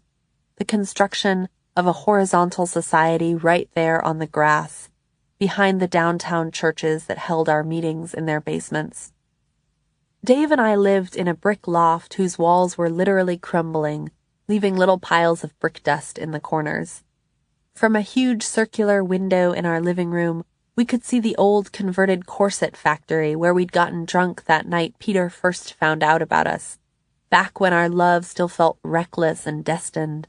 an animal with an incontestable will of its own.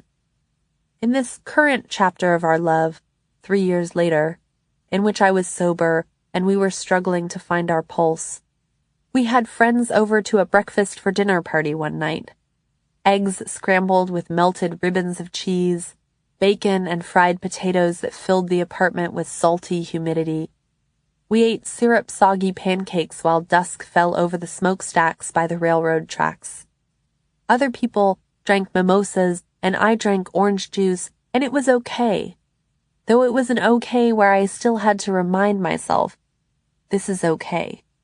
While we were washing dishes at the end of the night, I went into the bathroom and willed myself to remember that a year before I would have been yelling at Dave right now, or fuming, or flinching at his touch. And I wasn't. But it didn't make everything right. After everyone left, on that night and others, I watched Dave physically drain out, almost like he was deflating. We could still put on the show of ourselves for other people, but on our own we were becoming shells. There was something tender and forced about our jokes, saturated with effort. I'd been sober 9 months, and I was going to meetings 5 times a week, sometimes 7. After that first New Haven meeting, I'd flung myself into them fully, and I'd also started working with a new sponsor, Susan, a lawyer in her 60s who wore big chunky beaded necklaces and drank her lattes with a straw. The first time I ever heard her speak, she talked about packing a Magnum bottle of wine to take with her to rehab. That made more sense to me than someone saying, "You never have to drink again." It made me think of the calligraphy poster in Infinite Jest, hanging in the Ennett House bathroom. Everything I've ever let go of had claw marks on it. Susan was warm and sarcastic and real about what hurt. She held me accountable to every rule I wanted to be an exception to. She had ended her marriage just a few months after getting back from rehab, which program wisdom didn't recommend. You were supposed to wait a year before you made any big life choices. But Susan's divorce had also opened up the next era of her life. A move away from the Connecticut suburb where she'd lived for decades, to a downtown studio with a piano in the corner and gauzy afternoon light. She drove women to meetings 4 or 5 days a week. Sobriety had granted her enough clarity to see that the life she'd spent decades creating wasn't the one she wanted to stay inside of, which was a gift, but not a gift anyone wants. I didn't think I was living Susan's story, the story of sobriety as a rupture, but I was oddly compelled by it, the idea that happiness might look like the end of love, rather than its repair. During that first year of recovery, I felt so liberated from one type of dependence, that bodily thirst, that I started to push back against the idea of dependence itself. It was hard to distinguish between the kinds of desire that might compose me and those that would diminish me. In many ways, AA was all about embracing need, resisting self-sufficiency, seeking humility, granting help and receiving it. But as I grew comfortable inside the system of validated need AA provided, I grew less comfortable with the more diffuse, nebulous, cluttered needs that defined my relationship with Dave. With him, I started to cauterize every need like an open wound. I stopped asking him for anything. Meetings were easier than love because there was a simple pattern. Do X, do Y, do Z. You knew you were doing what you were supposed to. Love was more like, do X, or else do Y, hope for Z, and pray something works, and maybe it will, and probably it won't. Many evenings I was away from our apartment, at AA meetings or with my sponsor, and often left in the morning, sometimes before Dave woke, to walk to an early meeting downtown. On a Saturday afternoon Dave suggested we spend together. I told him I was going to an apple orchard with 2 girls from the program, and I could see a flicker of hurt or disappointment. There was beauty in my life that day. Wind-rustled apple trees, soft soil, the mush of fallen fruit. But it was a beauty I inhabited without him. I never imagined he'd feel excluded, though. Only thought he'd be relieved I wanted less. That fall, I lived in a different version of New Haven than I'd lived in the first time around. This new version of the city was less cloistered by the university, more populated by everyone who lived beyond its borders. At meetings, I ended up in homeless shelters and retirement homes, swapping numbers with women after they'd gotten their court order slips signed. I was moving between the worlds of graduate school and recovery, straddling the powerful rifts between their conflicting imperatives. Think harder. Don't overthink it. Say something new. You can't say anything new. Interrogate simplicity. Keep it simple. Be loved because you're smart. Be loved because you are. My dissertation was reckoning with a question I hoped might bridge these worlds, examining authors who'd tried to get sober and exploring how recovery had become part of their creative lives.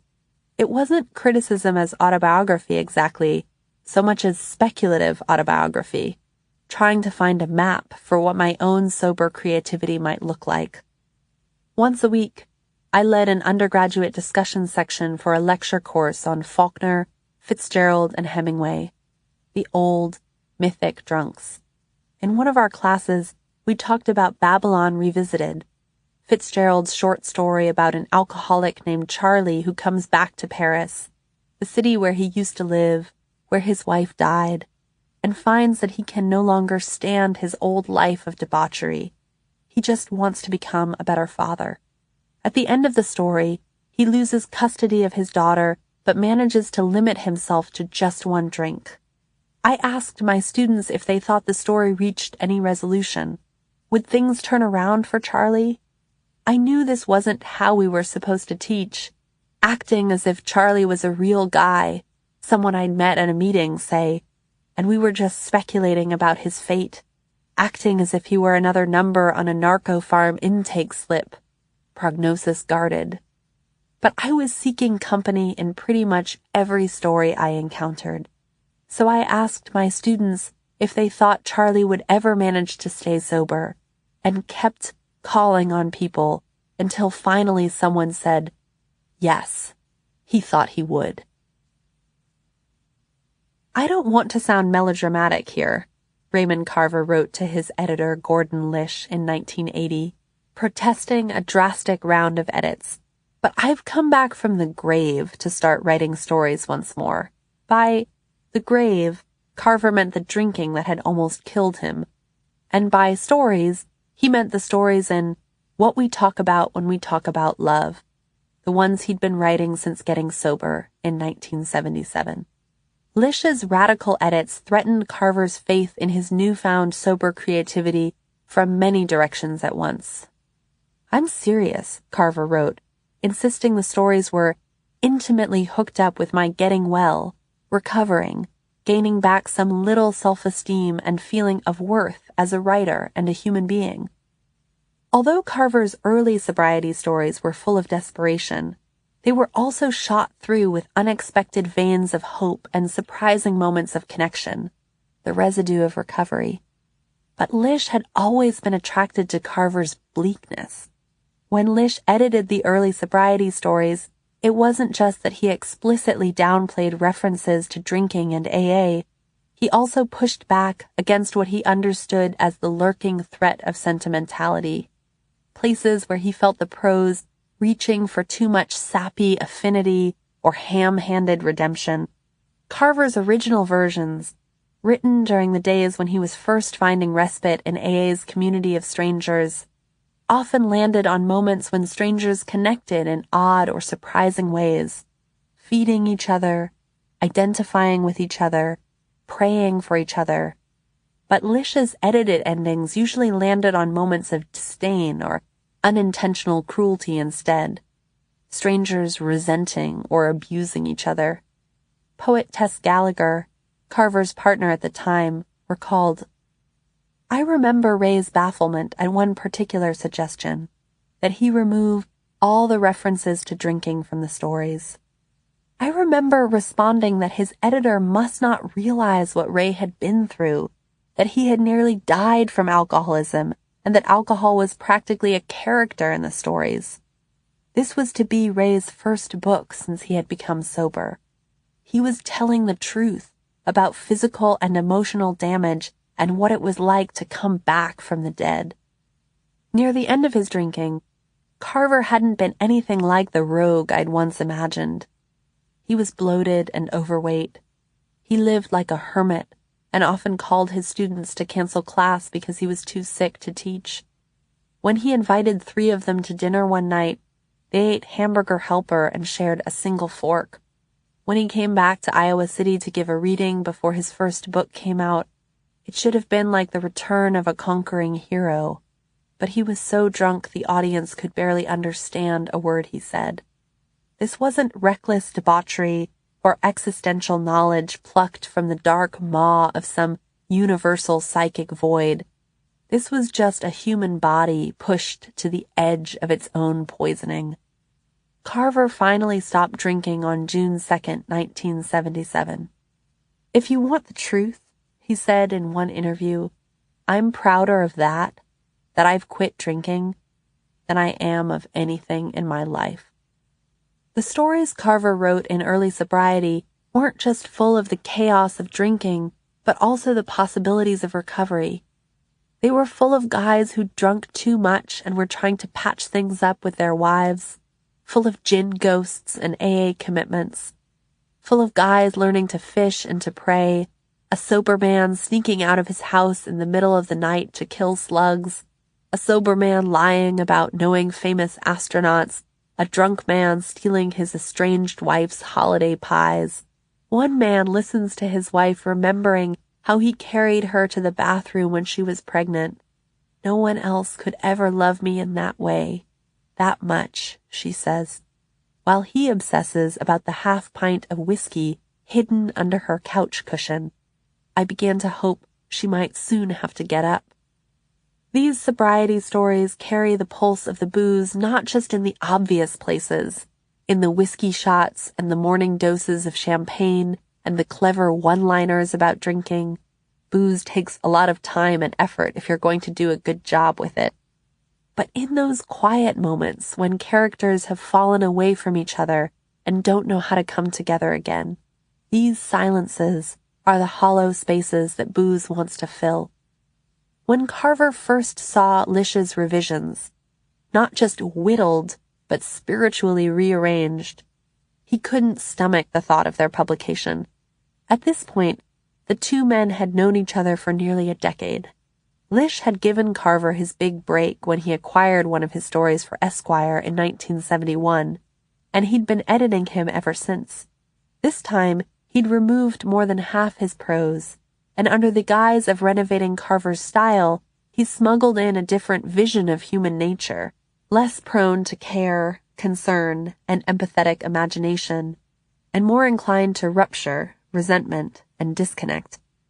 In his 1981 review of the collection, critic Michael Wood lamented the unkindness and condescension of some of these stories, the same stories about which Carver had written to Lish, "I don't want to lose track, lose touch with the little human connections."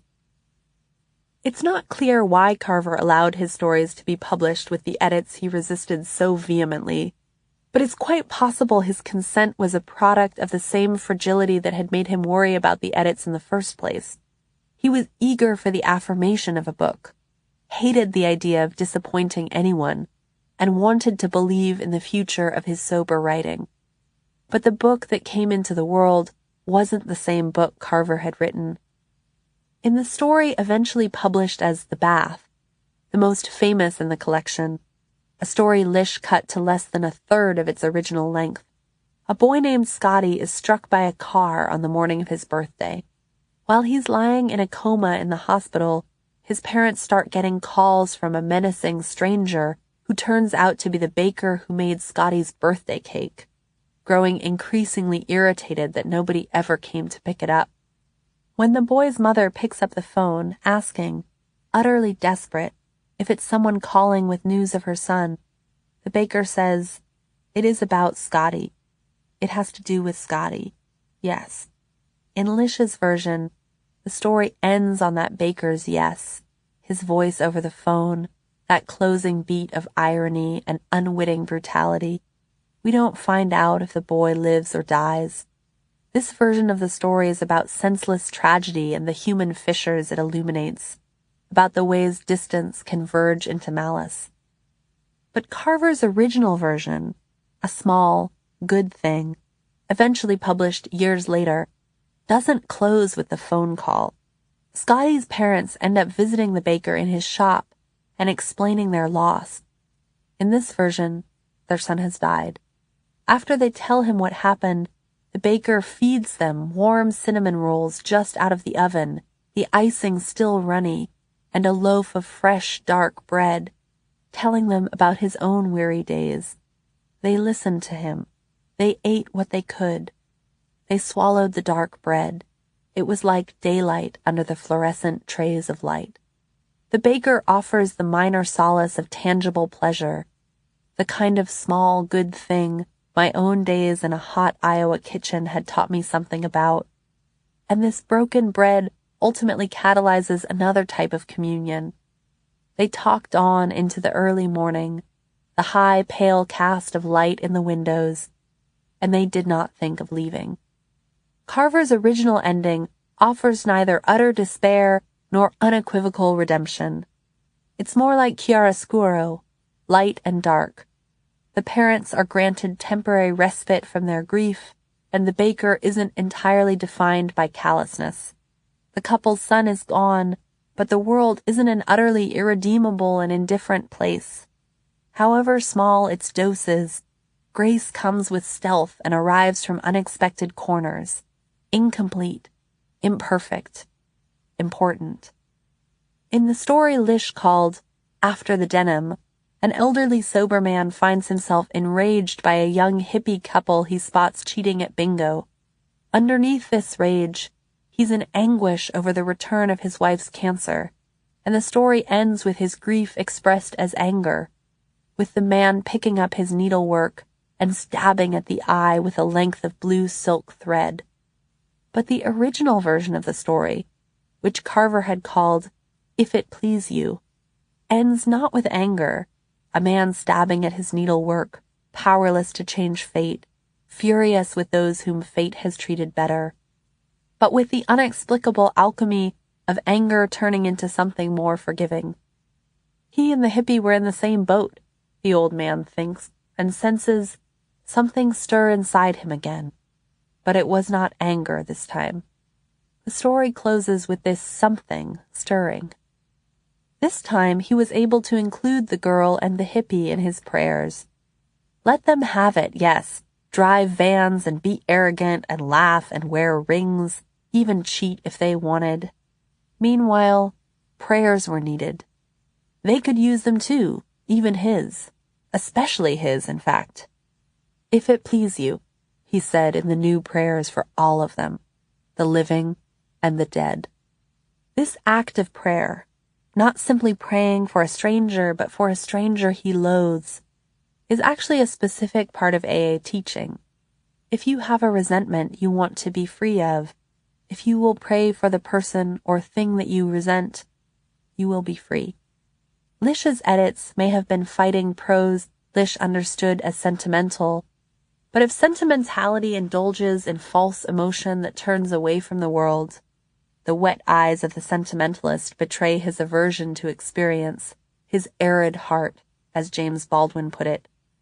Then Carver never turns away from the complexity of experience.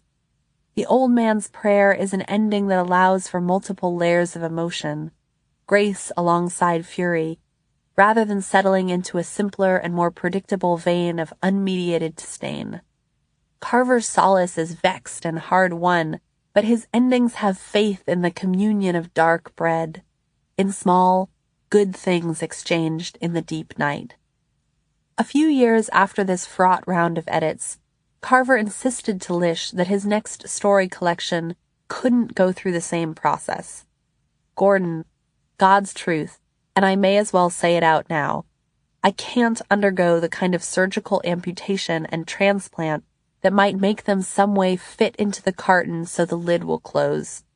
There may have to be limbs and heads of hair sticking out. My heart won't take it otherwise. It will simply burst, and I mean that. Carver was willing to risk melodrama. It will simply burst.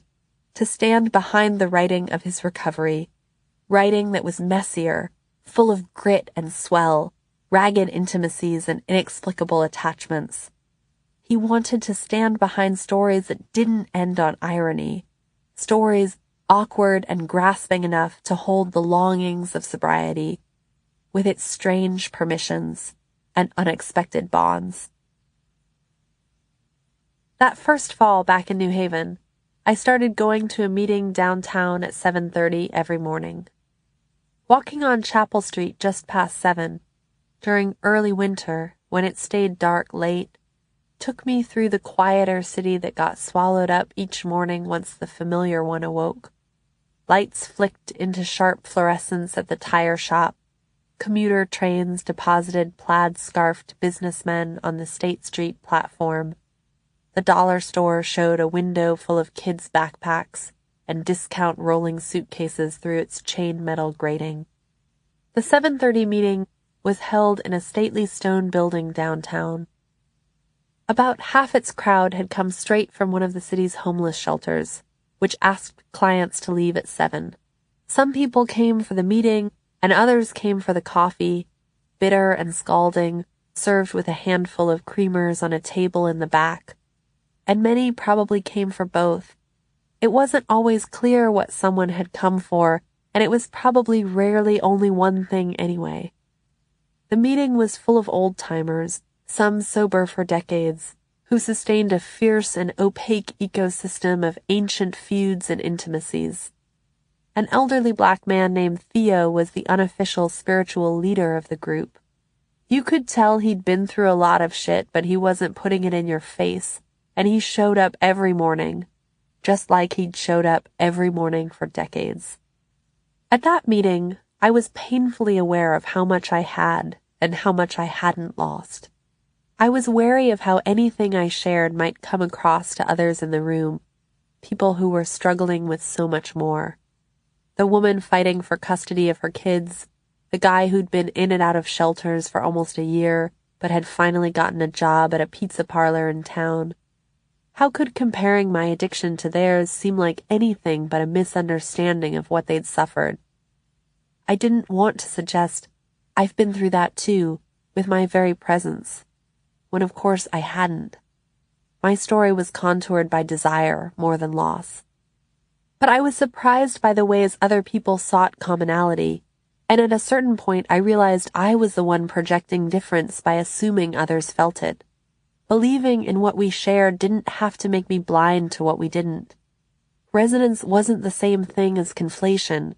It didn't mean pretending we'd all lived the same thing. It just meant listening. People had gotten punched in the face for different reasons, but drinking had made all our bodies vulnerable. We weren't there to assume or insist on perfect correspondence. We were there to open ourselves to the possibility of company. I liked how often people at that meeting said, I just can't get a fucking break. How often they got angry at other people, at their own lives. One day a man stood up and shouted at another man across the room, "When are you going to give me back that $20? The guy called back, "Why don't you go suck someone for $20?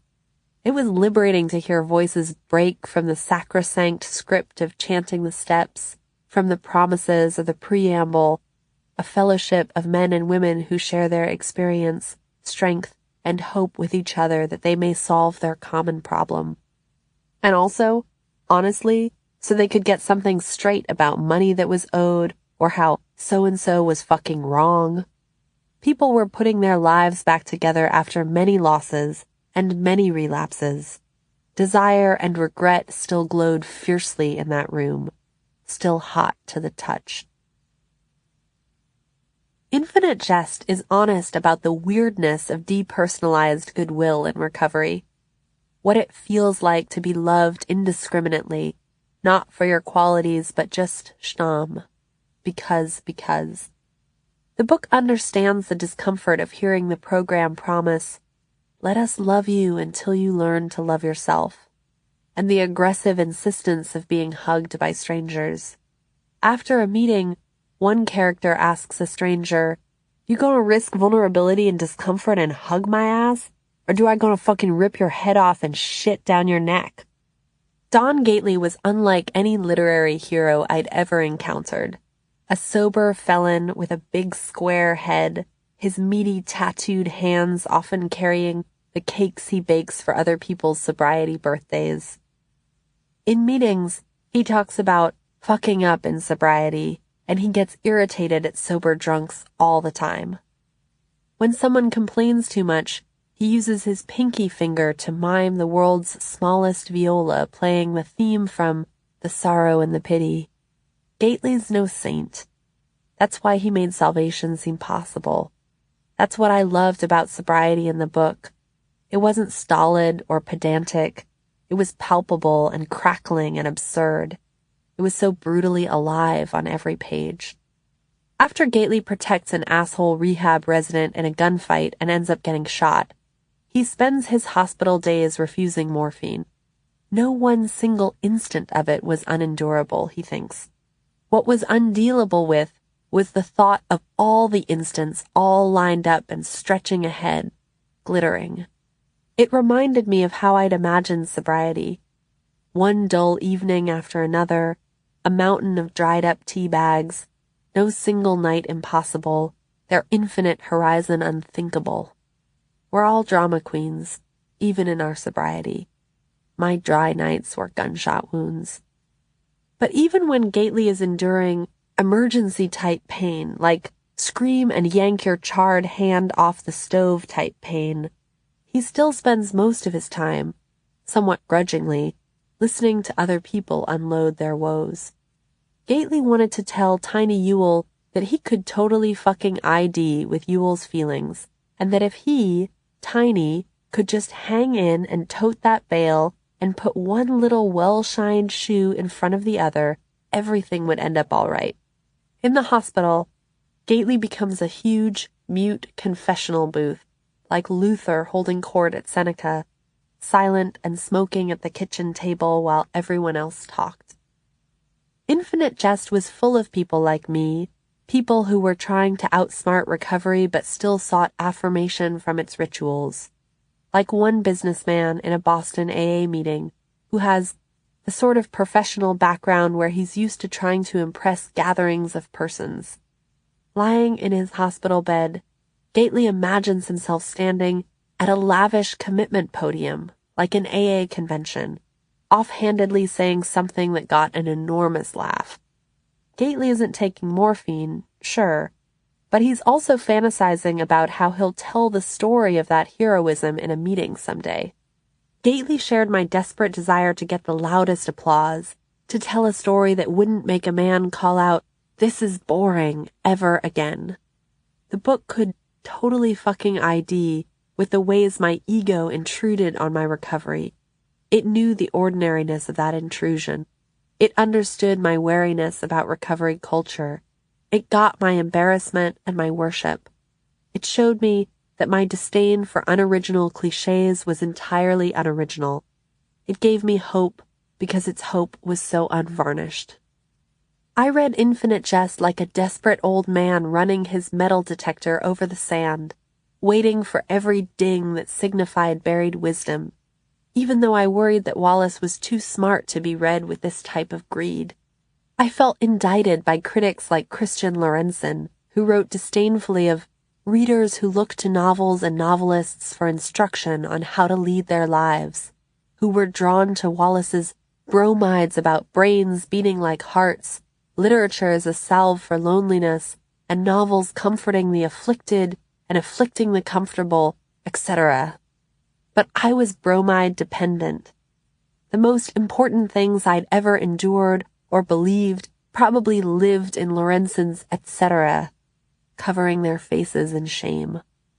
I read Wallace with my psychic highlighter always at the ready. Perhaps that made me simplify him as I sucked on lozenges of truth.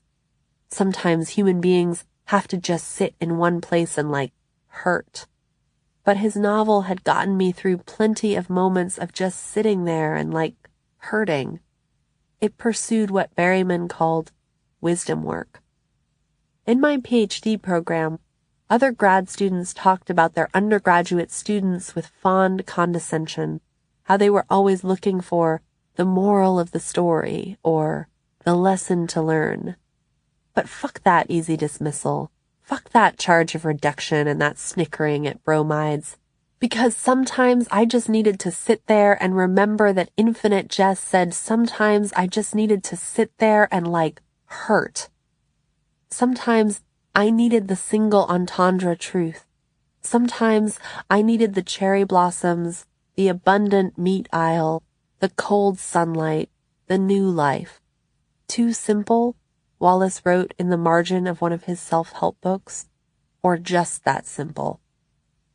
I'd been so afraid of sobriety as a flat line, as Jackson had been afraid of sobriety as a flat line, as Berryman and Stephen King and Dennis Johnson and the older waitress sitting at the Tuesday morning meeting had been afraid of sobriety as a flat line. I'd been afraid that meetings were basically lobotomies served alongside coffee-flavored water and Chips Ahoy. Afraid that even if sobriety could offer stability and sincerity and maybe even salvation, it could never be a story. But Infinite Jest knew better. It wasn't that the novel's brilliance had survived the deadening force of sobriety. Its brilliance depended on what sobriety had wrought. On his first sobriety birthday, Wallace received a copy of a 1987 play called Bill W. and Dr. Bob as a gift from his sponsor. The cover was inscribed, "To David, congratulations on year 1," and featured an illustration that suggested fellowship. 2 men in suits, their faces out of frame, one holding a mug of coffee with a wisp of steam curling out of it. Wallace marked only one passage, a piece of dialogue. Dr. Bob, inching his chair closer. "If I don't drink, I'm a monster. I need it to function, to be a doctor, husband, father. Without it, I'm so afraid I can't function at all. Booze is the glue holding me together, the one thing I can count on." Next to that, Wallace wrote just 3 words. How I feel. It's easy to feel good about resonance. It's actually quite addictive, the nodding rhythm of communion. Yes, I know how you feel. This presumed empathy tastes righteous and expansive on the tongue. During my early days of sobriety, I started seeing resonance everywhere, like a primary color I'd never noticed. One afternoon, I sat at an oak desk tucked in the silent hallways of the library and noticed what a stranger had carved in the wood. "I am a virgin." Then others had written around that, "Me too, so am I, so am I, so am I." But the flip side of communion's humility, being willing to say, "I'm not the only one," is the danger of assumption or conflation. I've felt what you've felt. It's so satisfying to acknowledge what's shared that it can become its own temptation, to insist on commonality everywhere. Partway through his book about working with Skid Row addicts, clinician Gabor Mate brings himself into the frame. "Hello, my name is Gabor, and I am a compulsive classical music shopper." After the portraits that have come before, crack and heroin addicts who are homeless or turning tricks, losing limbs to infections at their injection sites, Mate's confession reads at first like a joke, then like a provocation, asking us to accept a continuity he suspects we will initially resist. Describing the thousands of dollars he has compulsively spent on classical music, the way he plays it loud to drown out his family, Mate acknowledges that his addiction wears dainty white gloves. But he also insists on a single addiction process that manifests across a continuum of behaviors.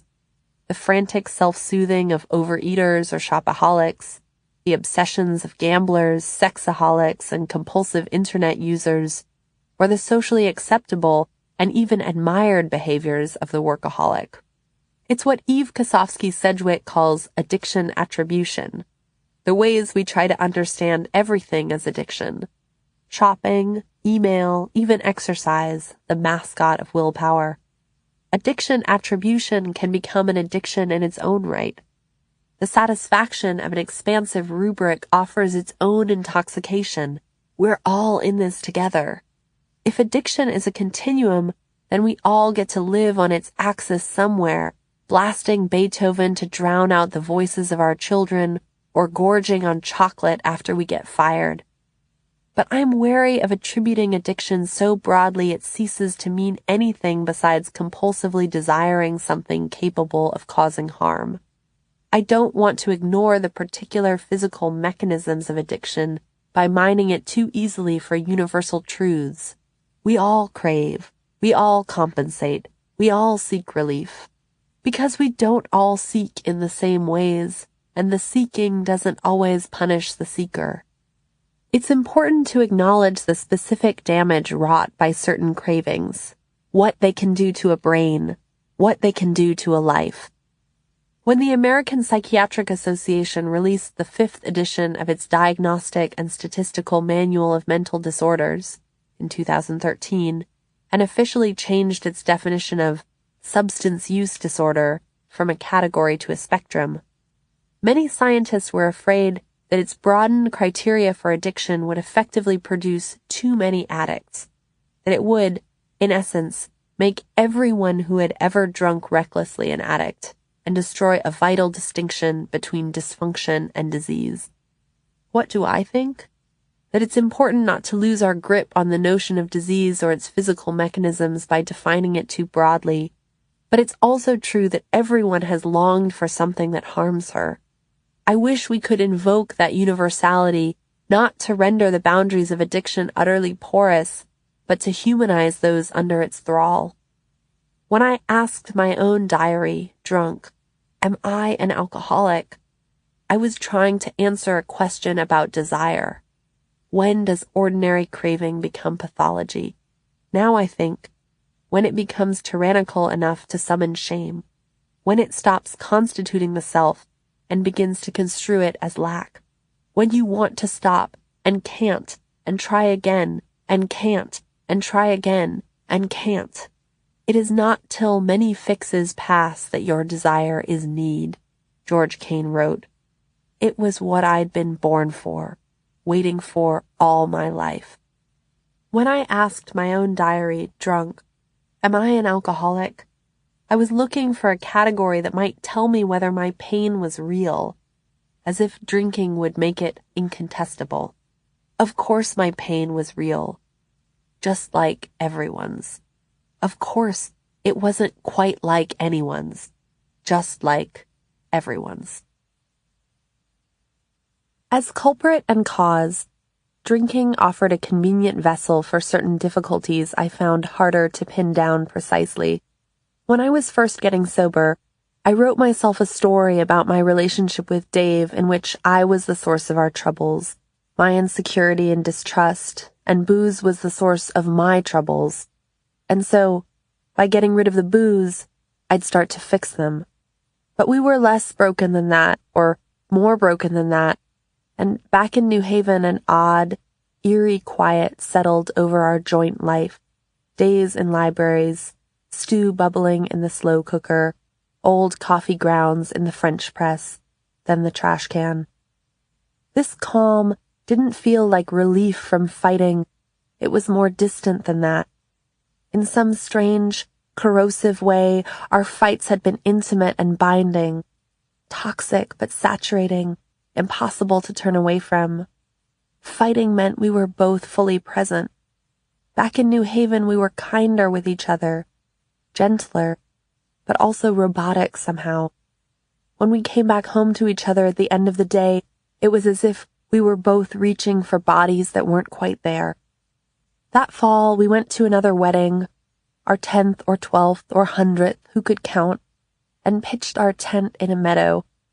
The wedding was full of people who had been in various a cappella groups with the groom and every so often a cluster of strangers would break into song beside me, like a spontaneous brush fire. "I promise to enjoy spirituality with you," the bride told the groom during their vows. "I promise to enjoy nature with you," he replied. That night it rained until dawn, and I woke up tangled in a corner of our tent, muddy ground slippery beneath the thin vinyl floor, my body fully out of our sleeping bag, as if I'd been trying to roll as far away from Dave as possible.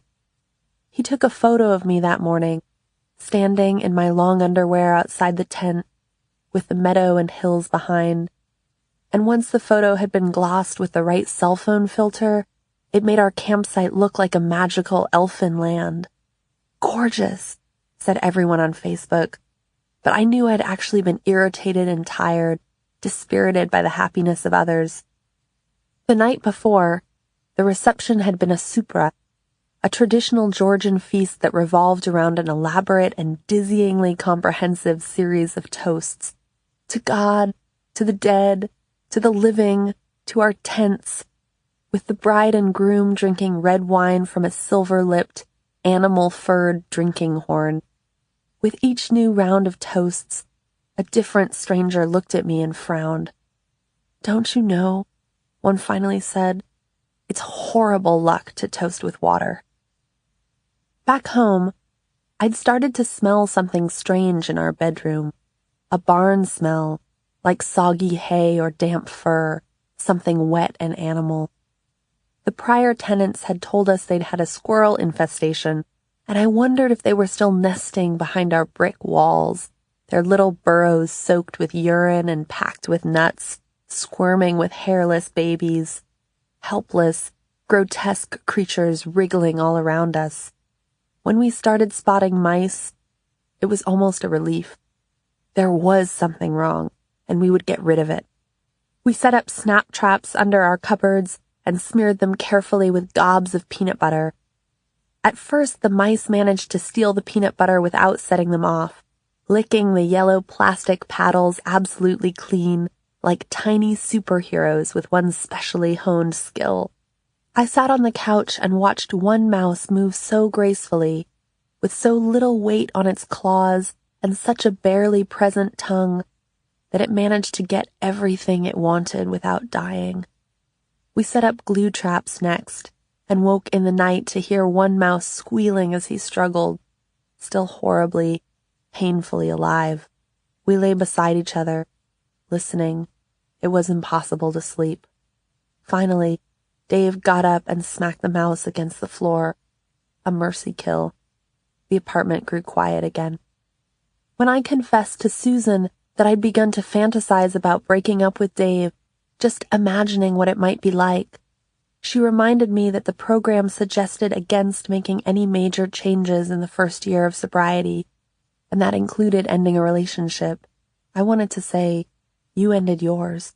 She had an apartment of her own, a life alone that seemed, somehow, deeply generative. In recovery meetings, I was surrounded by the stories of people who were living in the clean, empty aftermaths of new beginnings, leaving old relationships, old homes, old cities, and beginning again at rehab, in meetings, with the steps. In truth, plenty of people were simply getting sober inside the lives they'd always lived, with the same jobs, the same marriages, the same children. But I kept seeing the story of rebirth because it was the story I wanted to see. People who were starting again, who were lonely and free. When I looked at Dave, I felt exhausted, as if our relationship was a messy room I had to clean up. Part of me craved the relief of a clean beginning, a pure loss, then rebuilding on my own. Seneca House compelled me because it had been the threshold of a new beginning for thousands of addicts, or at least its promise. I wanted to see the place for myself. But by the time I visited Seneca Creek in 2015, the house itself was just a ghost, a bare patch of grassy land tucked between the water and the woods. The building had been torn down after the rehab shut its doors in 1992, after an unsuccessful merger with a larger treatment center. I'd driven out with Sawyer the lawyer, who now suffered from a degenerative muscle disease that kept him largely immobilized, so we'd taken a special van outfitted to accommodate his wheelchair. Over the phone, Sawyer had referred to the disease as his affliction in a wry tone that suggested scare quotes. After decades spent in a community whose currency was shared pain, Sawyer knew the various tones in which suffering could be articulated. He knew what it sounded like when people milked their lives for drama, and he was choosing another tone of voice, matter of fact, calling out the temptation to dramatize rather than indulging it. He also had cancer in his prostate and in one of his ribs. These maladies were mentioned as afterthoughts. When I visited Sawyer at his home in Maryland, just a half hour from Seneca Creek, it was a July day so hot and bright it threatened to close his morning glories by noon. His fridge was cluttered with the faces of his grandkids, a granddaughter's carefully typed babysitting ad. I am serious and dependable. Getting Sawyer settled in his van required 2 motorized wheelchairs, a walker, and 1 motorized chairlift. I secured his motorized wheelchair to the interior of his van with 4 straps, harnessed to latches on the floor, and, terrified he'd come unstuck, drove at a steady 20 miles per hour, my sweaty palms locked on the steering wheel. From the back of the van, Sawyer pointed out the old clapboard general store down the road from Seneca, built and opened in 1901, where Seneca guests had walked to buy the cigarettes they weren't supposed to smoke indoors. He pointed out the golf course that the guests had walked across during Hurricane Agnes to stay in a cheap hotel when the house itself flooded. Back at home, Sawyer hadn't wanted to give me his drunkalogue, the stories of Chinatown rotgut and his kids eating by candlelight. He'd wanted to talk instead about self-improvement and his success in sobriety, as an attorney, as a real estate developer in Delaware, as a recovery diplomat in his parents' homeland, where he'd once been called, he said, the Bill Wilson of Lithuania. He'd visited alcohol wards all over the country in 1991, just after it declared its independence from the Soviet Union, and left behind a copy of the Big Book translated into Lithuanian. This work in Lithuania was a crucial part of the story Sawyer wanted to tell about himself, in which the upward mobility of his sobriety had been the culmination of a life committed to self-supporting labor, guarding produce stands overnight as a boy, or working in a steel mill where molten steel poured like quicksilver over the flames. Sobriety allowed Sawyer to keep following the narrative arc he knew he'd been destined for, the story of a maid's son who'd done right by his mother's dreams, a story that began when his mother took him to the 1933 Century of Progress exposition in Chicago, and he saw the highways of the future, their impossible swirl and swoop. That day he felt awe, wanted to become someone who built things, someone with power, someone who changed the world. The sobriety story Sawyer told me was the story he'd constructed for himself to live inside of, like a house by the banks of a creek, a story in which he'd worked hard and been rewarded for that hard work, in which that work functioned as penance for drinking away the money his mother had saved for his education or the money his family had needed for the gas bill. In his narrative, industry was the theater of his recovery. Good intentions turned into profit, and sobriety made the alchemy possible. It wasn't until we were parked by the old Seneca site, with the engine killed, that Sawyer told me about the arrests, or the girl he'd fallen for in Baltimore, the one who got away, before he was married, and how he ruined his chances by getting drunk before their first date. It was as if the creek itself, or the memory of the house, had opened something in him, as if we were having our own meeting, right there by the water, surrounded by the ghost walls of a home he'd helped build. We faced the lock house on the canal, with its whitewashed bricks. Summer campers in life jackets gathered by the water in pockets of rustling neon orange. When he wrote poems, Sawyer said, they weren't about his drinking. They were about his sober awe. He was still a boy wondering at the impossible highways of the future, Still a man who was shown a bend in a creek, a dirty old fishing hostel, and thought, sure, a bunch of drunks could stay here for a while. Decades after it got torn down, he found himself buckled into a motorized wheelchair by the same creek, telling a stranger what it was like. A stranger 55 years younger, who 55 years after Sawyer got sober, gave her own version of the same moist-eyed apologies for the same stubborn thirst.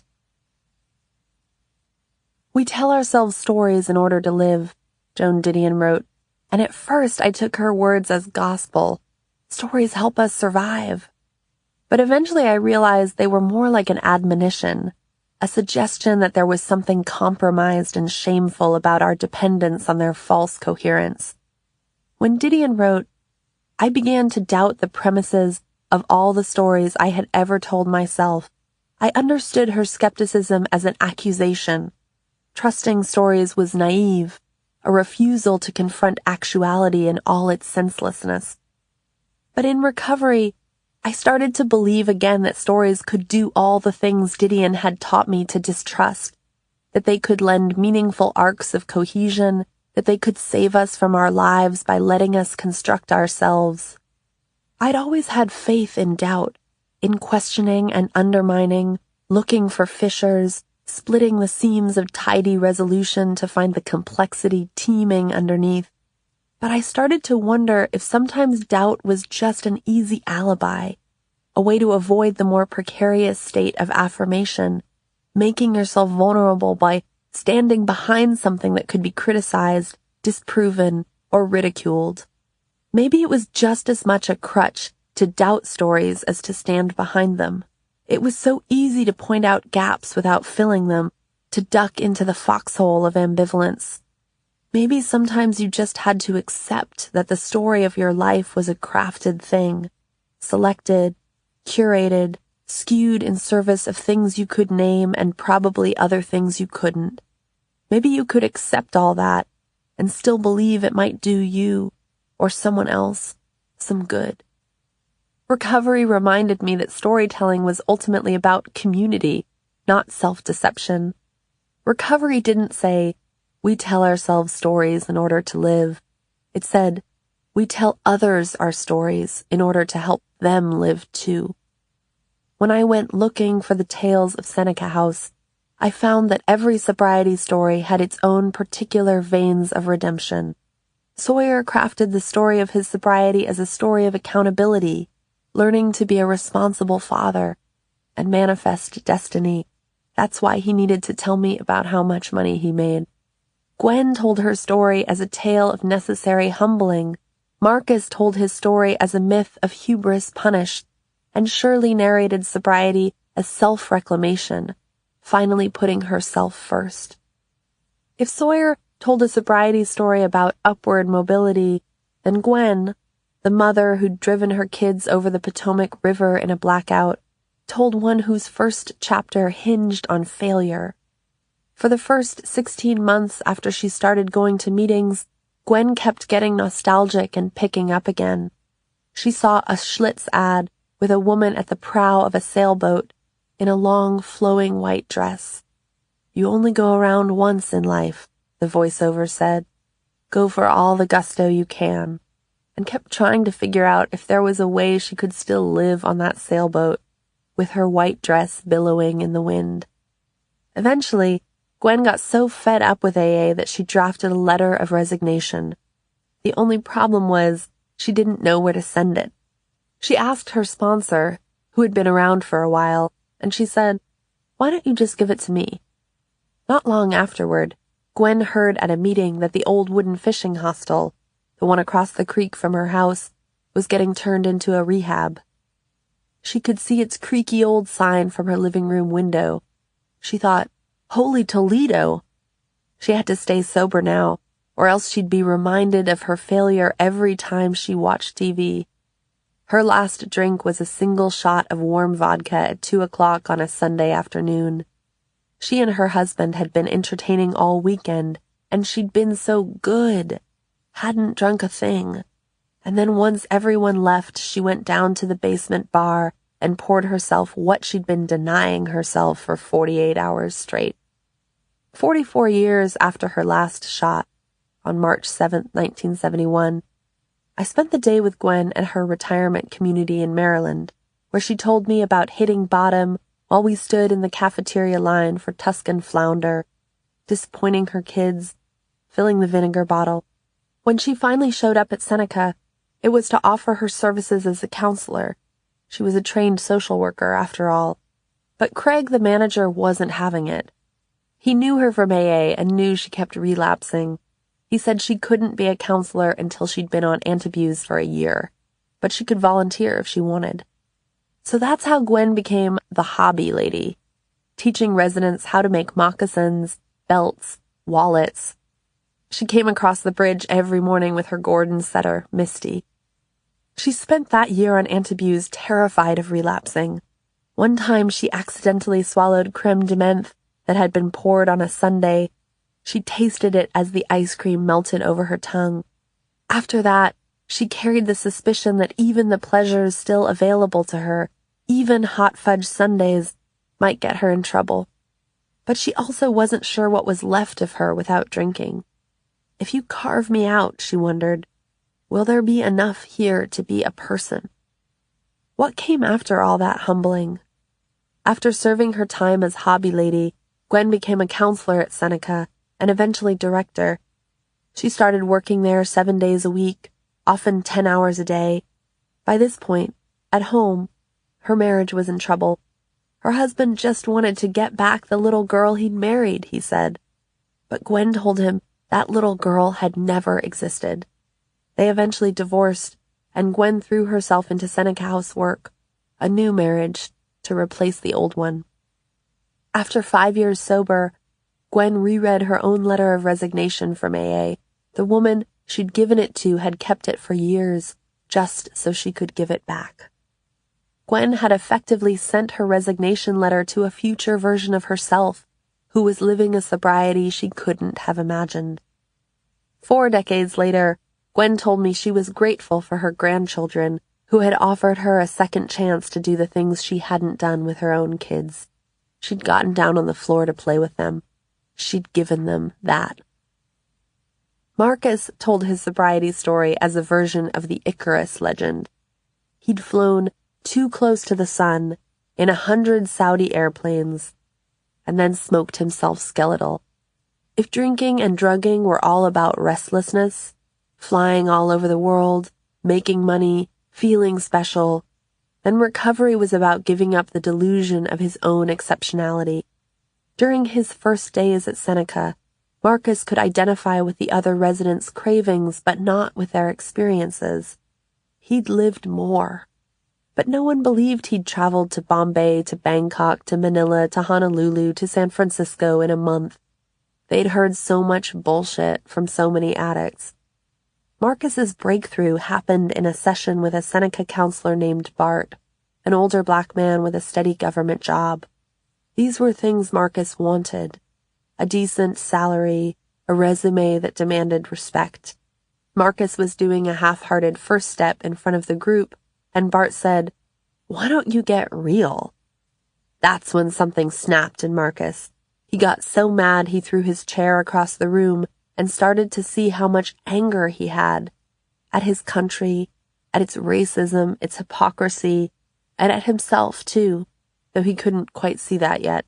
He sat on a front porch bench with the house dog, a beagle named Snoopy, thinking, I made such a mess.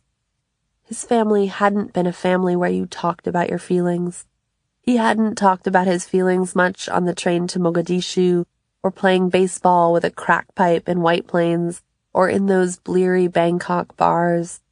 But decades later, by the time I met him at a cafe near DuPont Circle, he'd been talking for years.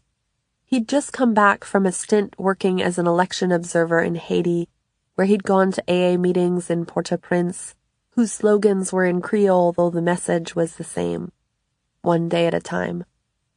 He'd ended up committing much of his professional life to giving other men, the prisoners in his federal rehabilitation program, the tools they needed to speak.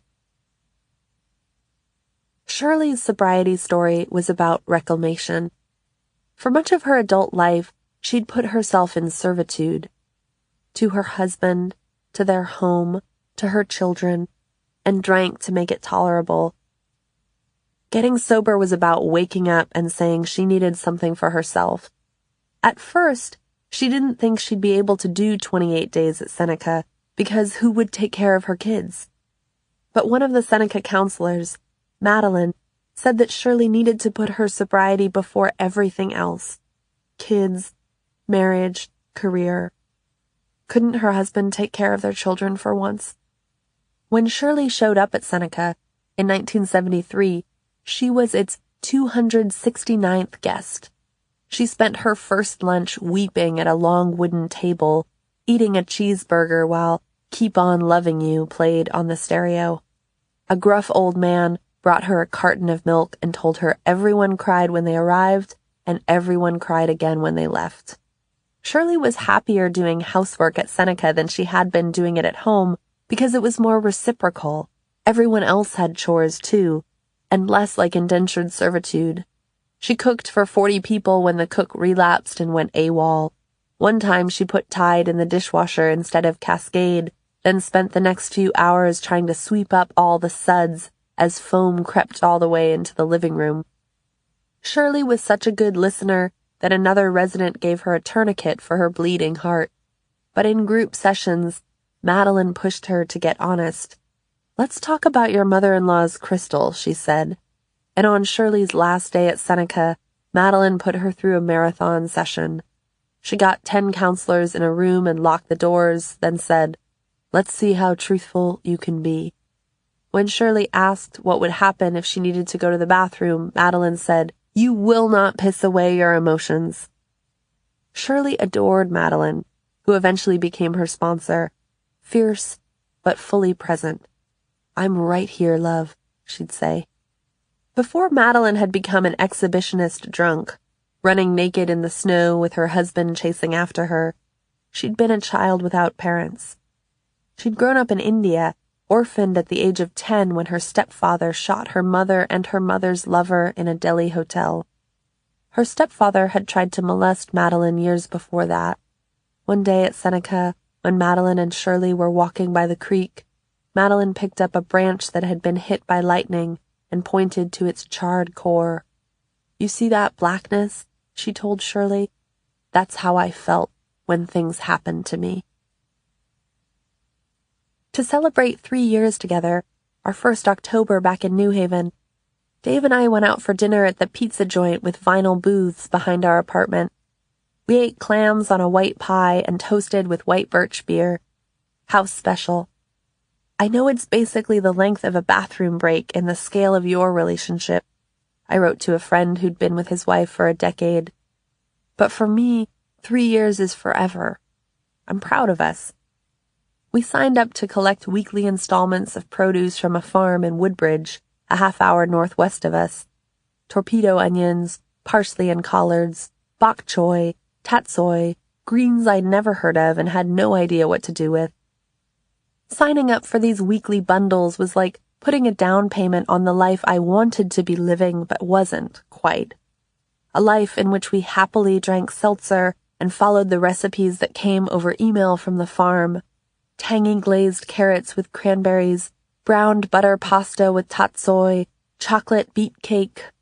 Mostly, the greens wilted in our crisper and left little puddles of brown juice at the corners of the plastic drawer.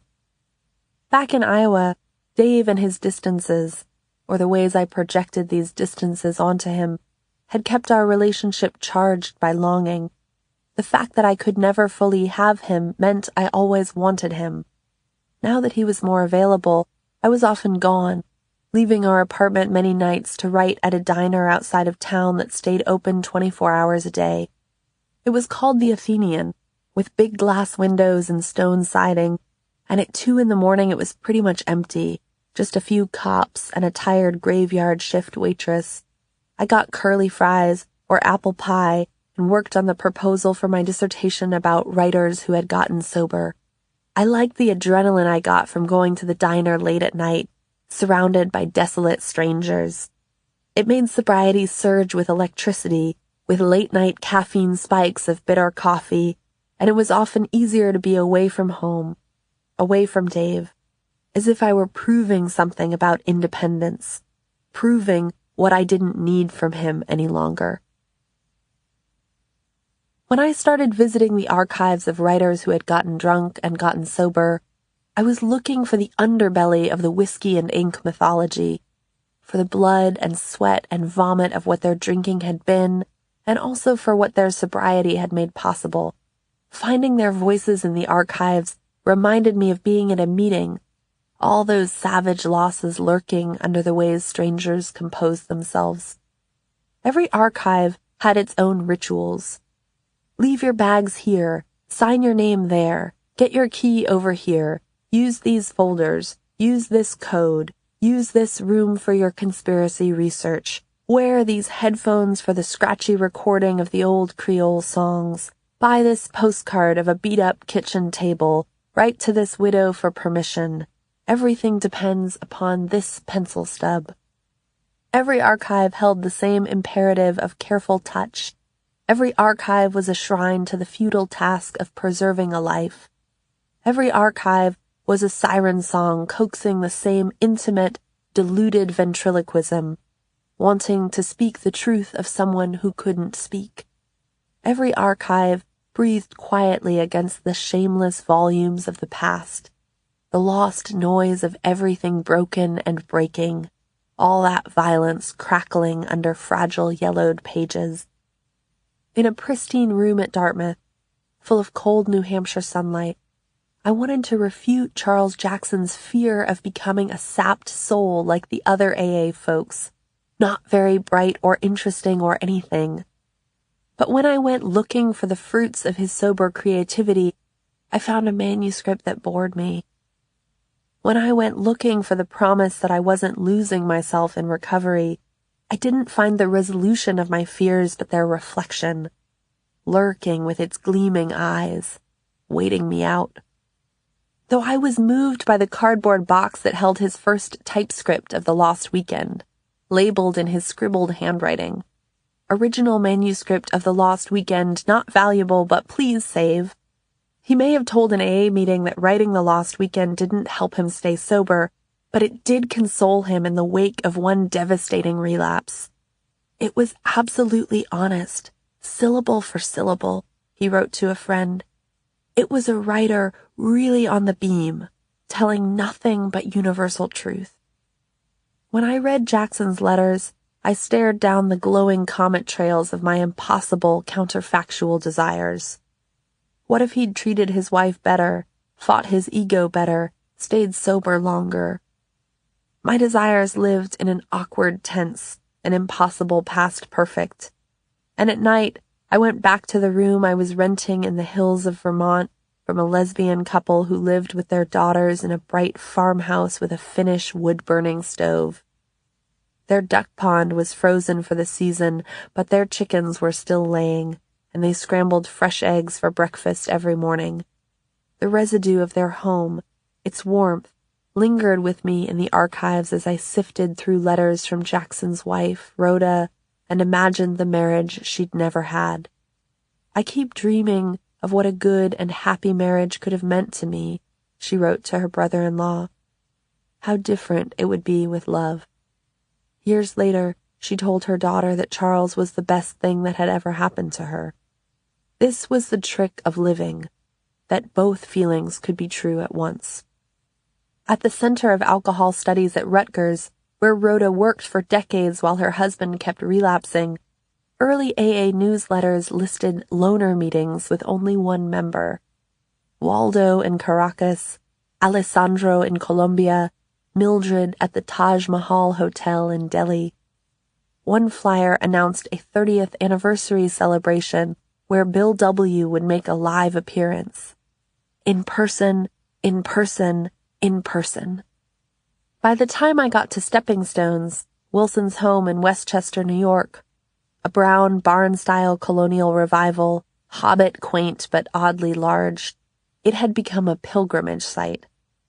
"We always say it's not a successful tour," the director once said, "unless at least one person cries." People cried at the big wooden bed where Wilson and his wife Lois read recovery literature to each other every morning. They cried at the artifacts of their daily lives, the can of hairspray, the single bobby pin, and at the kitchen table where Wilson drank gin and pineapple juice while Ebby talked to him about sobriety and Wilson told himself that his gin would last longer than his friend's preaching. They cried at the little silver stovetop coffee pot perched beneath a wall of mugs, the same pot that had brewed coffee for hundreds of newly sober addicts. My own eyes welled up. But if this place was a house of worship, Bill Wilson wasn't its God. The God was communion itself, the cups of coffee, the possibility of penetrating the ordinary loneliness of being a drunk. In Wilson's archives, on an early manuscript of the Big Book, I saw a line he had crossed out from another man's testimony. "At no time did I ever find a place where I could not get liquor when I wanted it." When I wanted it. Had there been a time when he didn't? The words were already implied. Something in me rose to salute Wilson's strike-through. It was like nodding at a meeting. Amen. The evening I left Berryman's archives for the last time, after days spent poring over AA step work covered with coffee stains and cigarette burns, my Uber driver was a man named Kyle who'd recently come back to Minnesota from the West Coast, where he had been working graveyard shifts as a poker dealer in a speakeasy. He had come back to get away from a life that had grown toxic, he told me. Too much drinking, a full-fledged gambling addiction, and because he wanted to reconnect to his core passion, Christian rap. In his teens, he'd been unstoppable, playing churches all over the Midwest, and when things had gotten bad back in California, all Kyle had wanted was to write raps again. But now that he was back, no longer gambling and drinking less, he had writer's block. Just that afternoon, I'd been reading the note from Berryman's analyst. Your creative skills are not so intertwined with your emotional problems. And I asked Kyle if he thought he wrote better from crisis or stability. Kyle thought for a while, then said he wrote from both, though the raps turned out differently. But if he had to choose, he'd choose stability in a heartbeat, even if it meant he never wrote again. For a simple reason. Stability was when he felt closest to God. Just before Halloween, I asked Dave if he thought Iowa had broken something between us that couldn't be fixed. It was easier to construct the sentence like that. Iowa had done it. "It's like something has gone numb," I told him. "Can't you sense that?" "Yes," he said simply. "I can." I'd been ready to convince him, but it was horrible when he agreed immediately. He told me he'd been trying to explain to a friend what it felt like to hug me when we got home at the end of the day. How stiff. How empty. This made me flinch, imagining all the times we'd hugged and he'd been thinking, this is empty. I'd wanted to believe in intention, going through the motions, showing up for commitments, all that program language that had given me a rudder when my own instincts seemed totally fucked. But apparently sometimes going through the motions could be just that. Nothing saving, only hollow, like hugging a corpse. Whatever was broken, I told him, I wasn't sure we could fix it. When I said that, Dave started crying. This was something I'd never seen him do. A flurry of snow fell beyond our giant picture window, sifting a layer of powdered white onto the bricks of the old corset factory where we'd been drunk, falling in love, 3 years earlier. It was the beginning of the massive early nor'easter they'd call Snowtober. Not for the first time, I accused Dave of thrilling toward my strength and pulling away from my weakness, from those times I'd been needy or dull or low. But for the first time, he agreed. I know that coldness, he said. after a long silence. I'm ashamed of it. In 3 years, he'd never really owned this, and I felt a sudden wash of relief, like an exhalation that I hadn't been crazy all this time. But it was never because he only wanted the good parts of me, he explained. It was never that he didn't want my sadness. That was just the story I'd written. He hadn't been pulling away from my fear, only the ways I'd blamed him for it. I didn't blame you, I started to say, then thought of all the times I'd cried at him like a weapon. What I gave was never enough, he continued. It was exhausting. He said there was an ice that ran through him sometimes, a sense of shutting down, and he wanted to fight it. But he'd never been repulsed by my need, only tired of the ways I constantly forgot how much he'd given me. That first time I'd seen the coldness on his face, the night before my surgery when I said I was scared, had it ever occurred to me, he asked, that he might have been scared too? And honestly, it never had. Had it ever occurred to me, he asked, that the day after we'd first kissed, down in Newport News, canvassing for Obama, that the whole time I'd been waiting for a sign from him, he'd been waiting for a sign from me?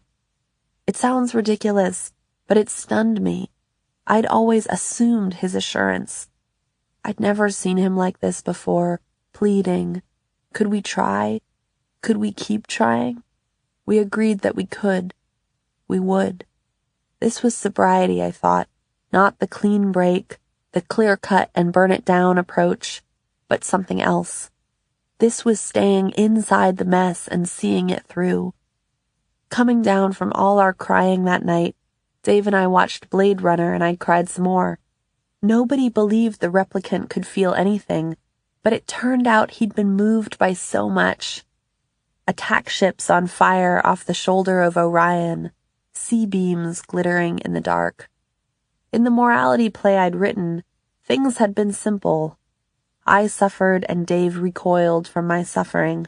So many times I'd told Dave that he hated being around me when I was sad, but I was starting to see that he'd just hated how I'd accused him of hating being around me when I was sad. I'd convinced myself that the problem between us was about Dave's aversion to my needs, that he was the embodiment of not needing itself, an absence in human form. But perhaps the problem was that I'd translated need so immediately into accusation. Your stone face. When in truth his face was many things. Often kind, often listening, often curious. I just feared the stone face so much I'd started to expect it, to feel him retracting, to feel my own inadequacy as cause, to feel. Emotion was my compulsion and obsession, the organ through which I processed the world, turning it to praise and harm like the liver turns ethyl alcohol to acetaldehyde and acid. I could do better. That evening, we decided to make food for the Occupy protesters camped downtown. This would be the thing we did instead of breaking up, a sign of hope and possibility. We baked sugar cookies that filled our loft with their sweet heat. I imagined how they'd be received, with surprise and gratitude. It was dark by the time we arrived at the Green. After someone directed us to the food tent, we set our plate of cookies on a table crowded with brownies, lemon squares dusted with sugar, a blueberry pie with a plastic cover, and a ring Danish from the grocery store. As we left, I heard someone say, "Why does everyone bring cookies? We've got so much fucking dessert here." Contract logic justifies all kinds of labor and makes all kinds of promises. If I do X, I'll get Y. But anyone who lives by contract logic for long enough is eventually betrayed by it. The people in the occupied tent don't always say what you want them to say. The sober writer doesn't always write a sober epic. The sober writer doesn't always even stay sober. Charles Jackson eventually decided AA had flattened him out, and that it worked best for the mindless, that it had doomed him to years of a kind of gray, bleak, empty well-being that made true creative work impossible, consigning him to apathy, spiritlessness, blank sobriety, and a vegetable health. Jackson decided he believed in the Faustian bargain after all, believed in the choice between sobriety and genius.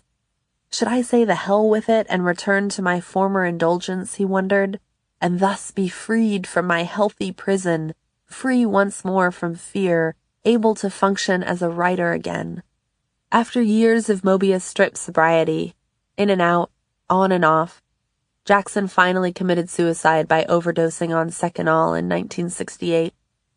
If my obsession with authors who had gotten sober was another version of contract logic, played out with whatever god I was tentatively praying to, if I get sober, you'll show me writers whose sobriety inspired them.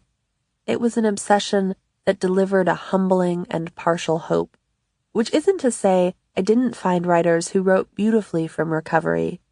Wallace, Johnson, Carver, but that the universe responded to my demands the way it often does, unpredictably, on its own schedule, without the grand drama of either boundless mana or unequivocal refusal. I wanted every recovery story to wear its sobriety like a shimmering, supernatural gown. But sometimes a story is just a thing someone needed to say, or a way someone needed to fail. Contract logic involved its own tyrannical authorial impulse. I will write the script, and God will make it come true. But sobriety didn't dutifully deliver on its end of the contracts I'd written. It did the opposite, offered relief from my own plotline. The sobriety stories I heard from Seneca House often hinged on overturned scripts and thwarted expectations. Marcus thought he was destined for a reckless expat life abroad, but ended up petting a beagle on a soggy creekside porch. Gwen had been Citizen of the Year before she spent time as the hobby lady. Shirley thought she had one life mapped out for herself, a career in journalism and marriage to another journalist. But sobriety delivered something else entirely. A divorce, a cross-country move, years as a single parent. Sobriety wasn't instantaneous wish fulfillment. It was more like tearing off a bandage and reckoning directly with everything she'd been drinking to survive. Shirley almost committed suicide the first time she ever did a fourth step. Her inventory was 96 single-spaced typed pages long, full of all her resentments at her husband and all her ambivalence about being a mother. She was planning to kill herself with carbon monoxide in the Pinto in her garage, and she'd gotten as far as turning the ignition when she thought about her kids coming home from school and finding her body there. So she killed the engine and went inside to call her shrink instead. She ended up in a locked ward for 30 days, on suicide watch. That was the real end of her marriage, she told me. Her stay at a psychiatric hospital. Lou's pride couldn't stomach it. After they divorced, Shirley moved back to Portland. With 2 kids, no husband, and no job. Her first AA meeting was in a smoky room full of strict old-timers. We don't hold hands, they said, and we don't say hi. She attempted suicide once more, after the move to Portland, slit her wrists, but survived. So much unfolded after Shirley didn't die. 2 more cross-country moves, 2 children coming of age, 1 child's gender transition, 6 AA love affairs, 2 bouts of cancer. She got a job teaching journalism in Louisiana, spent decades in activism, protesting the Keystone Pipeline, marching with Black Lives Matter, and growing a robust flock of Portland pigeons, other sober women she sponsored. At meetings, she was always the one arguing that you never threw out a newcomer, no matter how drunk he was. You had to find a way to let him stay in the room. 40 years after she got sober, Shirley showed me her Portland. Not backyard beehives and artisanal gelato shops, but the hospital where she'd gotten her mastectomy, the bend in the Willamette River that reminded her of a suicide attempt. She showed me the partially deflated balloons from her most recent sobriety milestones. 35 years, then 40, dangling from her apartment ceiling like hanging plants, and a poster on her office wall, a blow-up of a feature called Cheap and Chic from her daughter Laura's college newspaper that showed Laura wearing clothes she'd gotten from second-hand stores, sassy pedal pushers and a plush green velvet hat. That Cheap and Chic spread meant something to Shirley, in part because it was a validation of her sober mothering, when she'd encouraged her children to learn how to shop for themselves. During my Seneca visits, with Sawyer, Gwen, Marcus, and Shirley, the ghosts of old dramas set up shop in the banality of the present, in living rooms and coffee shops, memories of hair stringy with vomit, nights in jail, crack in White Plains, white lightning in Monrovia, children driven over bridges during blackouts. After Gwen told me about her suicide attempt, we held out our plates of Tuscan flounder for scoops of rice pilaf. Recovery works like this. You bring old traumas into the buffet line. You dump the old coffee grounds and listen to the story of a suicide attempt. It's no diminishment of what was painful and no romanticizing of it either. Only an awareness of everything giving way to something else. This chicken and dumplings. This salad bar. Certain stories might carry the easy lilt of practiced narrative grooves. Madeline's blackened branch and Gwen's moccasin making. Marcus throwing a chair across the room in anger. Sawyer touring drunk wards in Lithuania. Shirley dancing tango in an empty bakery. But just because a story has been crafted for survival, sculpted by memory, polished by repetition, whittled into artifact, doesn't mean it doesn't also hold truth. Years after her second suicide attempt, Shirley met a man in the Portland recovery scene, a guy who rode supplies out to the oil rigs, who had slit his wrists too.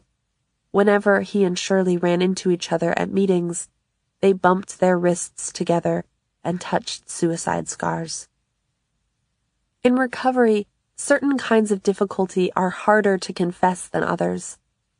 The hardest stories for Shirley to tell, early on, were about her marriage. It wasn't hard to talk about how much she resented her husband, his rages and his self-absorption, but it was hard to talk about how much she'd relished being his sacrificing helpmeet. Shirley had a certain narrative about their life together, about how she'd hated her role in it, and it was harder to admit this other part, the thrill of martyrdom and sacrifice. It took her an even longer time to share what she'd whispered to Laura, her infant daughter, the day of her adoption. I don't want you. I don't want you. I don't want you. Sometimes the hardest things to confess are the difficulties of sobriety. The story of Shirley's parenting wasn't a simple conversion narrative, that she had been a terrible parent drunk and a better one sober. Her sobriety was hard on her kids too. They missed her when she was away at rehab. When Shirley asked her daughter to speak at her 14th sobriety anniversary, Laura talked about how she felt Shirley had abandoned her for sobriety. As a girl, Laura had once asked Shirley's sponsor, Madeline, "Why doesn't my mother love me?"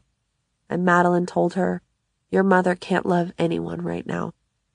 At a 1970 AA convention in Miami, one speaker lamented that an AA member might believe that he must tell an unqualified success story or not speak, that he might think he should not speak about his fear of people, his inability to work or understand all aspects of the program, or the fact that he may frequently behave badly, or that he is unhappy and depressed, even when all these things may be true.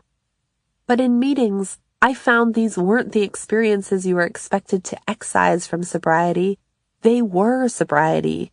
The bad behavior and grumpiness as much as the wonder.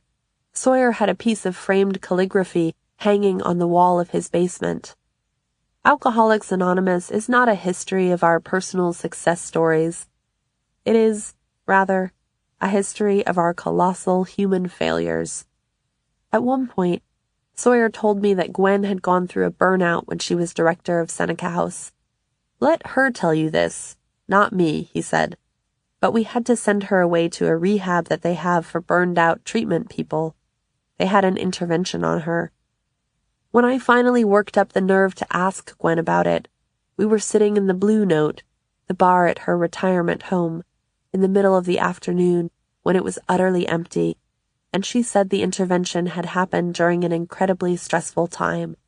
She'd been organizing her son's wedding and pulling together the paperwork for Seneca House to get the accreditation it needed for third-party reimbursement from insurance companies.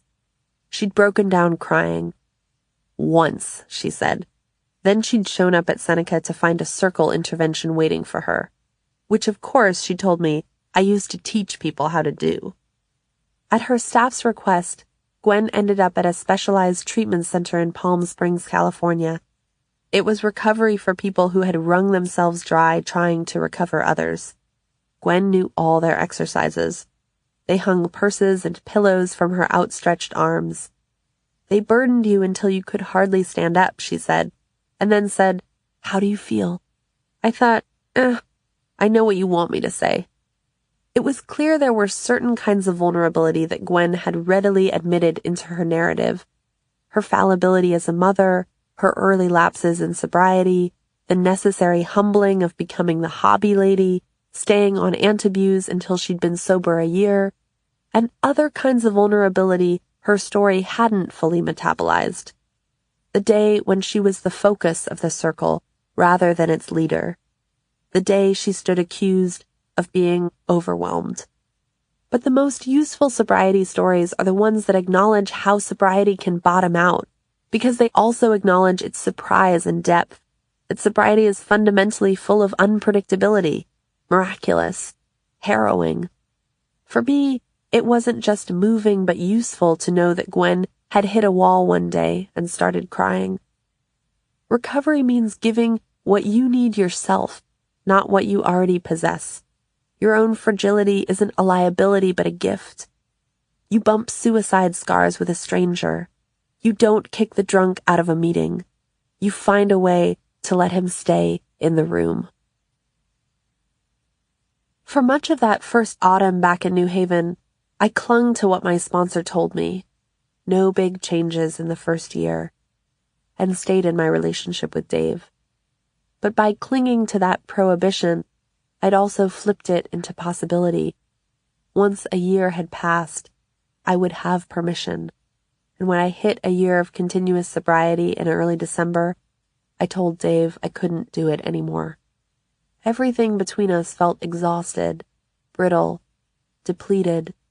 The hot magma of conflict, with all its heat and surge, had cooled into hardened ridges of resentment, quieter, lunar landscape.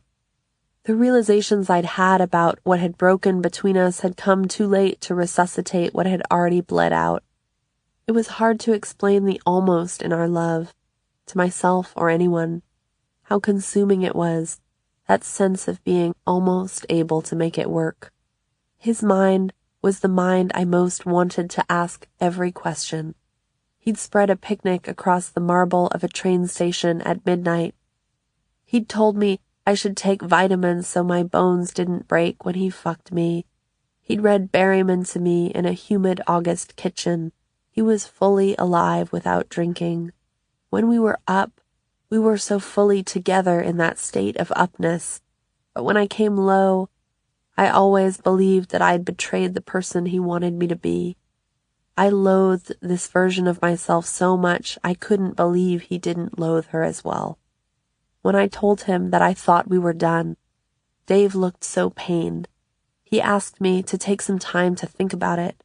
It seemed cruel, to both of us somehow, that the thing that made him reach for me was the idea I might finally pull away. I went to stay for a few days with a friend in Brooklyn, in her tiny studio on 9th Street, where we binge-watched Rihanna videos. She was falling in love. She was sad in a bathtub. She was smoking 8 cigarettes at once. I cried over greasy hamburgers at the dive joint on her block. While I was there, I got a note from Dave saying he'd found my big book lying on our bed. When he confessed he'd started looking through it, reading notes I'd scribbled in the margins, I felt the sad gratification of symmetry, his desire to know those parts of me that didn't involve him. "You've been examining yourself so fearlessly," he wrote, "in this quiet way I haven't ever really asked about." He quoted a passage in the big book that I'd underlined, "Fear is an evil and corroding thread," and wrote, "I think I feel now something like what you must have felt so often in Iowa." It wasn't just that he was afraid I'd leave him, it was that he had begun to understand the ways fear could rearrange you, could fill you with disarming and overwhelming kinds of longing, to know another person, to gather all their pieces, to read their secret thoughts. When I came back to our apartment, I saw 3 empty nips of liquor in our recycling bin, the kind you'd find in a hotel minibar. He'd been drinking, he said. This was what it looked like when he drank. 3 little bottles. I knew that I wanted him to be happy, but worried that I resented him too much to make him happy.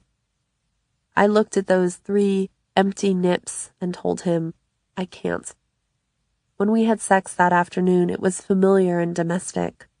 Pulling socks off each other's feet, peeling away long underwear. All the leaves had fallen from the trees and couldn't block the sun any longer. He bent my legs so that my knee jutted in front of the window, winter light gleaming behind. It felt possible to reach for him without reservation now that I knew I was losing him.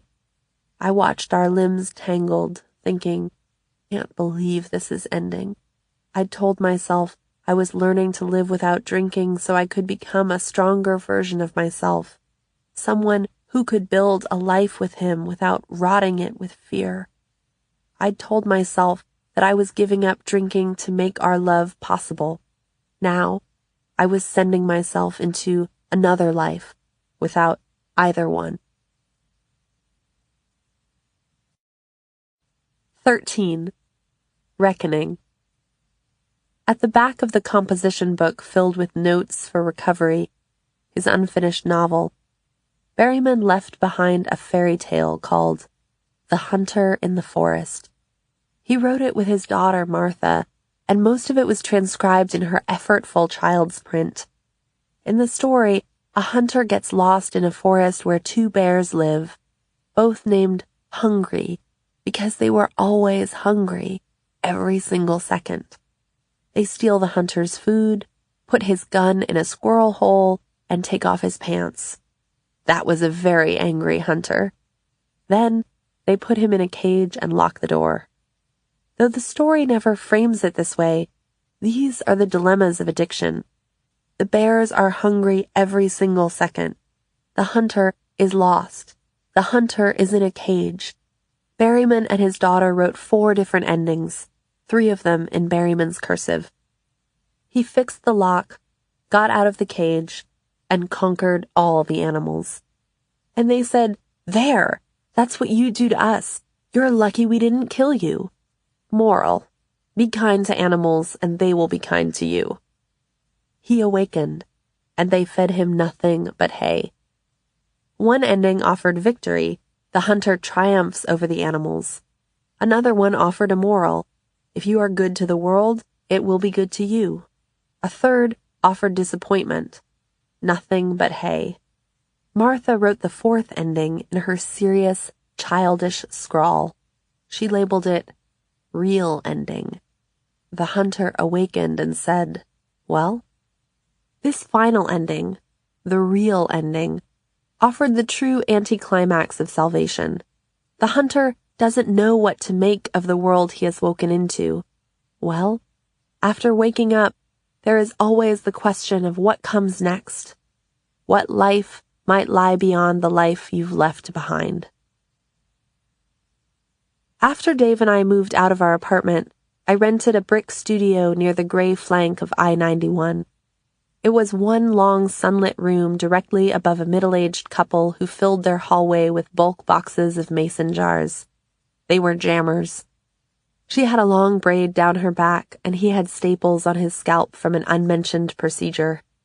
Just after moving in, I gave them a plate of gingerbread cookies I'd made with a new set of cookie cutters shaped like forest animals: moose, squirrel, fox, purchased to signify the beginning of a new era of unwilled generosity and outward focus, in which I would always be doing little things for others.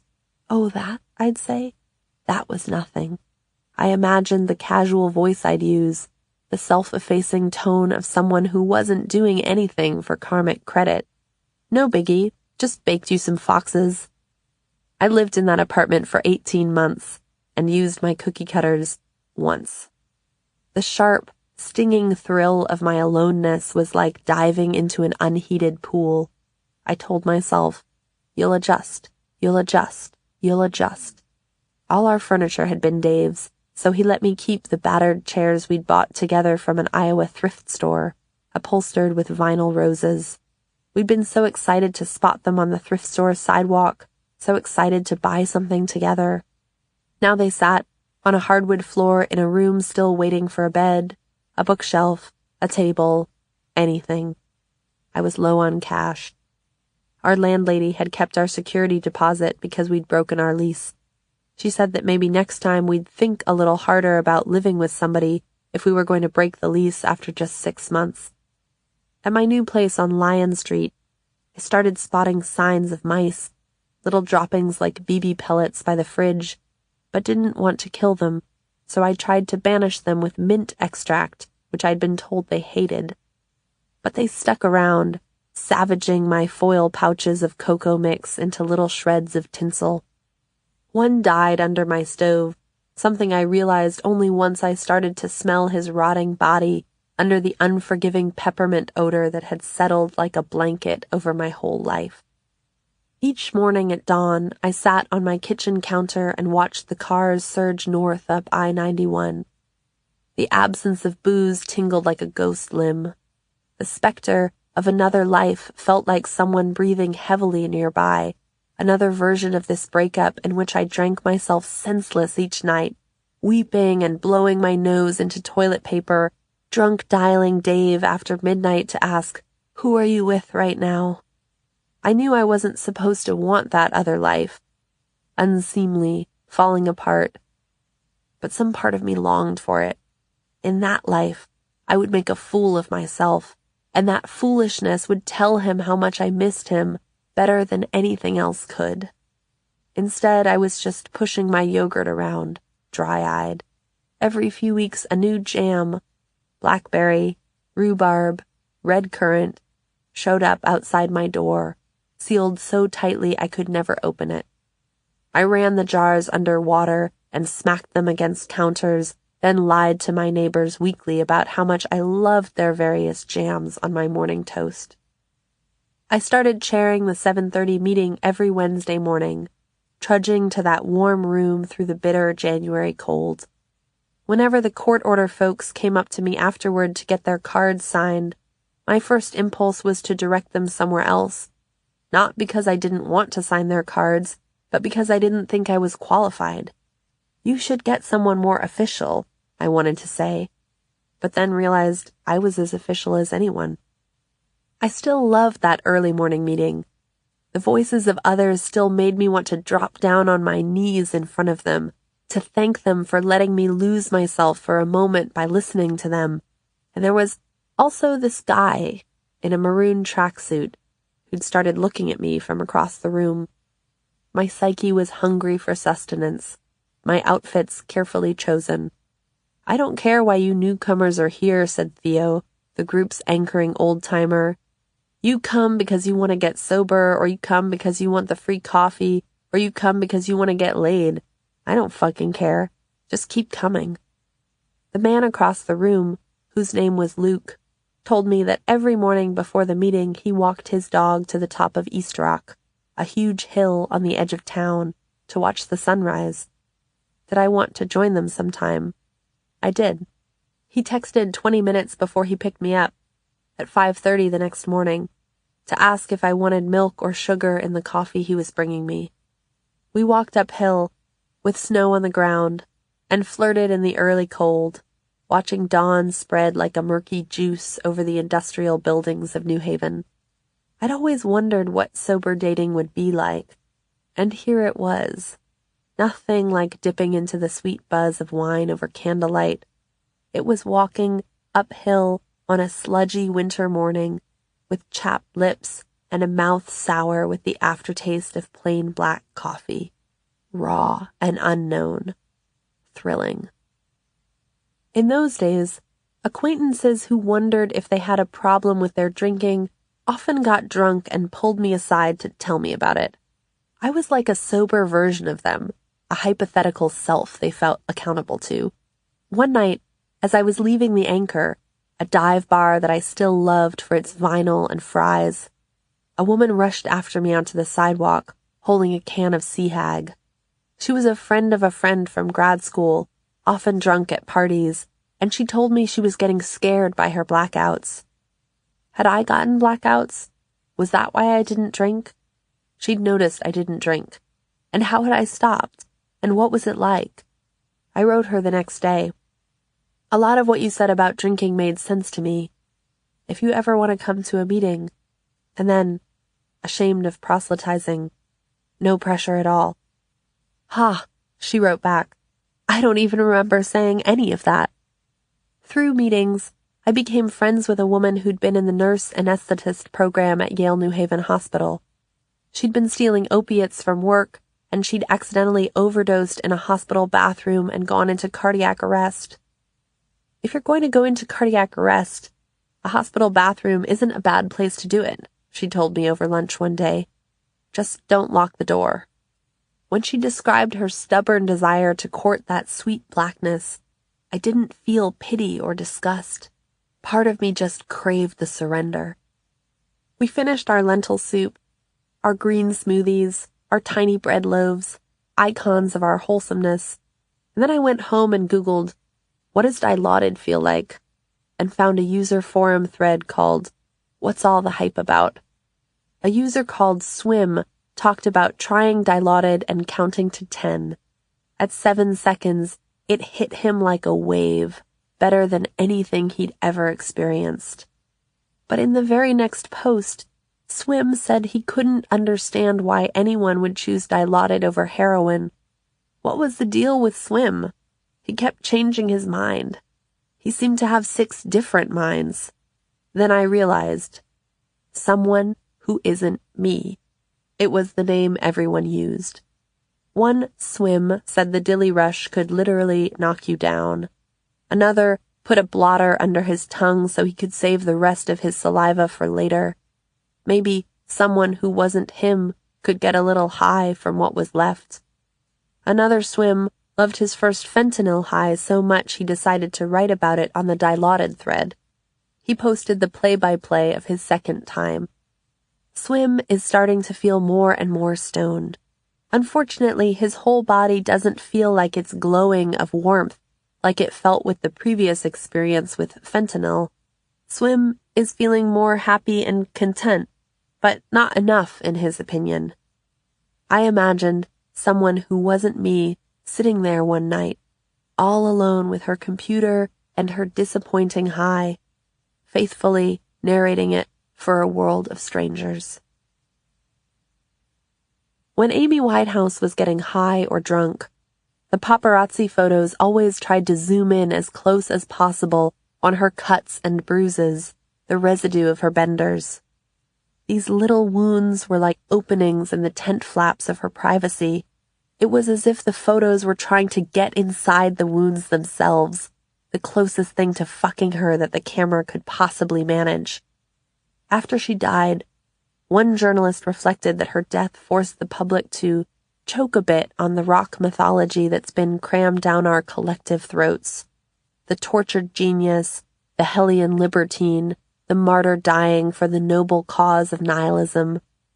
It was unending, our collective fascination with the self-inflicted pain of a beautiful woman. It was another incarnation of Elizabeth Hardwick's awe at Billie Holiday's luminous self-destruction, though it was Holiday who'd said, "If you think dope is for kicks and for thrills, you're out of your mind." If only that were true, but I've always perked up at Drunkalogs. The night Amy Winehouse won 5 Grammys, she told her friend Jules, "This is so boring without drugs." The answer on the narco farm intake form had stated it so simply: reason for addiction, to avoid monotony of living. My dad had always been irritated by the ways my high school human development class seemed to whitewash the truth. How can they keep you from getting into trouble with drugs, he said, if they aren't honest about how good they feel? He always told me that one of the most dangerous things about drugs was the fact that they were illegal. This from a man born in 1943, the same year as George Kane, who never did time for the drugs he did, but knew that others had. It's not that there aren't thrills. It's just a question of aftermath.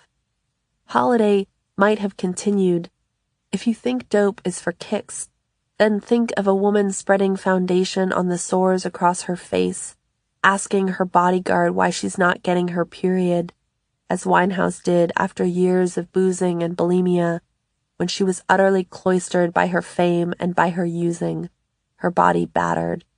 She wasn't just a legend, but also a woman who couldn't walk straight, a woman on a bed who wasn't sleeping, but gone. When she died, her blood alcohol content was 0.4%, a level well above deadly. The coroner ruled it death by misadventure." Dope never helped anyone sing any better, Holiday insisted, though it's true that if Winehouse had gone to rehab that first time, we might never have gotten Back to Black, the album that made her famous. I wonder what we would have gotten instead. "She had the complete gift," said her idol Tony Bennett. "If she had lived, I would have said, life teaches you, really, how to live it, if you live long enough." I would have loved to hear Amy Winehouse sing sober. Not just 2 weeks sober, but 3 years sober, 20 years sober. I never lived her life, and she never lived mine. But I know that when I was 27, I stopped, and when she was 27, she died. I know that when I watch a video of her on stage in Belgrade, drunk out of her mind, like she's been airdropped into a moment she can't possibly fathom, I think of coming out of a blackout into the strange new world of a Mexican bathroom stall, or a dirt basement in Cambridge, or a breezeless bedroom in Nicaragua, where it was easier to let a man finish fucking me than to stop him. When she lurches across that Belgrade stage and finally squats there, still and quiet, smiling, just waiting for something to happen or for something to stop happening, it's less that I know what's happening in her and more that her eyes know something that happened in me. I hate that she didn't have years of ordinary coffee dates and people saying, "I get that," that she stayed doomed to her singularity and her vodka-thinned blood and her drunken stumbling under the broken tower of her beehive, her body barely holding up the weight, until it wasn't, until it couldn't any longer. Alone in my new apartment, I was constantly imagining Dave in his new apartment across town. I'd ended things because I was sick of obsessing about the exhausting question of whether we should be together. But now that we weren't together, I only obsessed about us more. It was a familiar vein of disappointment. I'd stopped drinking so that I wouldn't think about drinking, but after I stopped, I thought about it constantly, without respite or relief. Plenty of nights, I wanted to text Dave drunk, but I didn't drink anymore, so I couldn't. Instead, I texted him sober. We texted to say nothing, and by saying nothing, we also said, "I am still here." Some nights, we said more. "I still feel like you're my real life," I told him.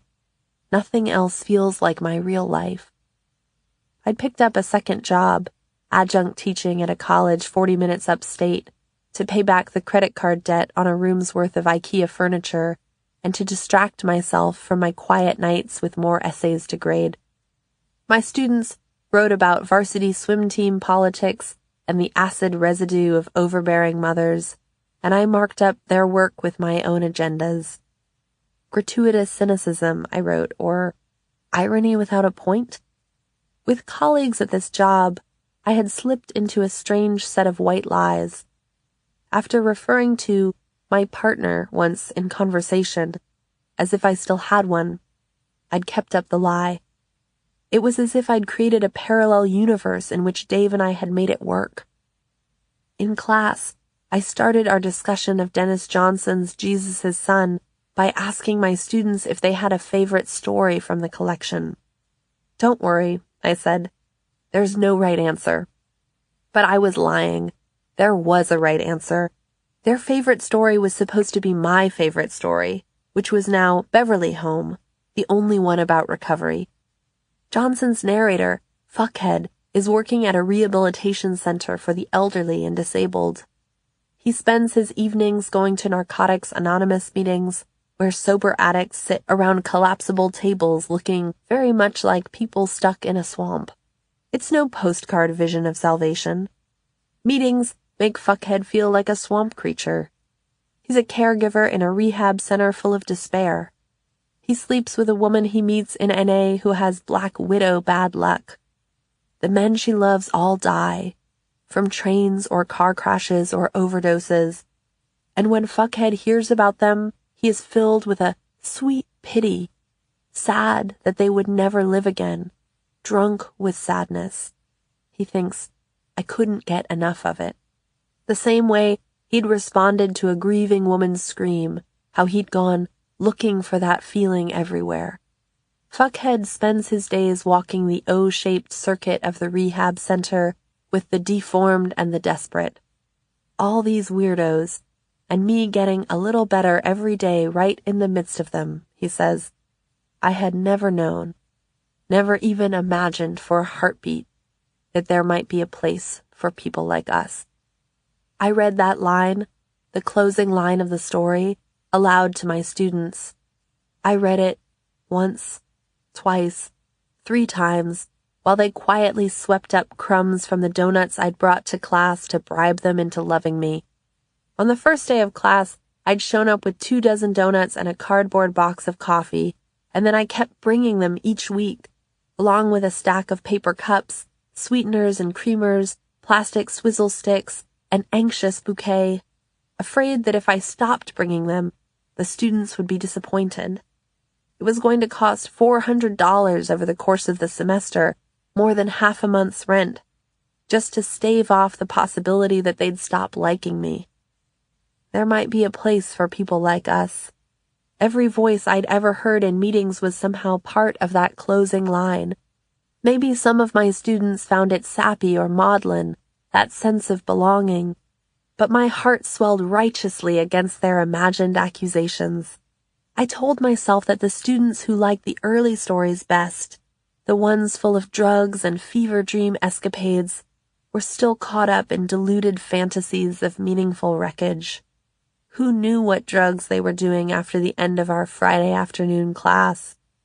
One told me he'd recently discovered his totem animal during a shamanic ritual. But the students who liked Beverly Home best, they were the ones who got it. That story believed in something besides the self-immolating antics of dysfunction, their flickering, intoxicating glow. It was gazing somewhere beyond the horizon, past the blaze. One of Johnson's early drafts of Beverly Home began like this. I had sobered up just in time to have a nervous breakdown. I had no idea. I was a whimpering dog inside. Nothing more than that. Johnson first tried to dry out in 1978 in his parents' home in Tucson, where he was living with his eccentric grandmother, Mimi. But he didn't get sober for good until the early 1980s. I was addicted to everything, he told an interviewer decades later. Now I just drink a lot of coffee. Johnson was concerned about getting sober and knew this was typical of people who feel artistic, but he'd written only 2 stories and a handful of poems in 10 years while he was actively using, so he figured he didn't have much to lose. In the decade after he got sober, he produced 4 novels, 1 collection of poetry, a collection of stories, and a screenplay. His was the arc I'd been looking for, the possibility of sobriety as jet fuel. He dedicated 2 of his novels to HP, which I never would have recognized years earlier as shorthand for a higher power. He wrote the whimpering dog inside, without apology or instant redemption. And every once in a while, he wrote about the consolations this dog might find. Approval was something I craved more than drugs or alcohol, he wrote in an early draft of Beverly Home. I hadn't been able to get it in the bars, but it seemed attainable in the rooms. He meant the rooms of recovery. Are we really all that tormented? Jackson had wondered. Or is it something we hang on to, foster, even cherish? In 1996, a younger writer wrote to Johnson, I want to thank you for your unfailing support and friendship in helping me get acquainted with my alcoholism. It seems there are two kinds of American writers, those who drink and those who used to. You introduced me to the latter. Thanks, brother. At one Thursday night meeting, I met a woman who was beautiful but fidgety, maybe mid-20s, a few years younger than me, olive-skinned, with tight jeans, a shimmery blouse, and hair in a wispy brown bun. She moved as if she were breaking a rule by inhabiting her own skin and didn't want to get caught. Her eyes had dark hollows beneath them. She kept tucking back stray wisps of hair behind her ear. At a party in Iowa, I might have been threatened by her, might have watched how she talked to men or to Dave. But in that church basement, I recognized her discomfort so immediately and strongly that it made me fidget in my seat.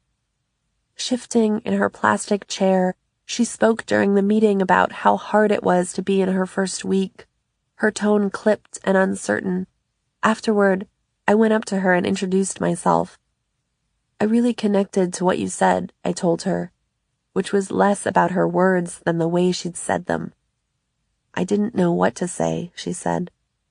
That's part of what I connected to, I said, and the part about drinking alone. She nodded and looked down. She seemed pleased. She started, if it's not strange, I knew those pauses well, or at least my own version of them. Am I basically hurling myself on this stranger, right here in this basement? Exchange numbers? I smiled. I was just about to suggest it. Her name was Monica, and she was the first woman I ever sponsored. When she initially asked, I almost said, you might want a sponsor with a different drinking history. You might want a sponsor who knows the program better than I do. But what did I know about what she wanted? Maybe she drank like I drank. Maybe she needed to hear from me that your drinking could be boring and still pretty fucking demoralizing. Maybe she needed to hear about the program from someone who was still learning it. The first time we got together, I sat on a bar stool in Monica's kitchen, in a brick apartment complex in the suburbs with a view of a parking lot, and she told me about coming home from work and getting quietly drunk on her futon. The ghosts of those nights whispered around us, stirring her scarves, passed out on her sequined throw pillows. I wanted to help her, and I could see how much she wanted help, how much she wanted to give herself to recovery, which only made me nervous. What future can I give this woman, I wondered, as if her future were mine to give. What's the right thing to say next? So I grasped at the ladder rungs of what other people had said to me before, my own sponsors, the people I'd heard at meetings. I told her my story, what it was like, and then she told me hers. We followed the script. And honestly, it's hard to say what she would have gotten if I'd tried to reinvent it. The obsession I'd described was exactly what she'd felt, Monica said. It was what a million other people had felt too. It wasn't anything original, our yearning, and our conversation wasn't original either. I could have been anyone, and she could have been anyone, but there we were, on our stools, in that particular Connecticut apartment, in that particular twilight. It wasn't new, our talk. It was just new for us. During those early days of sponsoring Monica, while both of us found solace in the simple fact of communion, a group of incarcerated female addicts was working a chain gang in the Arizona desert. Their guards made them chant, "We are the chain gang. The only female chain gang. They wore t-shirts that said, "I was a drug addict," or "cleaning and sober." They lived in Tent City, a cluster of sweltering tents full of scorpions on the ground and mice in the trash heaps. Temperatures in the tents often hit 140 degrees. If I had to design a system that was intended to keep people addicted, clinician Gabor Mate told a journalist, I'd design exactly the system we have right now. João Guau, the architect of Portugal's drug decriminalization, believes the terroristic approach pioneered by Harry Anslinger, dealing with addiction by chaining, by humiliating, is the best way to make addicts wish to keep using drugs. But Anslinger's legacy has endured. Tent City was the brainchild of one of his protégés, Joe Arpaio, who was hired by the Bureau of Narcotics in 1957 and served as sheriff of Maricopa County for 24 years, from 1993 through 2016. When journalist Johan Hari interviewed Arpaio for his 2015 book, Chasing the Scream, a dizzying account of the lineage and devastating legacy of drug criminalization, Arpaio proudly showed Anslinger's signature framed and hanging on his office wall. "You got a good guy there," Arpaio said. With Tent City, Arpaio had finally, literally, made good on the dreams of the Los Angeles police officer whom Anslinger had quoted years earlier. These people are in the same category as lepers, and the only defense society has against them is segregation and isolation whenever possible. In 2009, at a prison 22 miles west of Tent City, one prisoner, number 109416, was literally cooked alive in a cage in the middle of the desert, a bare outdoor holding cell with nothing more than a chain-link roof shielding her from the sun. She'd been sent there as punishment for a minor disciplinary infraction. Prisoner 109416 was serving time for solicitation, but her prostitution had been supporting her meth habit for years. Her addiction got her incarcerated, and it ultimately got her killed. Her body was discovered with blisters and burns all over her skin. According to one witness, her eyeballs were as dry as parchment. Her temperature was recorded at 108 degrees before she died. That was as high as the paramedics' thermometers went. Before she died in a holding cell, prisoner 109416 lived as Marcia Powell. In Chasing the Scream, Hari excavates the human particulars of her life from the dehumanizing tragedy of her death. She was a teenage runaway in California, sleeping on the beach sand for warmth and washing in McDonald's bathrooms. She was generous and drawn to bodies of water. She loved panning for gold in the lakes of Arizona. She cooked a full breakfast for her boyfriend's dog each morning, eggs and sausages.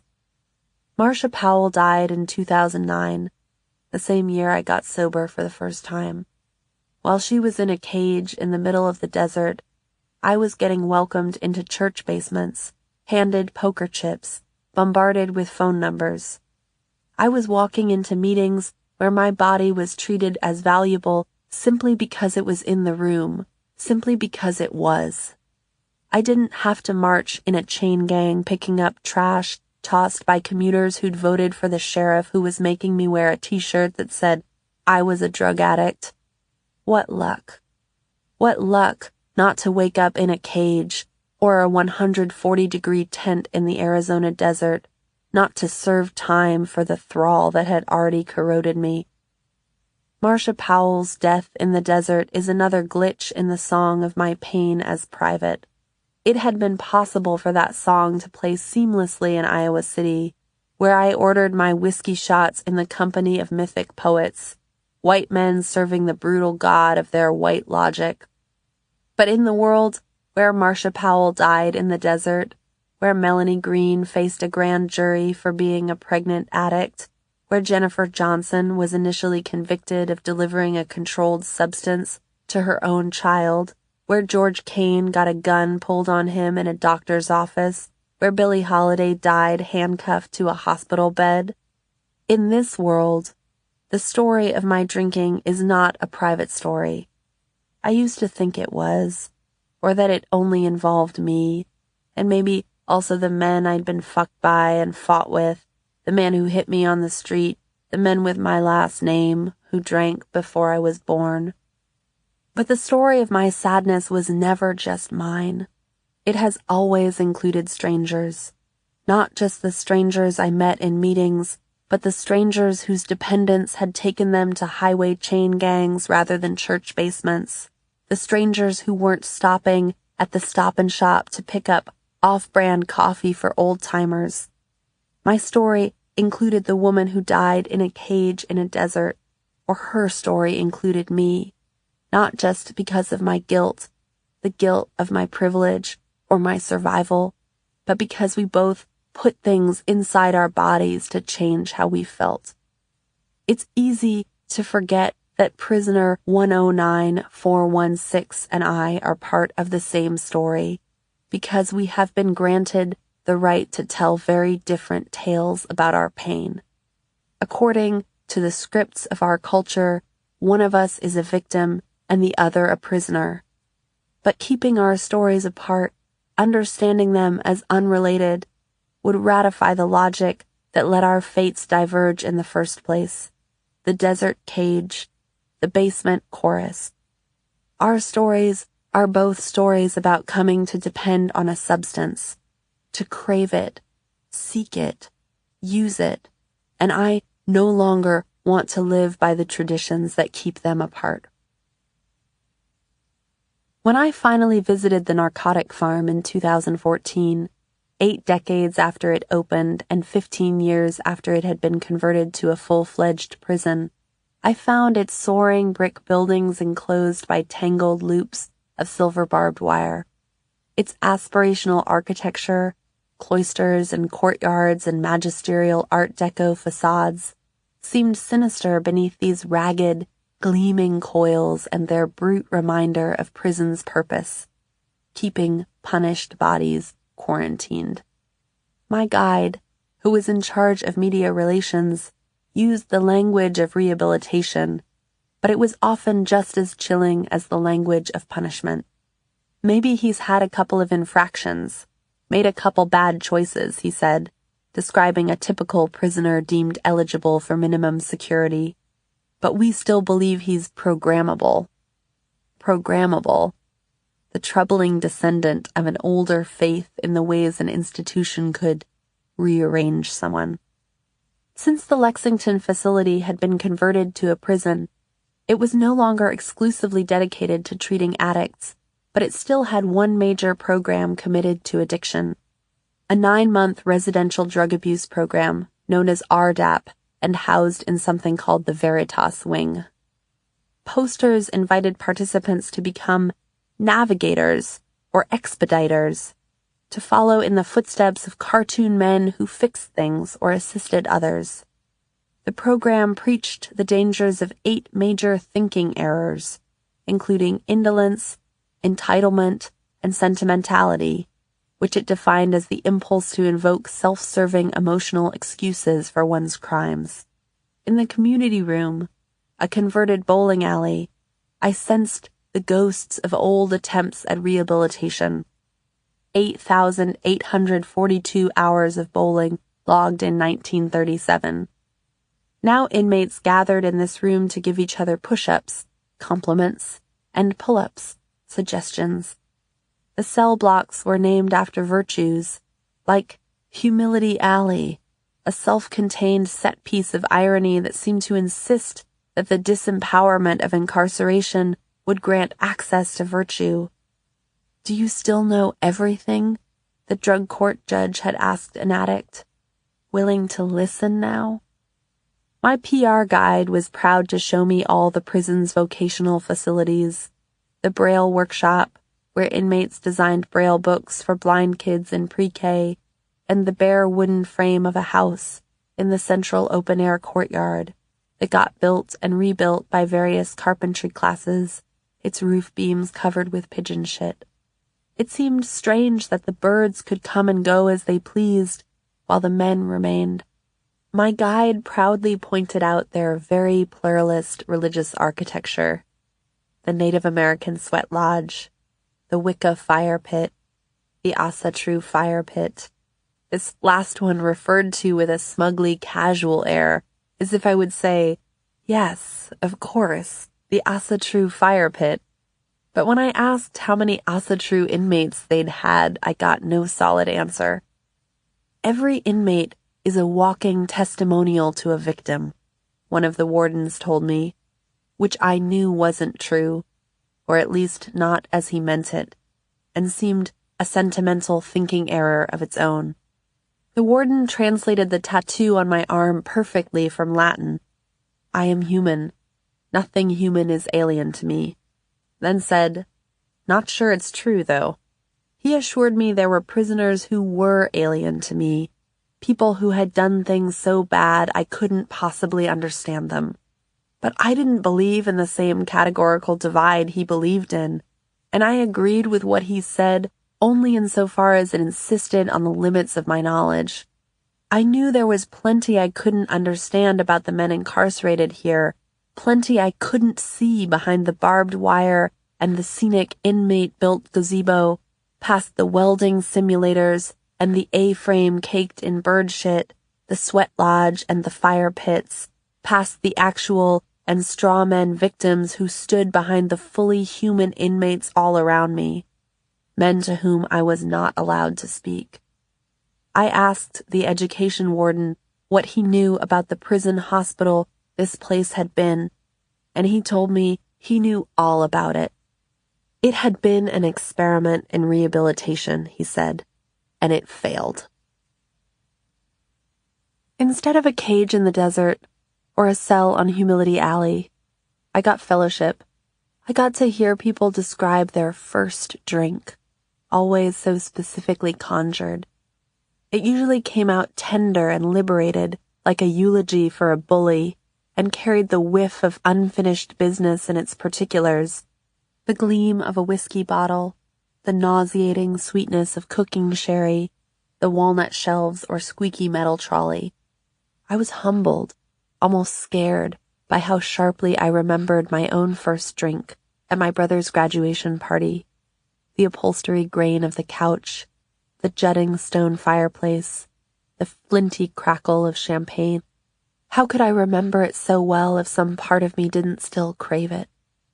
If memory and longing were two radio dials tuned to the same frequency, then others were listening as well. A woman with multiple sclerosis named Petra said, it was all day, every day. She talked about drinking to forget the fact of living in her ill body and the embarrassment of knocking her wheelchair into chairs and tables, but there was also something in her voice, almost wistful, that missed the escape.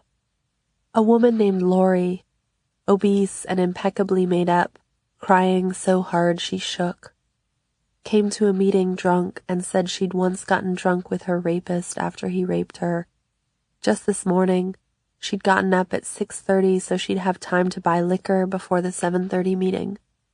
I took her out to a diner afterward, where she got an Oreo milkshake, and I drank so much black coffee I thought I was going to pee for hours.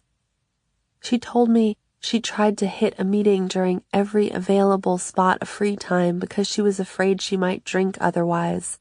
And I thought, I want to help you. I don't know how. I told her about getting drunk and letting a guy finish fucking me because it was easier than stopping him. She said, exactly. I don't think she meant it was exactly what had happened to her, because it wasn't what had happened to her. I think she meant there was a place drinking can take you where you forget that your body even matters, and we'd both spent time there. I started giving rides to Wendy, 20 years old, the girl with a colostomy bag I'd met in a church basement across town. One morning, when I came to pick her up, she was clearly drunk, holding a huge styrofoam cup full of 7-Eleven coffee from the night before that she'd microwaved that morning, she explained in a slurred voice, because she didn't want to be wasteful. It was as if she wanted to compensate for being drunk by explaining some small thing she'd done right. I didn't know what to do. I couldn't just leave her in her driveway, or could I? The story I'd told myself about her recovery went something like this. This cool older woman started giving me rides and showed me that sobriety could be something I actually wanted. But her sobriety story wasn't mine to write. I drove her to the meeting anyway.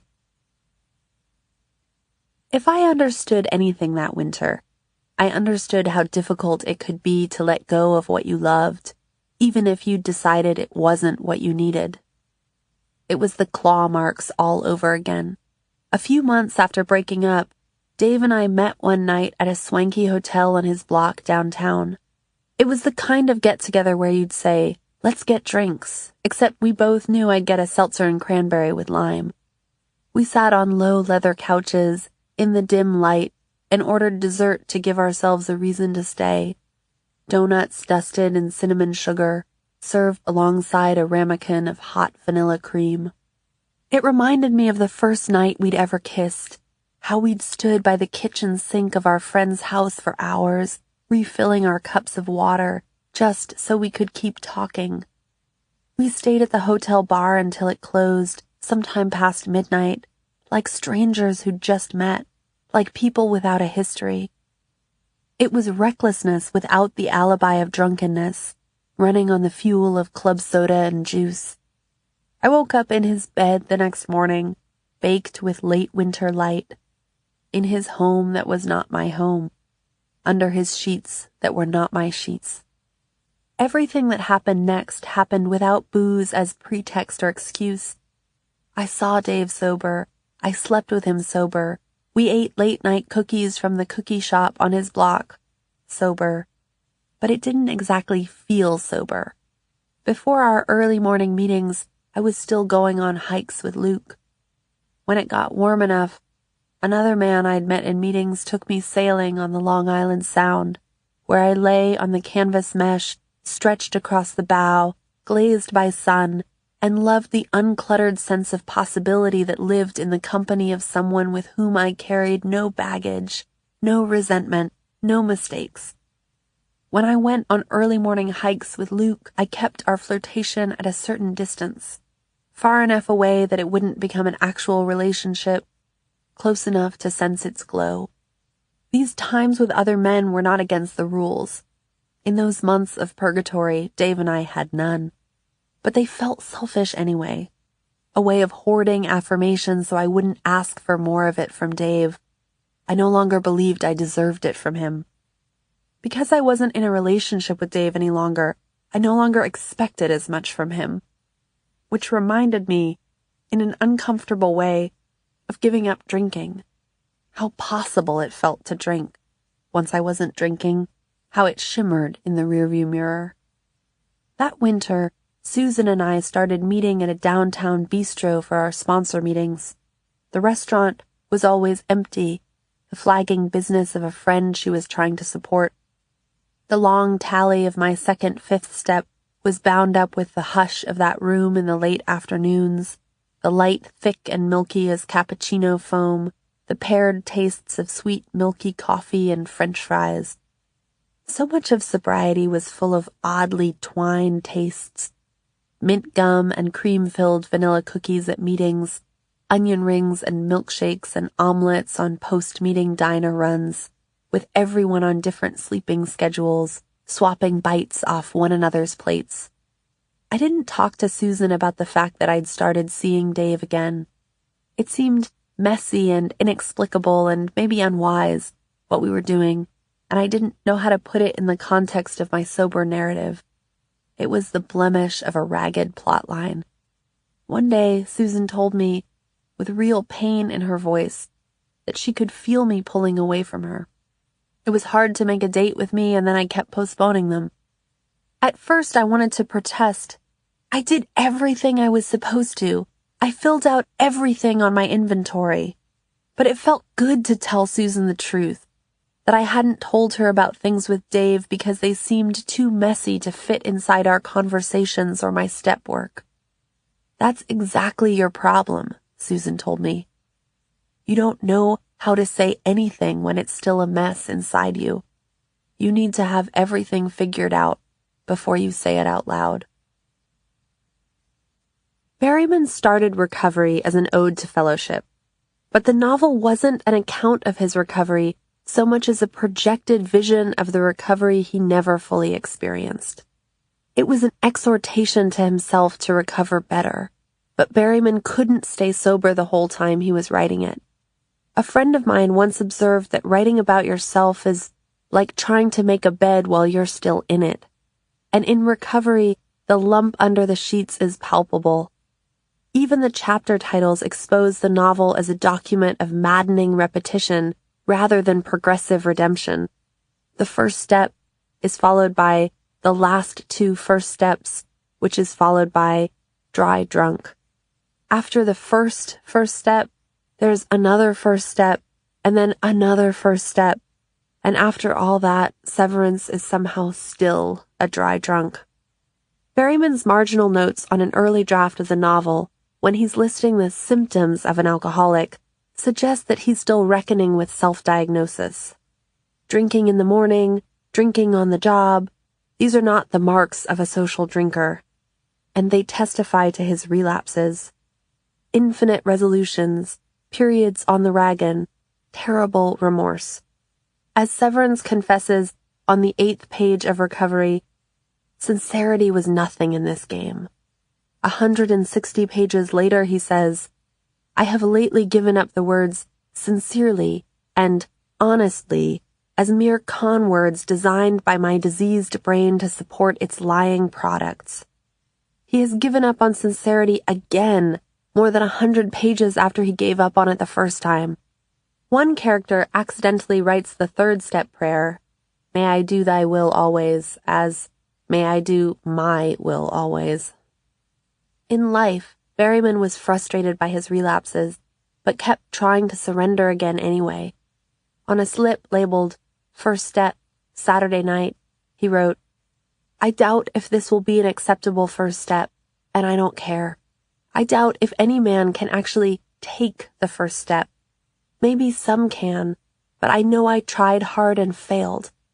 Last spring, I wrote a comprehensive account of 23 years of alcoholic chaos, lost wives, public disgrace, a lost job, injuries and hospitalization, a blacked-out call to a girl student threatening to kill her, involuntary defecation in a public place, DTs, convulsions once, etc., and it was completely sincere. And a month later, I had a slip, 4 or 5 over the next 2 months, 2 months sobriety, 5 days drinking, and here I am again.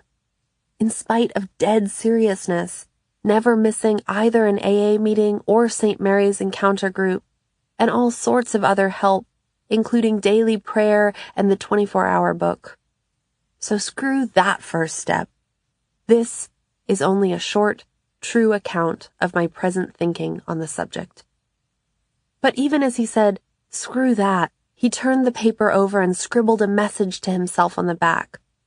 As you comb your hair and beard in the morning, say to the mirror, Berryman, God is interested in you and conscious of your struggle and your services. Good luck. He kept trying to redirect himself from crisis to purpose, your struggle and your services. His inventories kept circling back to the same futilities and frustrations. Do I feel I'm unstoppable? Yes. Do I ever go on the wagon to prove I can quit? Yes. He didn't even mark yes or no for do I ever get drunk, as if it were a question too obvious to bear answering. His whole life had already answered it. If the novel was an attempt to write himself into recovery, Berryman's handwritten edits on the early draft betray his unresolved questions. One rehab patient looking at Severance with real interest became with the appearance of real interest. Another handwritten insertion insists that each rehab patient returns to his own world after reciting the Serenity Prayer in unison. At one point, Severance knows he felt depressed, but he can't even connect to what makes him cry. I don't know what the hell I was crying about, he says. He felt nowhere. Disappointment lurks on the other side of each dash, after the held breath of each pause. In a group therapy session near the end of the novel, Severance confesses that he has a son from whom he has been estranged for years. He's not even precisely sure of his age. 13, I think. As Severance acknowledges miserably, he doesn't know his son well, though he's not yet ready to take full responsibility for it. His letters are very childish, Severance complains. I can't find out anything about him. Berryman had an estranged son of his own, and his archives hold letters that express, as clearly as anything, the unspoken white margins of distance between them. Dear Dad, I've done well in school this quarter with a 91% average. I have enclosed a copy of my report card. I hope you like it. I've been accepted at South Kent School. This has been the only acceptance I've received so far, so I don't know if I'll be going there. Say hello to Kate and Martha for me. Much love, Paul Berryman. His letters are very childish. I can't find out anything about him. A few weeks later, Paul Berryman sent a copy of his acceptance letter from Phillips Academy, with that full name in his signature, again, as if writing to a stranger. At that point, it had been several years since he and his father had seen each other. But Berryman wanted to share the fruits of his recovery with Paul. He wanted recovery to be something that brought them closer together. Just before his birthday one year, Berryman wrote his son a letter. For my son, on the eve of my 56th birthday, after struggles, I think I have learned this.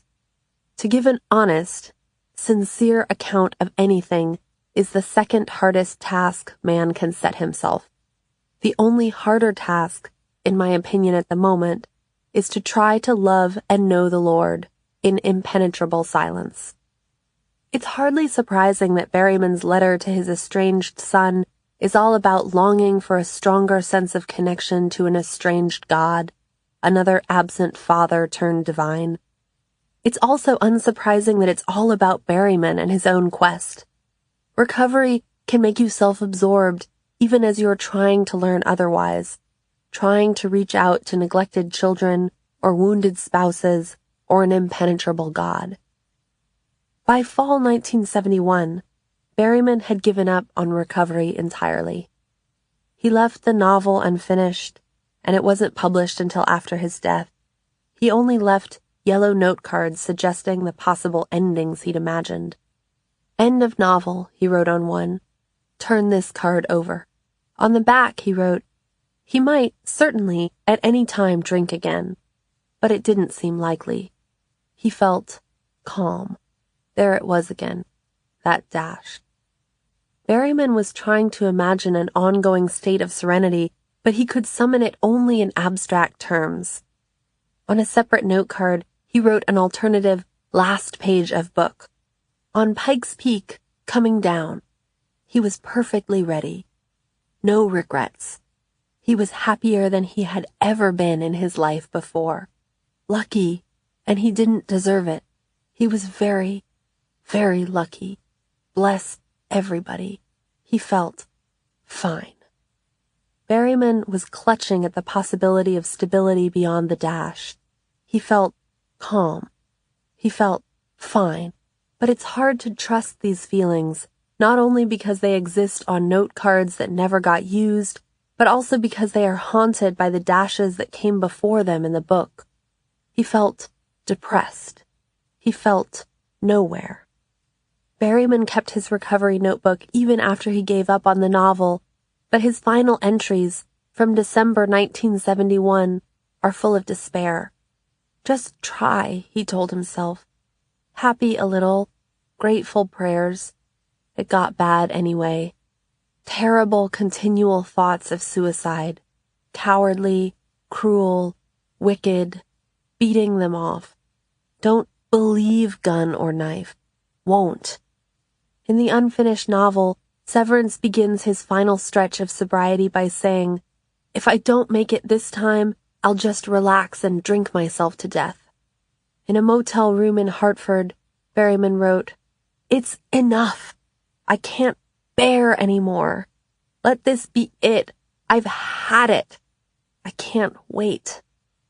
On January 8th, 1972, Berryman jumped off the Washington Avenue Bridge at the University of Minnesota, where he'd taught for almost 20 years, and landed on the riverbank below, dead on impact.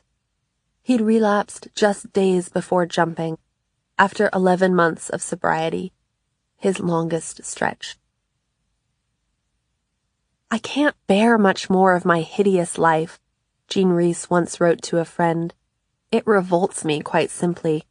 No surprise, then, that Rhys found herself wanting to write away from the I of personal experience, the shame of thinly veiled autobiography, and into another I who is everybody.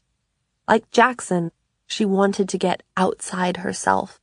This was harder when other people were around.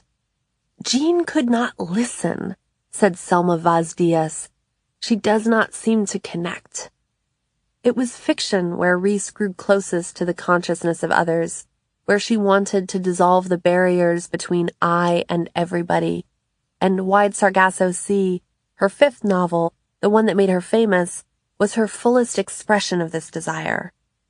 Rhys's first 4 novels had been rooted in the landscapes of her own life, dingy hotel rooms and bleak boarding houses in Paris and London, but this last one found her core wounds, alienation and abandonment, in the imagined life of someone else. Mr. Rochester's first wife from Jane Eyre, the madwoman in the attic. Rhys reimagined this opaque character as Antoinette, a woman exiled from her country and spurned by a man, a life rediscovered in the wreckage, a character reclaimed from mad villainy, no resemblance to Rhys at all. It took Rhys nearly 20 years to write the novel, 2 decades full of poverty, binge drinking, itinerant living, and trying, often failing, to care for her increasingly ill husband, Max. She burned one draft of the novel to a crisp in her kitchen grate during a bout of drunken fury.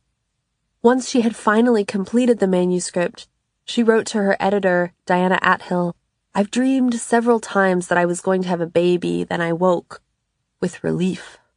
Finally, I dreamed that I was looking at the baby in the cradle. Such a pussy weak thing. So the book must be finished." As it happened, Max died just as she was finishing it. Athill wrote to say she'd visit as soon as she could. "I'll come armed with a bottle." The Pussy Week story of Wide Sargasso Sea explores the unhappy marriage of Antoinette, a Dominican girl raised on a crumbling plantation, to a British second son seeking an inheritance, the young man who would become Bronte's Mr. Rochester. Wide Sargasso Sea grants a full consciousness to Antoinette, the character who appears only as a dangerous madwoman in Bronte's masterpiece, and dramatizes her destruction at the hands of a husband who doesn't love her, but brings her to England anyway and shuts her in his attic. Rhys conjures their heartache of a honeymoon as days of dislocation and estrangement spent at a crumbling old island estate, rain puddles in the red earth, steam rising off the greenery, firelight flickering across the veranda, moths dying in the candle flames. The ripe land is cruel. It deepens the sting of the couple's distance with its beauty. If the mind can make a hell of heaven, then a loveless honeymoon can make it even worse. Antoinette tries everything she can to make her husband love her more, but he can't fathom the abandonments that have whittled her need for love to such a sharp blade. After Antoinette fails at using the obeah magic of her childhood nurse to secure his affection, a pile of chicken feathers in the corner, some doctored wine, she takes refuge in the rum in the veranda sideboard. "Don't drink any more," her husband tells her. "What right have you to tell me what I'm to do?" she replies, and keeps drinking. The rum, we understand, is little more than a poor substitute for an older magic. It grants some diluted version of the relief her nurse's obeah once offered, Her core desire is for love. Booze is just meager consolation, a sham form of sustenance. In Wide Sargasso Sea, Reese found two vessels for empathy. She recovered the character of Mrs. Rochester, but she also imagined the psyche of the man who spurned her. The novel doesn't wonder only what it was like to be a woman imprisoned, but what it was like to be the man who'd imprisoned her. The middle section of the novel is told from Rochester's perspective, and its third portion allows his childhood governess, Mrs. F., to speak on his behalf. I knew him as a young man. He was gentle, generous, brave. Mrs. F.'s insistence that it would be a mistake to see Rochester simply as a devil echoes Reese's self-critiques in her imagined trial. I do not know others, she had confessed. I see them as trees walking. By granting Rochester a voice in the novel, Reese allows him to emerge as something more than just another glimpsed tree, something more than a hook upon which she could once again hang her poison coat. Rochester is a symbol of abandonment turned human again, multiple and contradictory. I am not used to characters taking the bit between their teeth and rushing away, Reese had written to a friend as she was writing Wide Sargasso Sea. In Rochester, she imagined a man who looked like a devil but had once been a boy, and through him, she began to imagine the possibility of a gentle, generous boy in every man who'd ever looked like a devil to her. When Rochester tells Antoinette that he was forced as a young man to keep his emotions hidden, Antoinette begins to understand that almost every villain has also been a victim. If the novel reimagines villainy as the fruition of victimhood, then its ending reframes an act of destruction, Antoinette burning down Rochester's manor, as an expression of pain. In Jane Eyre, the fire is opaque and wholly threatening, the revenge of a mad lady who is as cunning as a witch. But Reese gives the mad lady an intricate psychology and exposes pain at the root of what seems like senseless self-destruction or blind malice. The fire becomes an articulate conflagration. It resurrects the manuscript from ashes in the grate, where Reese drunkenly burned it. Now at last I know why I was brought here, Antoinette says when she picks up the candle, and what I have to do.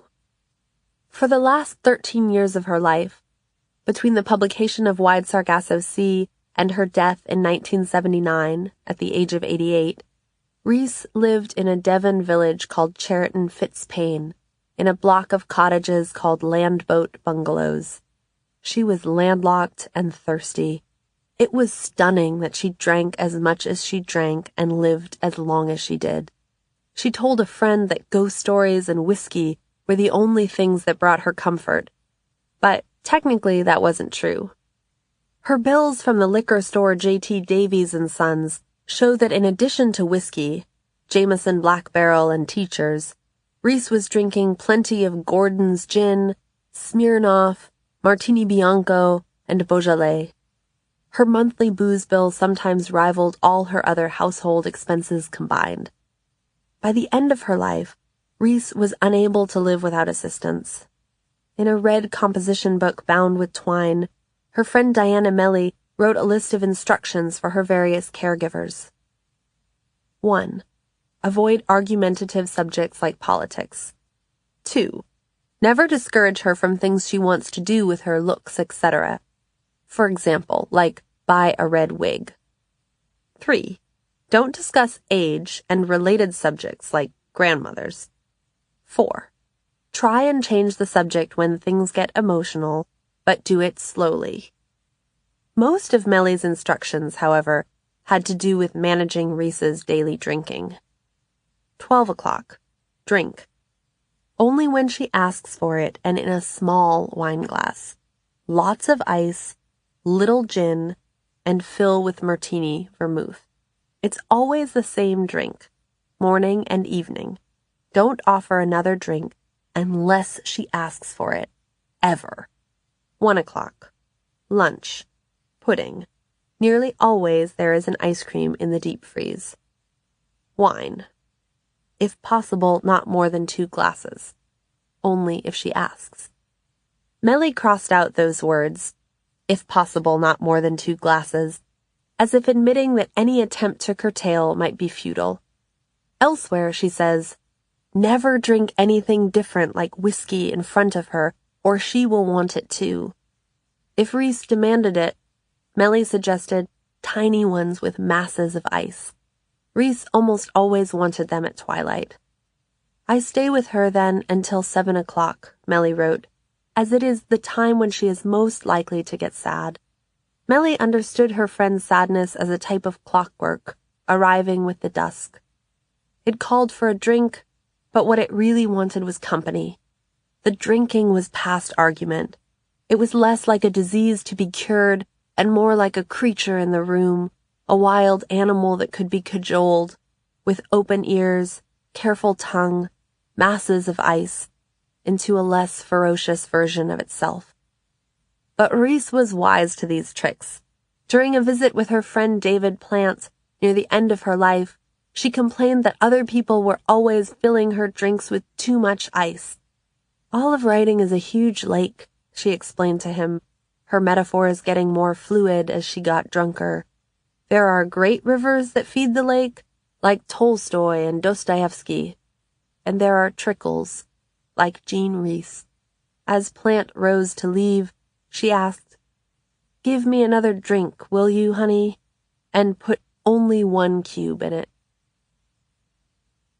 During that purgatory spring, after Dave and I had broken up and then started seeing each other again, I asked him if he wanted to come hear me tell my story at a meeting. He seemed pleased and said yes. So on a chilled night in March, I picked him up in my tiny black Toyota, heat blasting as he came down to the lobby of his building. Still strange to say that. His, in a plaid scarf and dark pea coat. When I thanked him for coming, he looked me straight in the eye and told me it meant a lot to him that I'd asked. We drove to a church at the edge of town, halfway to the Dairy Queen in Hamden, a black steeple against the sky with only its basement glowing underneath, as if a little bit of yolky light had spilled under the church and gathered into a puddle. This was the Morse code signal for a meeting. Dark church, lit basement. It was strange to bring Dave into that basement, where I'd cried about the end of our relationship. It made me feel like a fraud, or a fool. But he sat comfortably, near the back, with his messenger bag leaning against the metal legs of his folding chair. Seeing him alongside people I knew from recovery was like a dream in which all the corners of your life collide. There's your grandma clinking Coronas with the fencer you used to make out with junior year. Now Dave was chatting with a middle-aged woman sitting in the row behind him, laughing about something.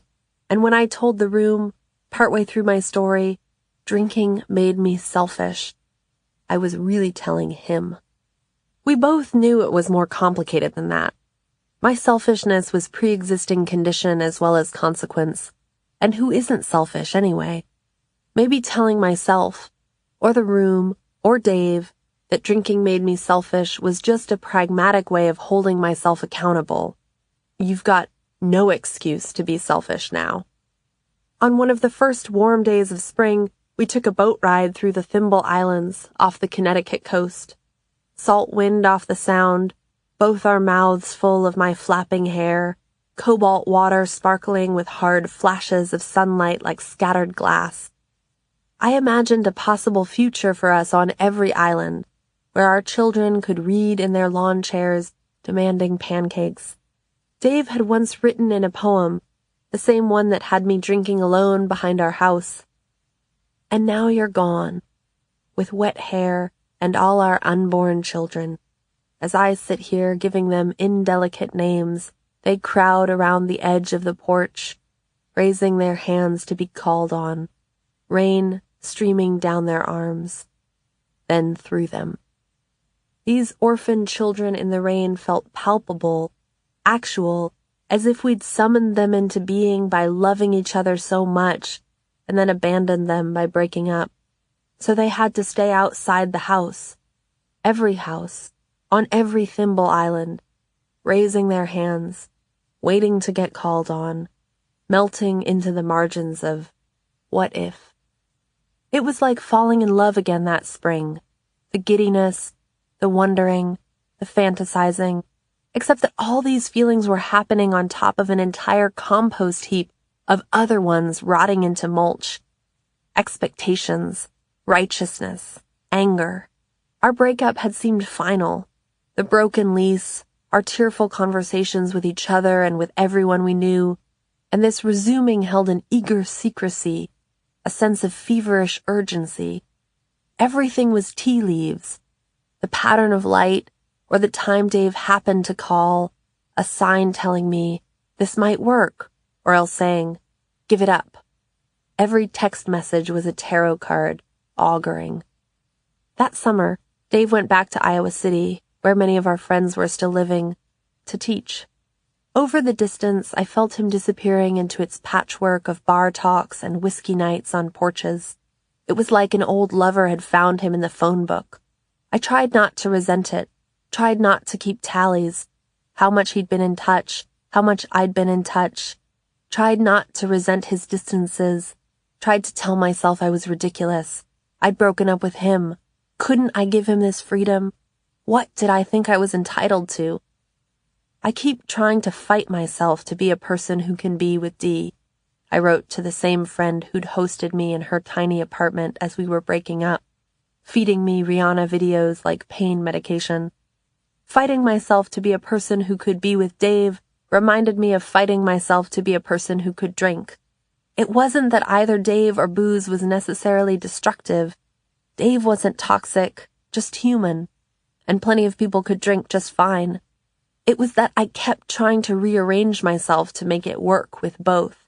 Kept telling myself I ruined things by needing them too much.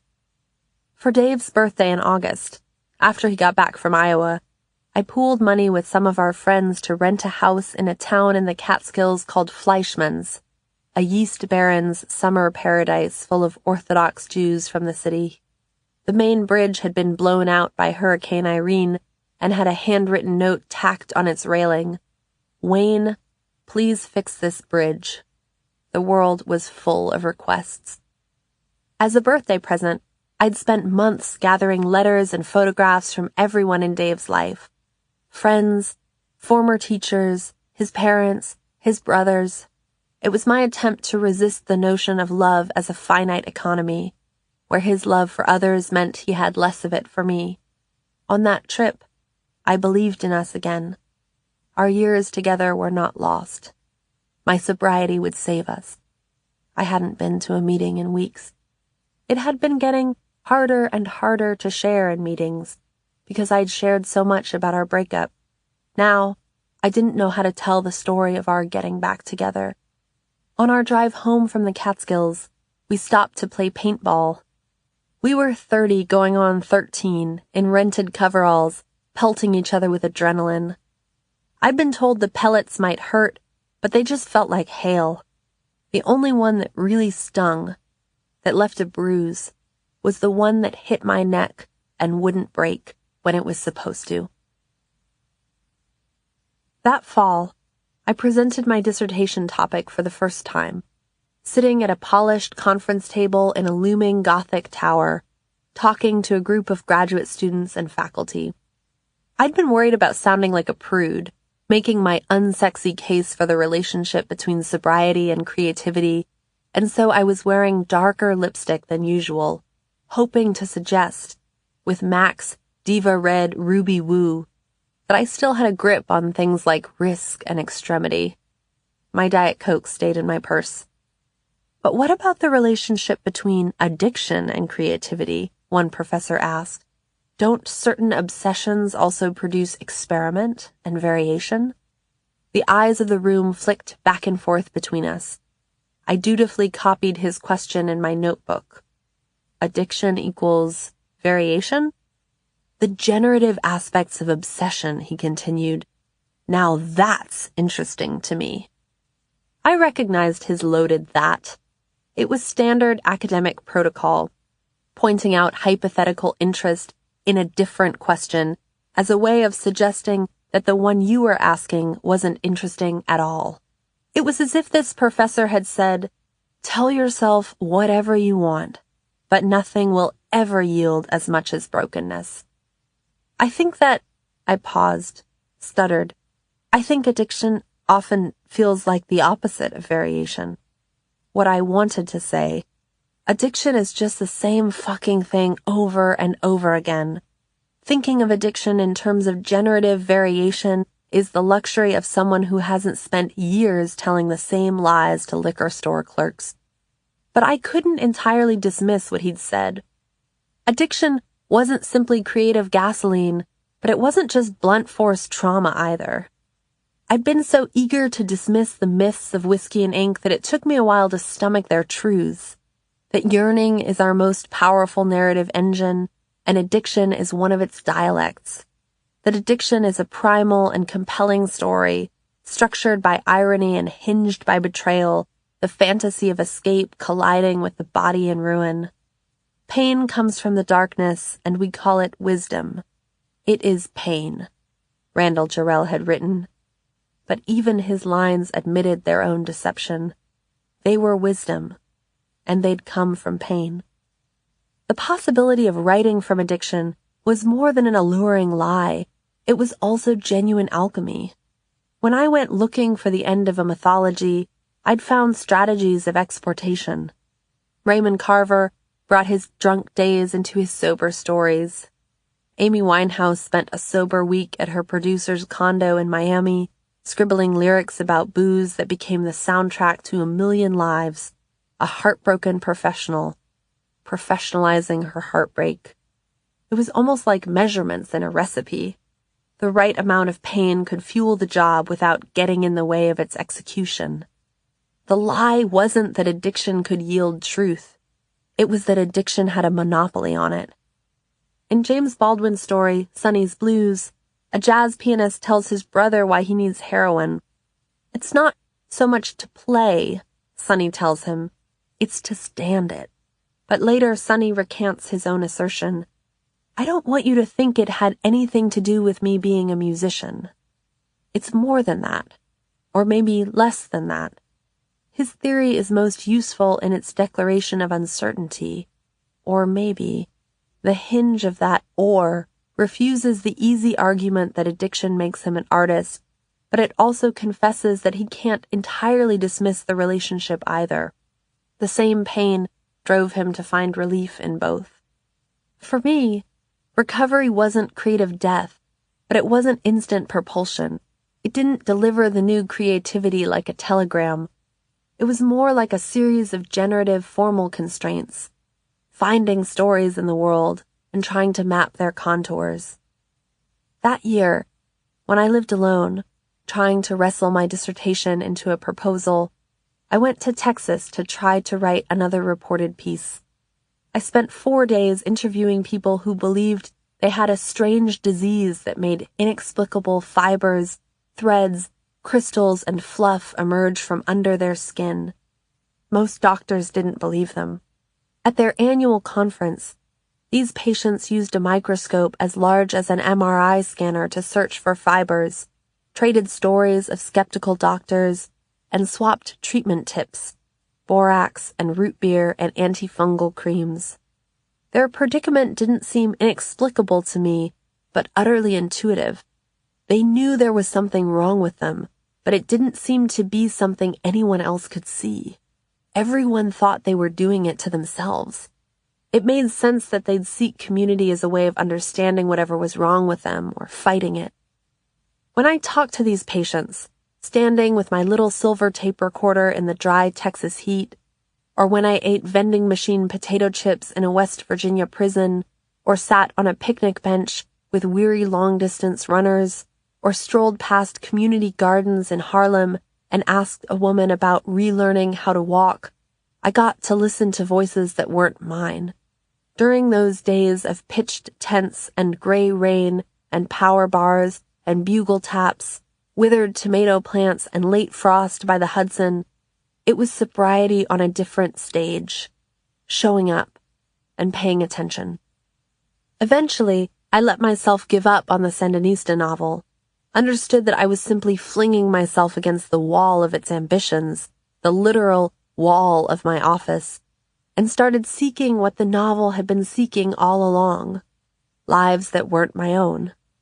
The essays I started writing manifested a version of Jackson's ethos out of myself, though they often held my own life as well. Still a voice in the room, but not the only one. It was writing that was literally beyond me, insofar as it was often beyond my control. I couldn't shape what people said or how they said it. This made the world feel infinite, as if it had suddenly arrived, when of course it had been there the whole time. When Hurricane Sandy struck in late October, Dave and I holed up together in his 6th-floor apartment on Chapel Street as the wind wheezed and railed against his corner windows. After the storm was over, we wandered the quiet streets, cloaked by an eerie, dampened stillness, and found a huge oak tree uprooted in the downtown green, its roots exposed to the sky. By fall, we'd moved from the adrenaline rush of getting back together, the hotel bars and island orphans of our early renewal, back into the daily patterns of a relationship, irritated about who'd forgotten to buy toilet paper. Dave was making extra money by renting out his apartment on Airbnb and spending nights at my place. Our relationship had become a compromised version of itself, like a manuscript we were carrying around as loose-leaf papers in a shopping bag. When we fought, it was like both of us were more concerned with proving we were right. I'm right to need these kinds of daily commitment. I'm right to need these kinds of freedom, than with figuring out how we might make it better. During a walk in Wooster Square, Dave told me that one of his friends had called me emotionally abusive.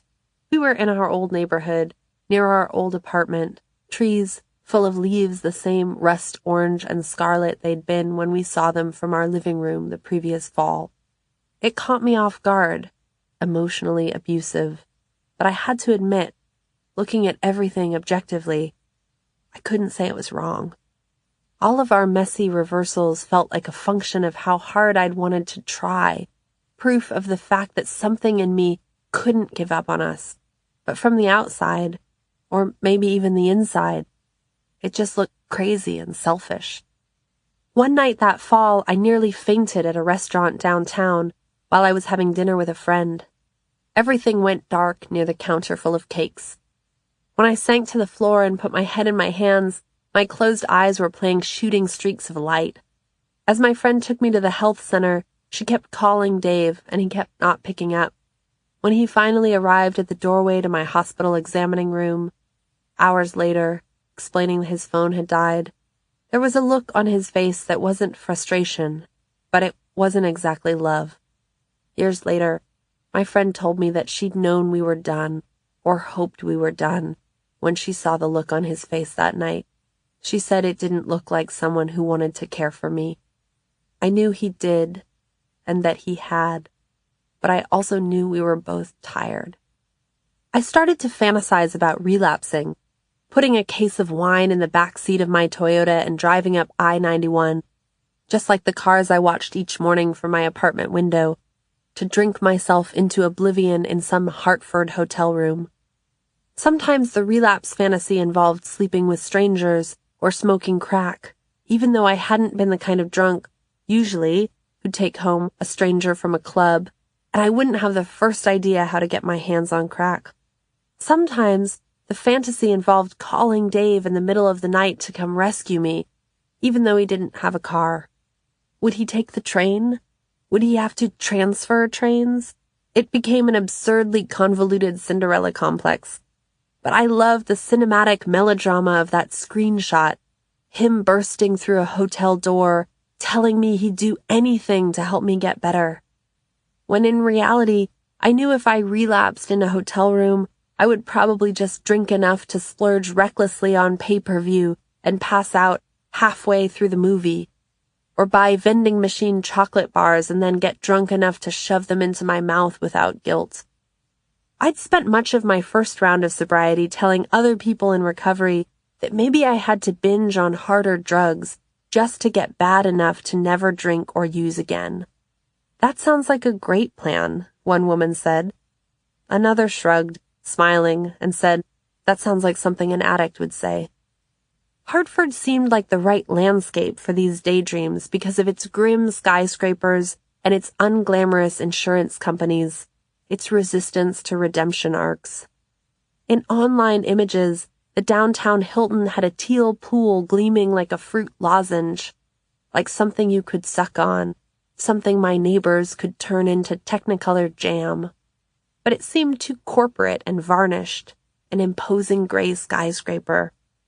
The Flamingo Inn was better, surrounded by yellow grass covered in dirty patches of snow, where a politician's son would die of a fentanyl overdose a few years later. Even when the sky was blue and full of puffy clouds, this place looked like it was getting rained on. It was perfect. Relapse would be my revenge against sobriety, which hadn't inoculated me against disappointment. Especially, most recently, my sinking realization that the second relationship with Dave was falling into the same tense patterns as our first one. If I were going to relapse, I certainly wouldn't do it on a single cocktail like last time, trying to drink better. This time, I wanted to give myself license to drink endlessly. It's enough, Berryman had written in his own Hartford motel room. I can't bear any more. It wasn't suicide I wanted, but another bottom, an explosion whose rubble I could emerge from, ash-dusted and glittering with shards of glass. The fantasy of crisis or explosion was an alternative to the hard, ordinary work of living through uncertainty, and sobriety had given me fewer explosions to recover from. That fall, Dave and I told each other we either needed to get married or break up for good. Those seemed like our only choices. When one of my best friends told me about another woman's relationship, she says they either need to get married or break up, and you know those relationships are in trouble. I just nodded, mute. Yep, but our day-to-day felt like purgatory, and I craved an impossible certainty, as if a relationship were ever anything besides waking up each morning and doing the best you could, not knowing where it would go next. It had always been easier to imagine a future with Dave, on one of the Thimble Islands, maybe, than to live inside our present tense. We lived well in the cinematic epic mode, and not so well in the mundane realities of daily life. It was like jamming a jigsaw piece somewhere it wouldn't fit. I kept telling myself that I'd been wrong 2 years before, 2 weeks before, that I'd been trying the piece from the wrong angle. It would work now. In meetings, I'd heard, insanity is doing the same thing over and over again and expecting different results. At a meeting that fall, at a sober house in the suburbs, a woman spoke about wanting to be willing to stand with both her hands empty until something came to fill them. I wanted to be brave enough to do that, to let my hands stay empty for a while, and worried that perhaps I'd tried again with Dave because I hadn't been willing to stand with empty hands. But the truth was that I hadn't known how to stand with empty hands when I was with him either. Things don't always get better, someone had once told me at an Iowa meeting, but they always get different. Dave and I finally broke up the second time, for good, in a meatball restaurant in January, 7 months after we'd gotten back together. We had to end twice, just like the drinking did, and like the end of the drinking, it was less like an explosion than plain depletion. We didn't have anything left. We had one last cigarette on his fire escape. Walking away from his building, I remembered a woman I'd known in my early 20s, petite and dark-haired and beautiful as a witch, describing the aftermath of a difficult breakup, sitting on her bare hardwood floor and drinking red wine and listening to records. But that night, my despair was nothing glamorous. It was a late-night cookie as large as my palm and chocolate smeared on my lips. Once I was home, I noticed a dead leaf stuck to the wool of my leg warmers from a walk I'd taken with Dave a few days earlier. and I turned to the trash can, ready to throw it away, then took it off carefully and put it in a drawer instead. There was something in Dave I'd never find in anyone else. I might get other things I couldn't even imagine, but I would never get him. That felt unbearable. 14. Homecoming. I've had 2 different lives, Raymond Carver once said, meaning he lived one drunk, the other sober. The past really is a foreign country, and they do things differently there. His first life was spent largely with his first wife, Marianne, whom he'd met as a teenager when she was working behind the counter of a spud nut shop. She got pregnant at 17. They both had big dreams. They both drank. Eventually, Carver wrote later, we realized that hard work and dreams were not enough. Marianne packed fruit and waited tables to give her husband time to write. He drank himself bloated and silly. At a cocktail party in 1975, he hit her over the head with a wine bottle after she flirted with another man, severing an artery near her ear and almost killing her. Still, they loved each other deeply. Even after their marriage ended, both said that repeatedly. But their life was chaotic, he wrote, without much light showing through. Carver spent most of his second life, the decade after he got sober, with the poet Tess Gallagher, living in a town called Port Angeles, on the Olympic Peninsula in Washington, overlooking the Pacific, fishing in the ocean and in strong, clear rivers. In the early years of his sobriety, he was writing so much he decided to buy himself a new typewriter to better handle his output. It was a Smith Corona Coronomatic 2500. It sounds like a cigar, he told friends, but it's my first electric typewriter. At one party, he hid in the bushes because he was afraid of getting drunk. He looked back on the drama of his first life and understood his writing as something that had happened despite this chaos, rather than something fueled by it. I was trying to learn my craft as a writer, he said, how to be as subtle as a river current when very little else in my life was subtle. This was manna to me, the idea that Carver's creativity had struggled against the chaos of his drinking years. I replaced my vision of drunk Carver, delirious and darkness-facing at the Foxhead, with sober Carver, pounding his typewriter at home and facing the wind in his sailboat in the Strait of Juan de Fuca, catching big fish under bigger skies. Sober Carver was a far cry from the drunk rogues of the White Logic. He lived on fiddle-faddle, a kind of candy-coated popcorn. At a teaching job in Vermont, he stole brownies and donuts from the cafeteria and stashed them in the desk drawers of his twin-bed dorm room. When he got flown to Zurich for a speaking gig, he sent back postcards saying he was mainlining chocolate and wanted to return to Zurich as the Tobler chocolate chair in short fiction. Carver wasn't alone. In Infinite Jest, Wallace describes the pastry dependence of sobriety, and I pictured my own early sobriety as a towering stack of pink bakery boxes, full of blueberry muffins and smeared petitfours that never tasted like vodka, no matter how many I ate. Sober Carver wanted sugar and affirmation. When his first collection came out, he carried around all the positive reviews in a briefcase and pulled them out to read aloud to friends. He also crafted bits of his own sober legend. 8 years into his sobriety, he wrote to a man who'd just quit drinking. It took me at least 6 months, more, after I stopped drinking before I could attempt to do any more than write a few letters. Mainly, I was so grateful to have my health back and my life back that it didn't really matter to me in one large way if I ever wrote anything again or not. I tell you, and it's true, I wasn't worrying about it. I was just very happy to be alive. But the Carver of 1986 may have misrepresented the Carver of 1978.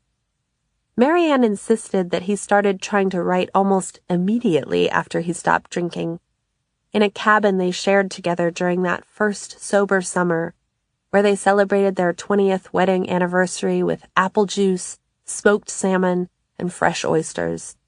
In his letter, Carver was pushing back against one myth, you had to surrender your creativity and sobriety, with another, getting sober meant you wouldn't care about your creativity anymore, presenting his life in ways he thought might be useful to a newly sober man.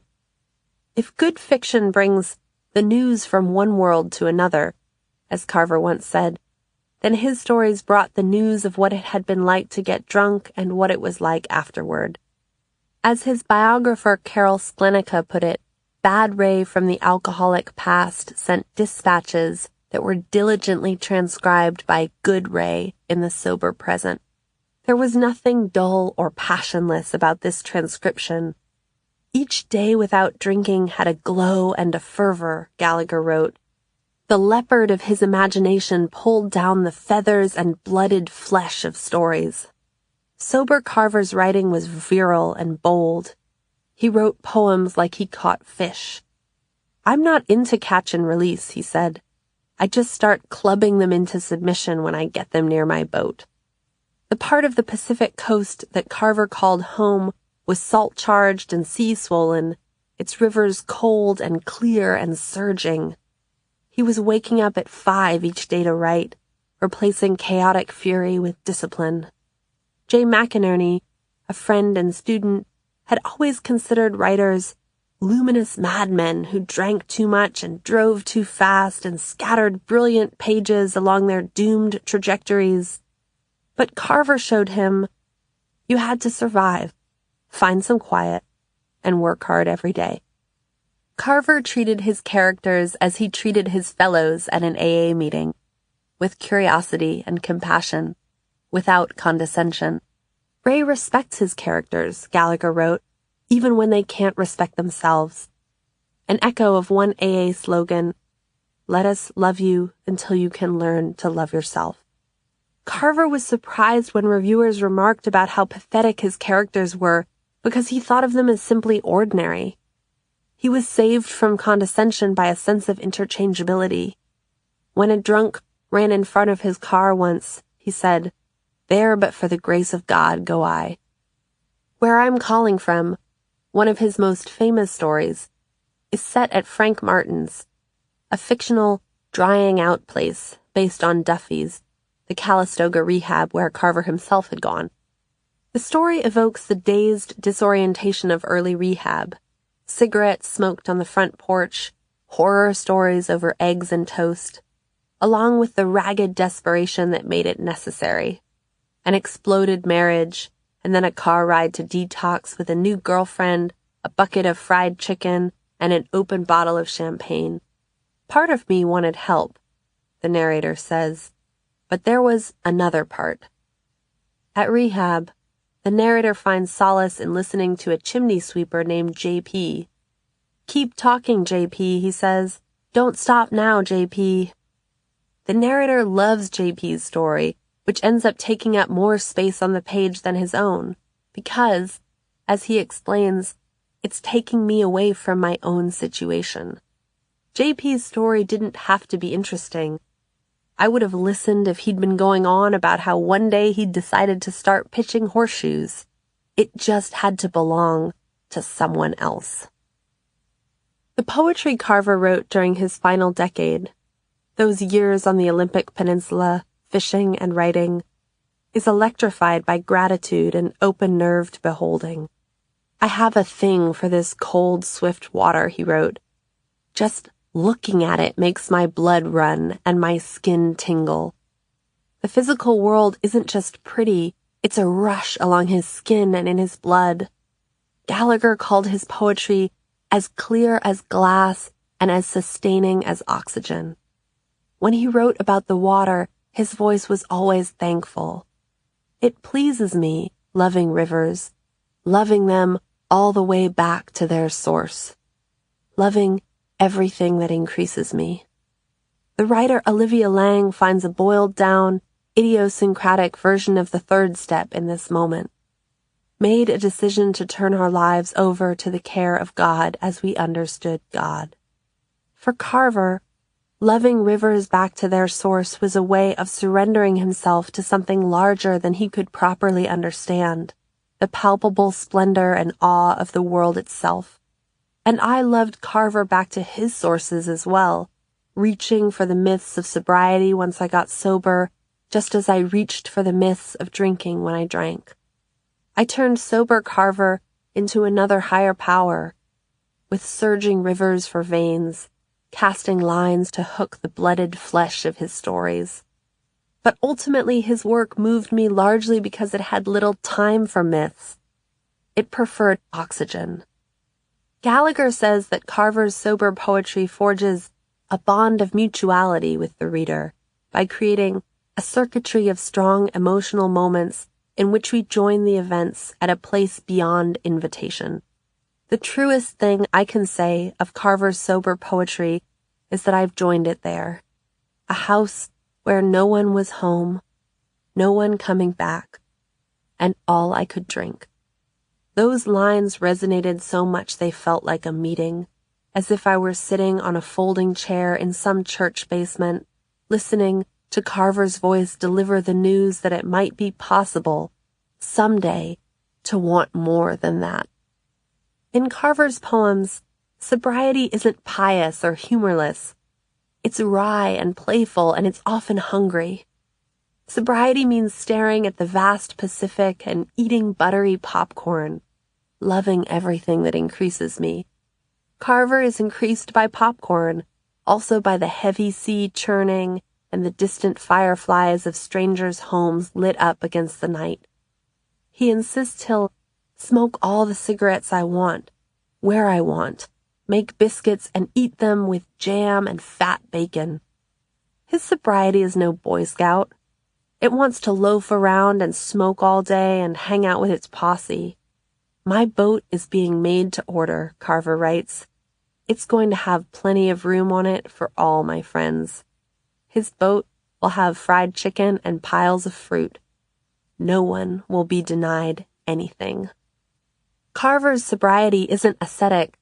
It's just trying to imagine desire in new terms. A yacht of bounty, biscuits with jam and bacon. His speakers acknowledge temptation without lapsing into bitterness. One dreams about raising a bottle of whiskey to his lips, but then wakes up the next morning to see an old man shoveling snow, a reminder of daily persistence. He nods and grips his shovel. Goes on, yes. Goes on. That yes, as if Carver is talking to someone or to himself, saying, this is how the world continues. If you talk to enough recovering alcoholics in cold climates, I can promise you will hear someone compare his sobriety to shoveling snow. Of his drinking past, Carver once said, that life is simply gone now, and I can't regret its passing.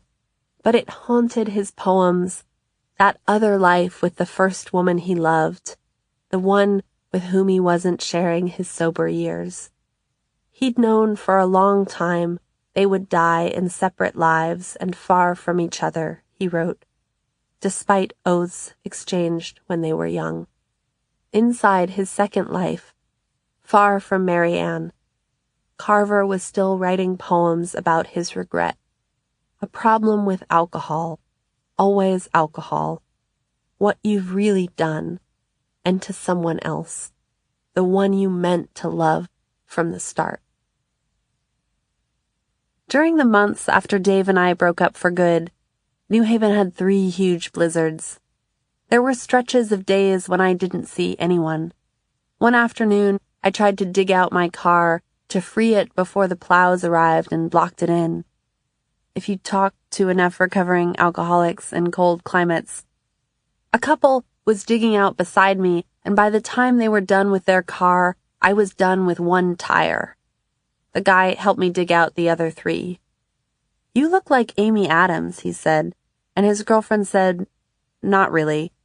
I'd never heard of Amy Adams, but I went home and Googled her face and ate an entire box of Swedish fish and didn't talk to another person for 3 days.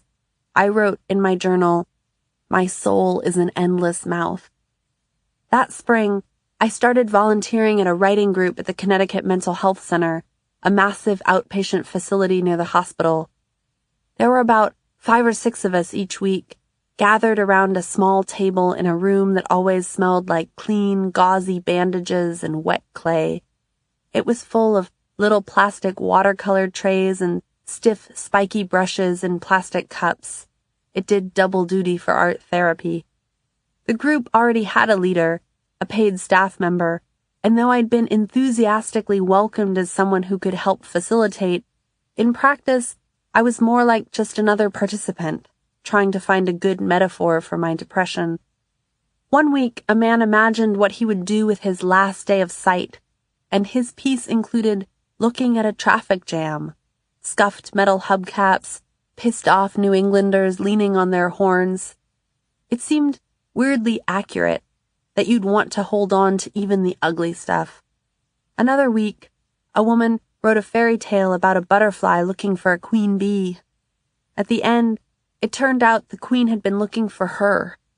This was an old and good fantasy, the possibility that what you thought was beyond your grasp had actually been seeking you the whole time. In the bitter middle of February, a university flew me out to Las Vegas to give a reading. No one had ever flown me anywhere to give a reading. Afterward, we went out to the Strip and sat in a bar that was supposed to look like the inside of a chandelier. I drank a mocktail with salt around the rim and felt entirely, exquisitely alive. Past midnight, one of my hosts asked if there was anything else I wanted to do, and I told him I wanted to buy a onesie for my friend's new baby, ideally something incredibly tacky. "Shouldn't be too hard," he said, and we drove to the biggest souvenir shop in town. Closed. We drove to the convenience stores near the wedding chapels. Closed. "This isn't done," the man said. We kept looking. I loved him for that, for saying our night wasn't over. For me, it meant nights weren't over. He showed me the sharks in the aquarium at the Golden Nugget, gliding serene around the glass tube of a water slide.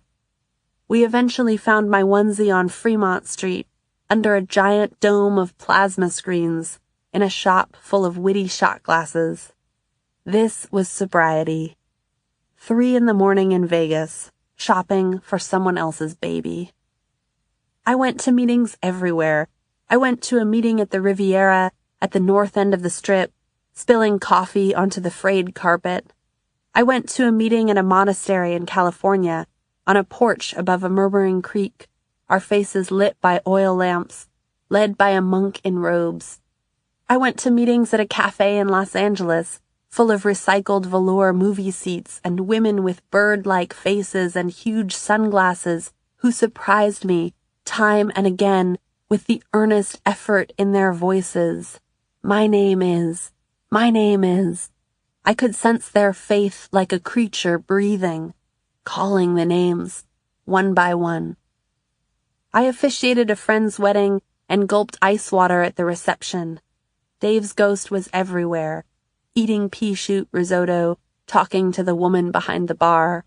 I was even nostalgic for the things I hadn't been able to stand.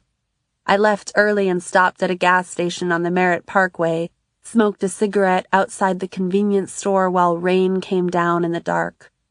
You can reclaim some things once you're ready. They've been waiting for you patiently. But some things are just lost for good. That spring, I met Monica for fruit salad and coffee once a week. Part of our sponsoring relationship involved going over her answers to the same 12-step worksheets I'd filled out with my own sponsor. Did you ever get drunk even when you swore you wouldn't? I told her about drinking with a Holter monitor dangling around my neck, wires hooked up to my pulse and cords hanging down my shirt, passing out drunk and waking up the next morning with a small metal box grinding into my ribs. She smiled and said I didn't look like the kind of person who'd drink with a little metal box around my neck, and I said, "Wouldn't you?" Maybe she could have been anyone, and I could have been anyone. Maybe those coffee dates only meant something because we wanted them to. But her trust, her belief that talking to me might help her get better, meant everything to me. What does that mean, everything? It means I was drawing on every part of my life that had come before, every blindfolded night and sour-mouthed morning. And it means that every moment of the rest of my sober life has held those ordinary coffee dates, that cut fruit under chilly spring sunlight. It was a life I would have dreaded, our lines of bubble letters carefully scripted across worksheets, our days full of iced tea and everything we were afraid of. This wasn't about epiphanies of the lightning strike variety. This was more like, what was your answer for 12A? One evening, when Monica was driving me to a meeting, I saw a photo of her mother, who died when she was young, tucked under the passenger side visor of her sensible mid-sized sedan. It took my breath away, imagining what had been waiting for Monica in every bottle of wine. We went to meetings at a senior center in East Haven with notes on the jigsaws. Do not work on puzzles, not fair to day patients. I'd heard about the sober glow, the gradual radiance that came from being at ease in your own skin. I'd never seen it in myself, but I could see it in Monica. I would arrive at meetings to find her listening to the story of someone's day or bringing him a cookie. Berryman's recovery knew how good it felt to feel so much for someone else. It was more than altruism. It felt righteous. That didn't make it false. When I moved away from New Haven, Monica moved into my apartment, the first place I'd ever lived on my own without booze, where I'd watched the highway on crystalline early mornings, where the winter sun laid hot stripes across my knees while I whispered prayers to a God I wasn't sure I believed in. My sobriety lived there alone for a while, and then it lived there with hers. On a bright November day, a year after I'd left New Haven, I drove out to Port Angeles from Seattle. I wanted to see the land where Carver had spent his second life, the years he didn't think he'd get, to find the rivers he had been increased by and the land where he was buried, in a cemetery high above the Strait of Juan de Fuca, overlooking the regal, bracing beauty of the Pacific. I wanted to see the poem fragment carved on his headstone like a catechism. And did you get what you wanted from this life, even so? And what did you want? To call myself beloved, to feel myself beloved on the earth. I knew there was a notebook tucked in a black metal box beside his grave, and I wanted to see it too, full of handwritten messages left by people who'd made the pilgrimage, people who'd been inspired by his work. Sober people and relapsed people and still drinking people who wanted to be not drinking people, and maybe just some people who had a non-alcoholic relationship to Carver, just like it was apparently possible to have a non-alcoholic relationship to booze itself. In other accounts of visiting his grave, I'd seen quotes from the notebook. R.C. I traveled across the country to find myself at your grave. I come here from Japan to tell you the truth. Spending is an escape, just like alcohol. We are all trying to fill that empty hole. I imagined the notebook as the holy grail of my quest to make sobriety the best story of all. A swelling crescendo, the crowdsourced amen. Thank God you wrote from sobriety, R.C. Here's what it meant to us. The Olympic Peninsula stunned me, all shimmering blue water at the agate pass and jagged white-capped mountains, layered spruces and lavender fields. It was easy to see how this land could make the high, ritual cadences of a second life seem apt, as true as goosebumps on your arm in the generous fall light. It seemed saturated by sobriety, abundant and alive. I rolled down the windows and drove between forests of dappled evergreens, past the sun-sluiced water of a sudden cove and an old railway car turned into an ice cream shop, past brown hills shaggy from logging and pocked with apologies. Foresters plant seeds, said staggered signs, for the forests to be. At every vista I was struck by the expansive, anonymous beauty of it all, a beauty that didn't care if you found it beautiful or not, that just unfurled across the miles. Hours earlier, on the ferry out to Bainbridge Island, surrounded by the outrageous splendor of the water in the theater of Carver's self-mythologized rebirth, I'd read letters Reese had written near the end of her life about her squalid cottage and her nightly whiskey.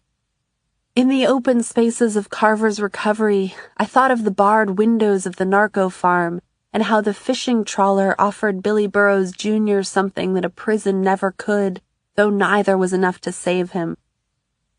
He died of cirrhosis at the age of 33, after even a liver transplant couldn't keep him from drinking. When I arrived in Port Angeles, it wasn't as quaint as I'd been picturing, and it was better that way. Rust-pocked cranes and lumber yards full of piled tree trunks flanked crane-shadowed commercial docks and marinas full of boats with names like Tinker Toy and Mermaid Song. One writer had called the town pretty and hard, like a beautician in a Carver story. A church marquee spread the word about a local 5K run called Hope Against Heroin, and a group of picketers across the street was picketing against hopelessness. No more meth, said their signs. Take back our town.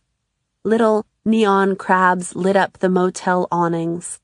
The farmer's market sold magenta-throated collard greens and ribbed yellow squash. A shop called Necessities and Temptations sold egg timers and crock pots and not one single ounce of cannabis, which was for sale up the hill, next to a place hawking salmon jerky and ocean-frozen albacore. I had a Dungeness crab omelet at the corner house, the downtown diner where Carver and Gallagher had been regulars. I'd been told Gallagher still got what she called the Cyclops, an egg on a pancake. Every Tuesday night was still all-you-can-eat spaghetti. I wanted to find diner waitresses who would remind me of Carver's diner waitresses, with twin pulses of cynicism and hope running through the varicose veins beneath their pantyhose. My waitress was mainly kind. It was her birthday. I felt guilty for not getting up and serving her a crab omelet instead. She would be celebrating that afternoon by babysitting her granddaughter. The walls were full of old photos, loggers leaning against felled trees with diameters twice the men's height. Grinning.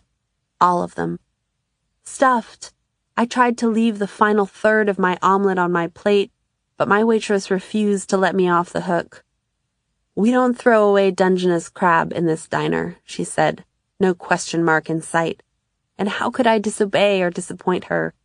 I arrived at the graveyard full of crab. Carver had written that no one would be denied anything on his boat. It was only right to arrive at his grave with a full stomach. His gravestone was near the ridge, high above the water, a black granite slab beside one set aside for Gallagher. On the marble bench beside his grave, I sat between curves of bird shit. There was a black metal box under the bench, like a mailbox for the dead, with a Ziploc baggie tucked inside. My heart started beating fast as I opened it, palms damp with sweat. The notebook was red and fat and marked with a price tag from Bay Variety, general store I'd seen downtown, and I flipped through its pages with a lump in my throat, ready for the silent chorus of 100 different voices. As it turned out, it was nearly blank. Gallagher had put a fresh notebook in the box the month before. This was the wounded owls all over again, never there when I needed them. The raptor center I'd tried to give a girl in early sobriety and hadn't been able to find. Knowing somewhere, the maimed turkey vultures were living out their soap operas in cages among the trees. Now I was here with a blank book, neatly tucked between parentheses of shit. I briefly, wildly imagined heading back downhill into town, driving to a bar or a meeting to rouse a few world-weary fishermen or loggers to write something in the notebook so I could quote them. Make it brutal, I'd say. Or perhaps the teacher in me would nudge, make it specific. But it was just me and the dead, and Gallagher's note on the first page, left for everyone else who might write, and addressed to Ray himself. There was a stubbed-out cigarette on the bench, and I brushed it away. I didn't get the message. An eagle is crying. A red-tailed hawk flew up to us as we approached the bench. Life is still amazing, and you are my precious cargo.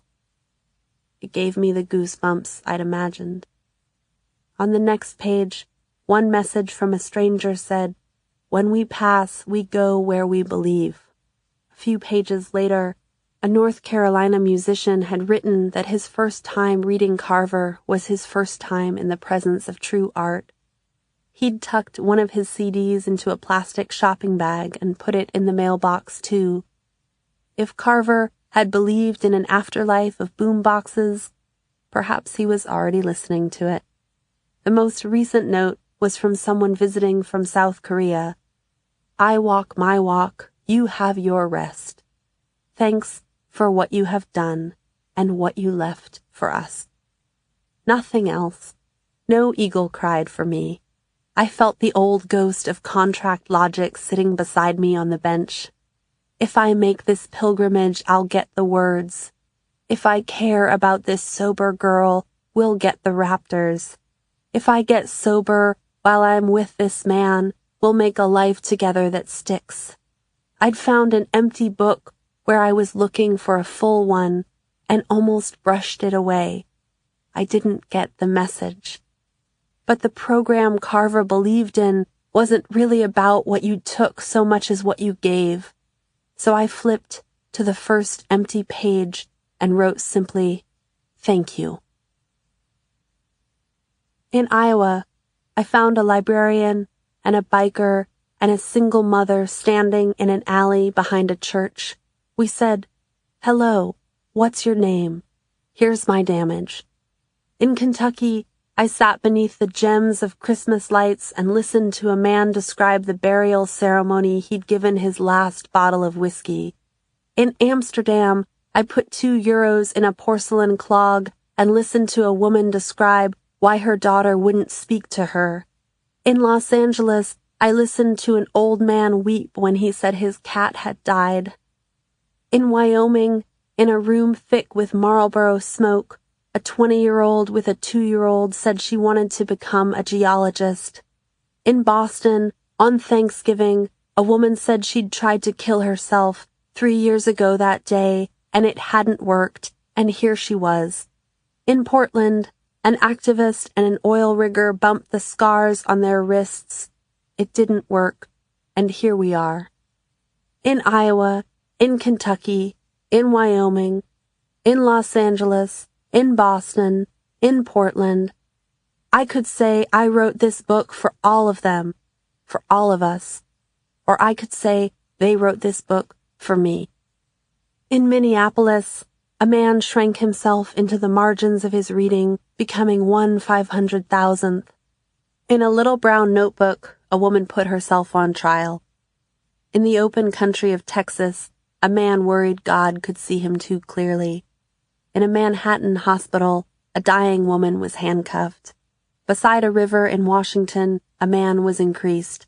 Beside a river in Minnesota, a man was dead. Behind a church in Iowa, a biker in leather said the journey was just beginning, and a single mother said she couldn't imagine it continuing. And I heard them both, and the door was locked, and it did not stop us. Author's note. This book devotes much of its attention to Alcoholics Anonymous, a singularly valuable grassroots organization that has become an important part of sobriety for many people. But 12-step recovery isn't the only approach to substance dependence, and it's certainly not sufficient or even helpful for everyone. The problem isn't 12-step recovery in its own right, though every few years, as if by clockwork, a mainstream magazine runs a polemical think piece arguing just that. It's allowing 12-step recovery to have a monopoly on our understanding of care. Any ethically responsible vision of treatment needs to include a much broader array of options, including medications like buprenorphine and methadone, as well as therapeutic approaches including cognitive behavioral and motivational enhancement therapy. For much of the second half of the 20th century, many rehabs steeped in 12-step recovery believed that medication-assisted treatment compromised sobriety. It's as if medication became a sign of moral failure, a sign that someone was effectively still using, rather than confirming an understanding of addiction as a disease. But as journalist Lucas Mann writes in his essay, Trying to Get Right, an article about the regulations and often great risks that thwart doctors who want to prescribe buprenorphine in communities facing addiction crises, medication is importantly different from still using, which isn't a moral failure anyway. Buprenorphine, for example, works as a partial agonist, binding to opiate receptors in a way that blocks other opiates from binding, but stimulating them to a ceiling of only 47%. So patients experience limited, often non-existent high. Its antagonist component blocks overdose even when it's being abused. And it's one of the most effective treatments we have, helping heroin addicts as they stabilize and rebuild their lives. Every single clinician I consulted as I was writing this book stressed the importance of 12-step recovery and medication-assisted treatment, all of them articulating a desire for more open communication between the 12-step and the medical communities. As Dr. Greg Hobelman put it, there are 100 ways to skin a cat, and over the course of writing this book, I came to believe quite firmly in a pluralistic approach to recovery. For those interested in reading more about medication-assisted treatment and harm reduction, I'd suggest Mann's essay, Trying to Get Right, published in Guernica magazine, Sarah Resnick's essay, H, published in N+1 magazine, Gabor Mate's In the Realm of Hungry Ghosts, Close Encounters with Addiction, and Maya Solovitz's Unbroken Brain, A Revolutionary New Way of Understanding Addiction, an extraordinarily lucid book that reframes addiction as a learning disorder. If addiction is defined by its persistence in the face of negative consequences, Solovitz argues, how can punishment ever be the most effective solution? The stories we tell about addiction have always had a deep impact on legal policy and social opinion. The war on drugs is only the most radical demonstration of this. And when it comes to narratives of addiction, it can be tempting to focus on a single kind of happy ending, enduring abstinence. But abstinence is a limited definition of healing that threatens to ignore the necessary work of harm reduction. Clean needle programs, supervised injection sites, over-the-counter distribution of Narcan, a life-saving overdose medication, and medical care for addicts.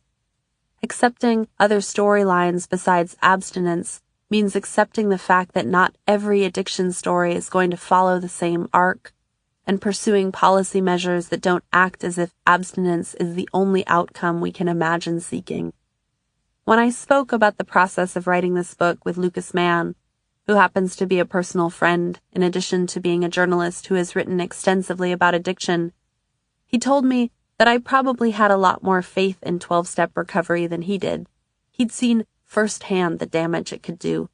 He told me he knew a guy who'd gotten kicked out of a methadone maintenance program for having dirty urine.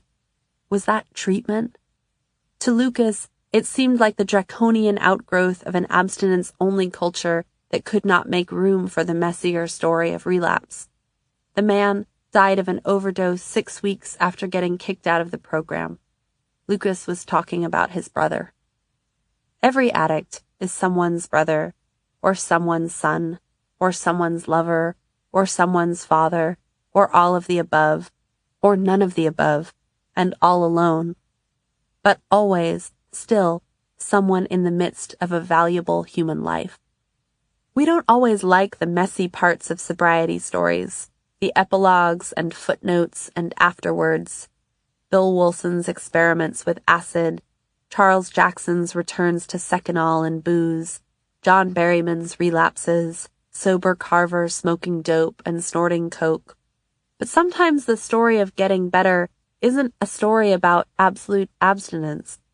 Sometimes it's a story about reducing danger and restoring health. As Gabor Mate told Sarah Resnick, abstinence is not just a model you can force on everybody. There's nothing wrong with it for those for whom it works. But when it comes to drug treatment, there's an assumption that one size fits all. And if you're going to wash your hands of people who can't go the abstinence route, then you're giving up.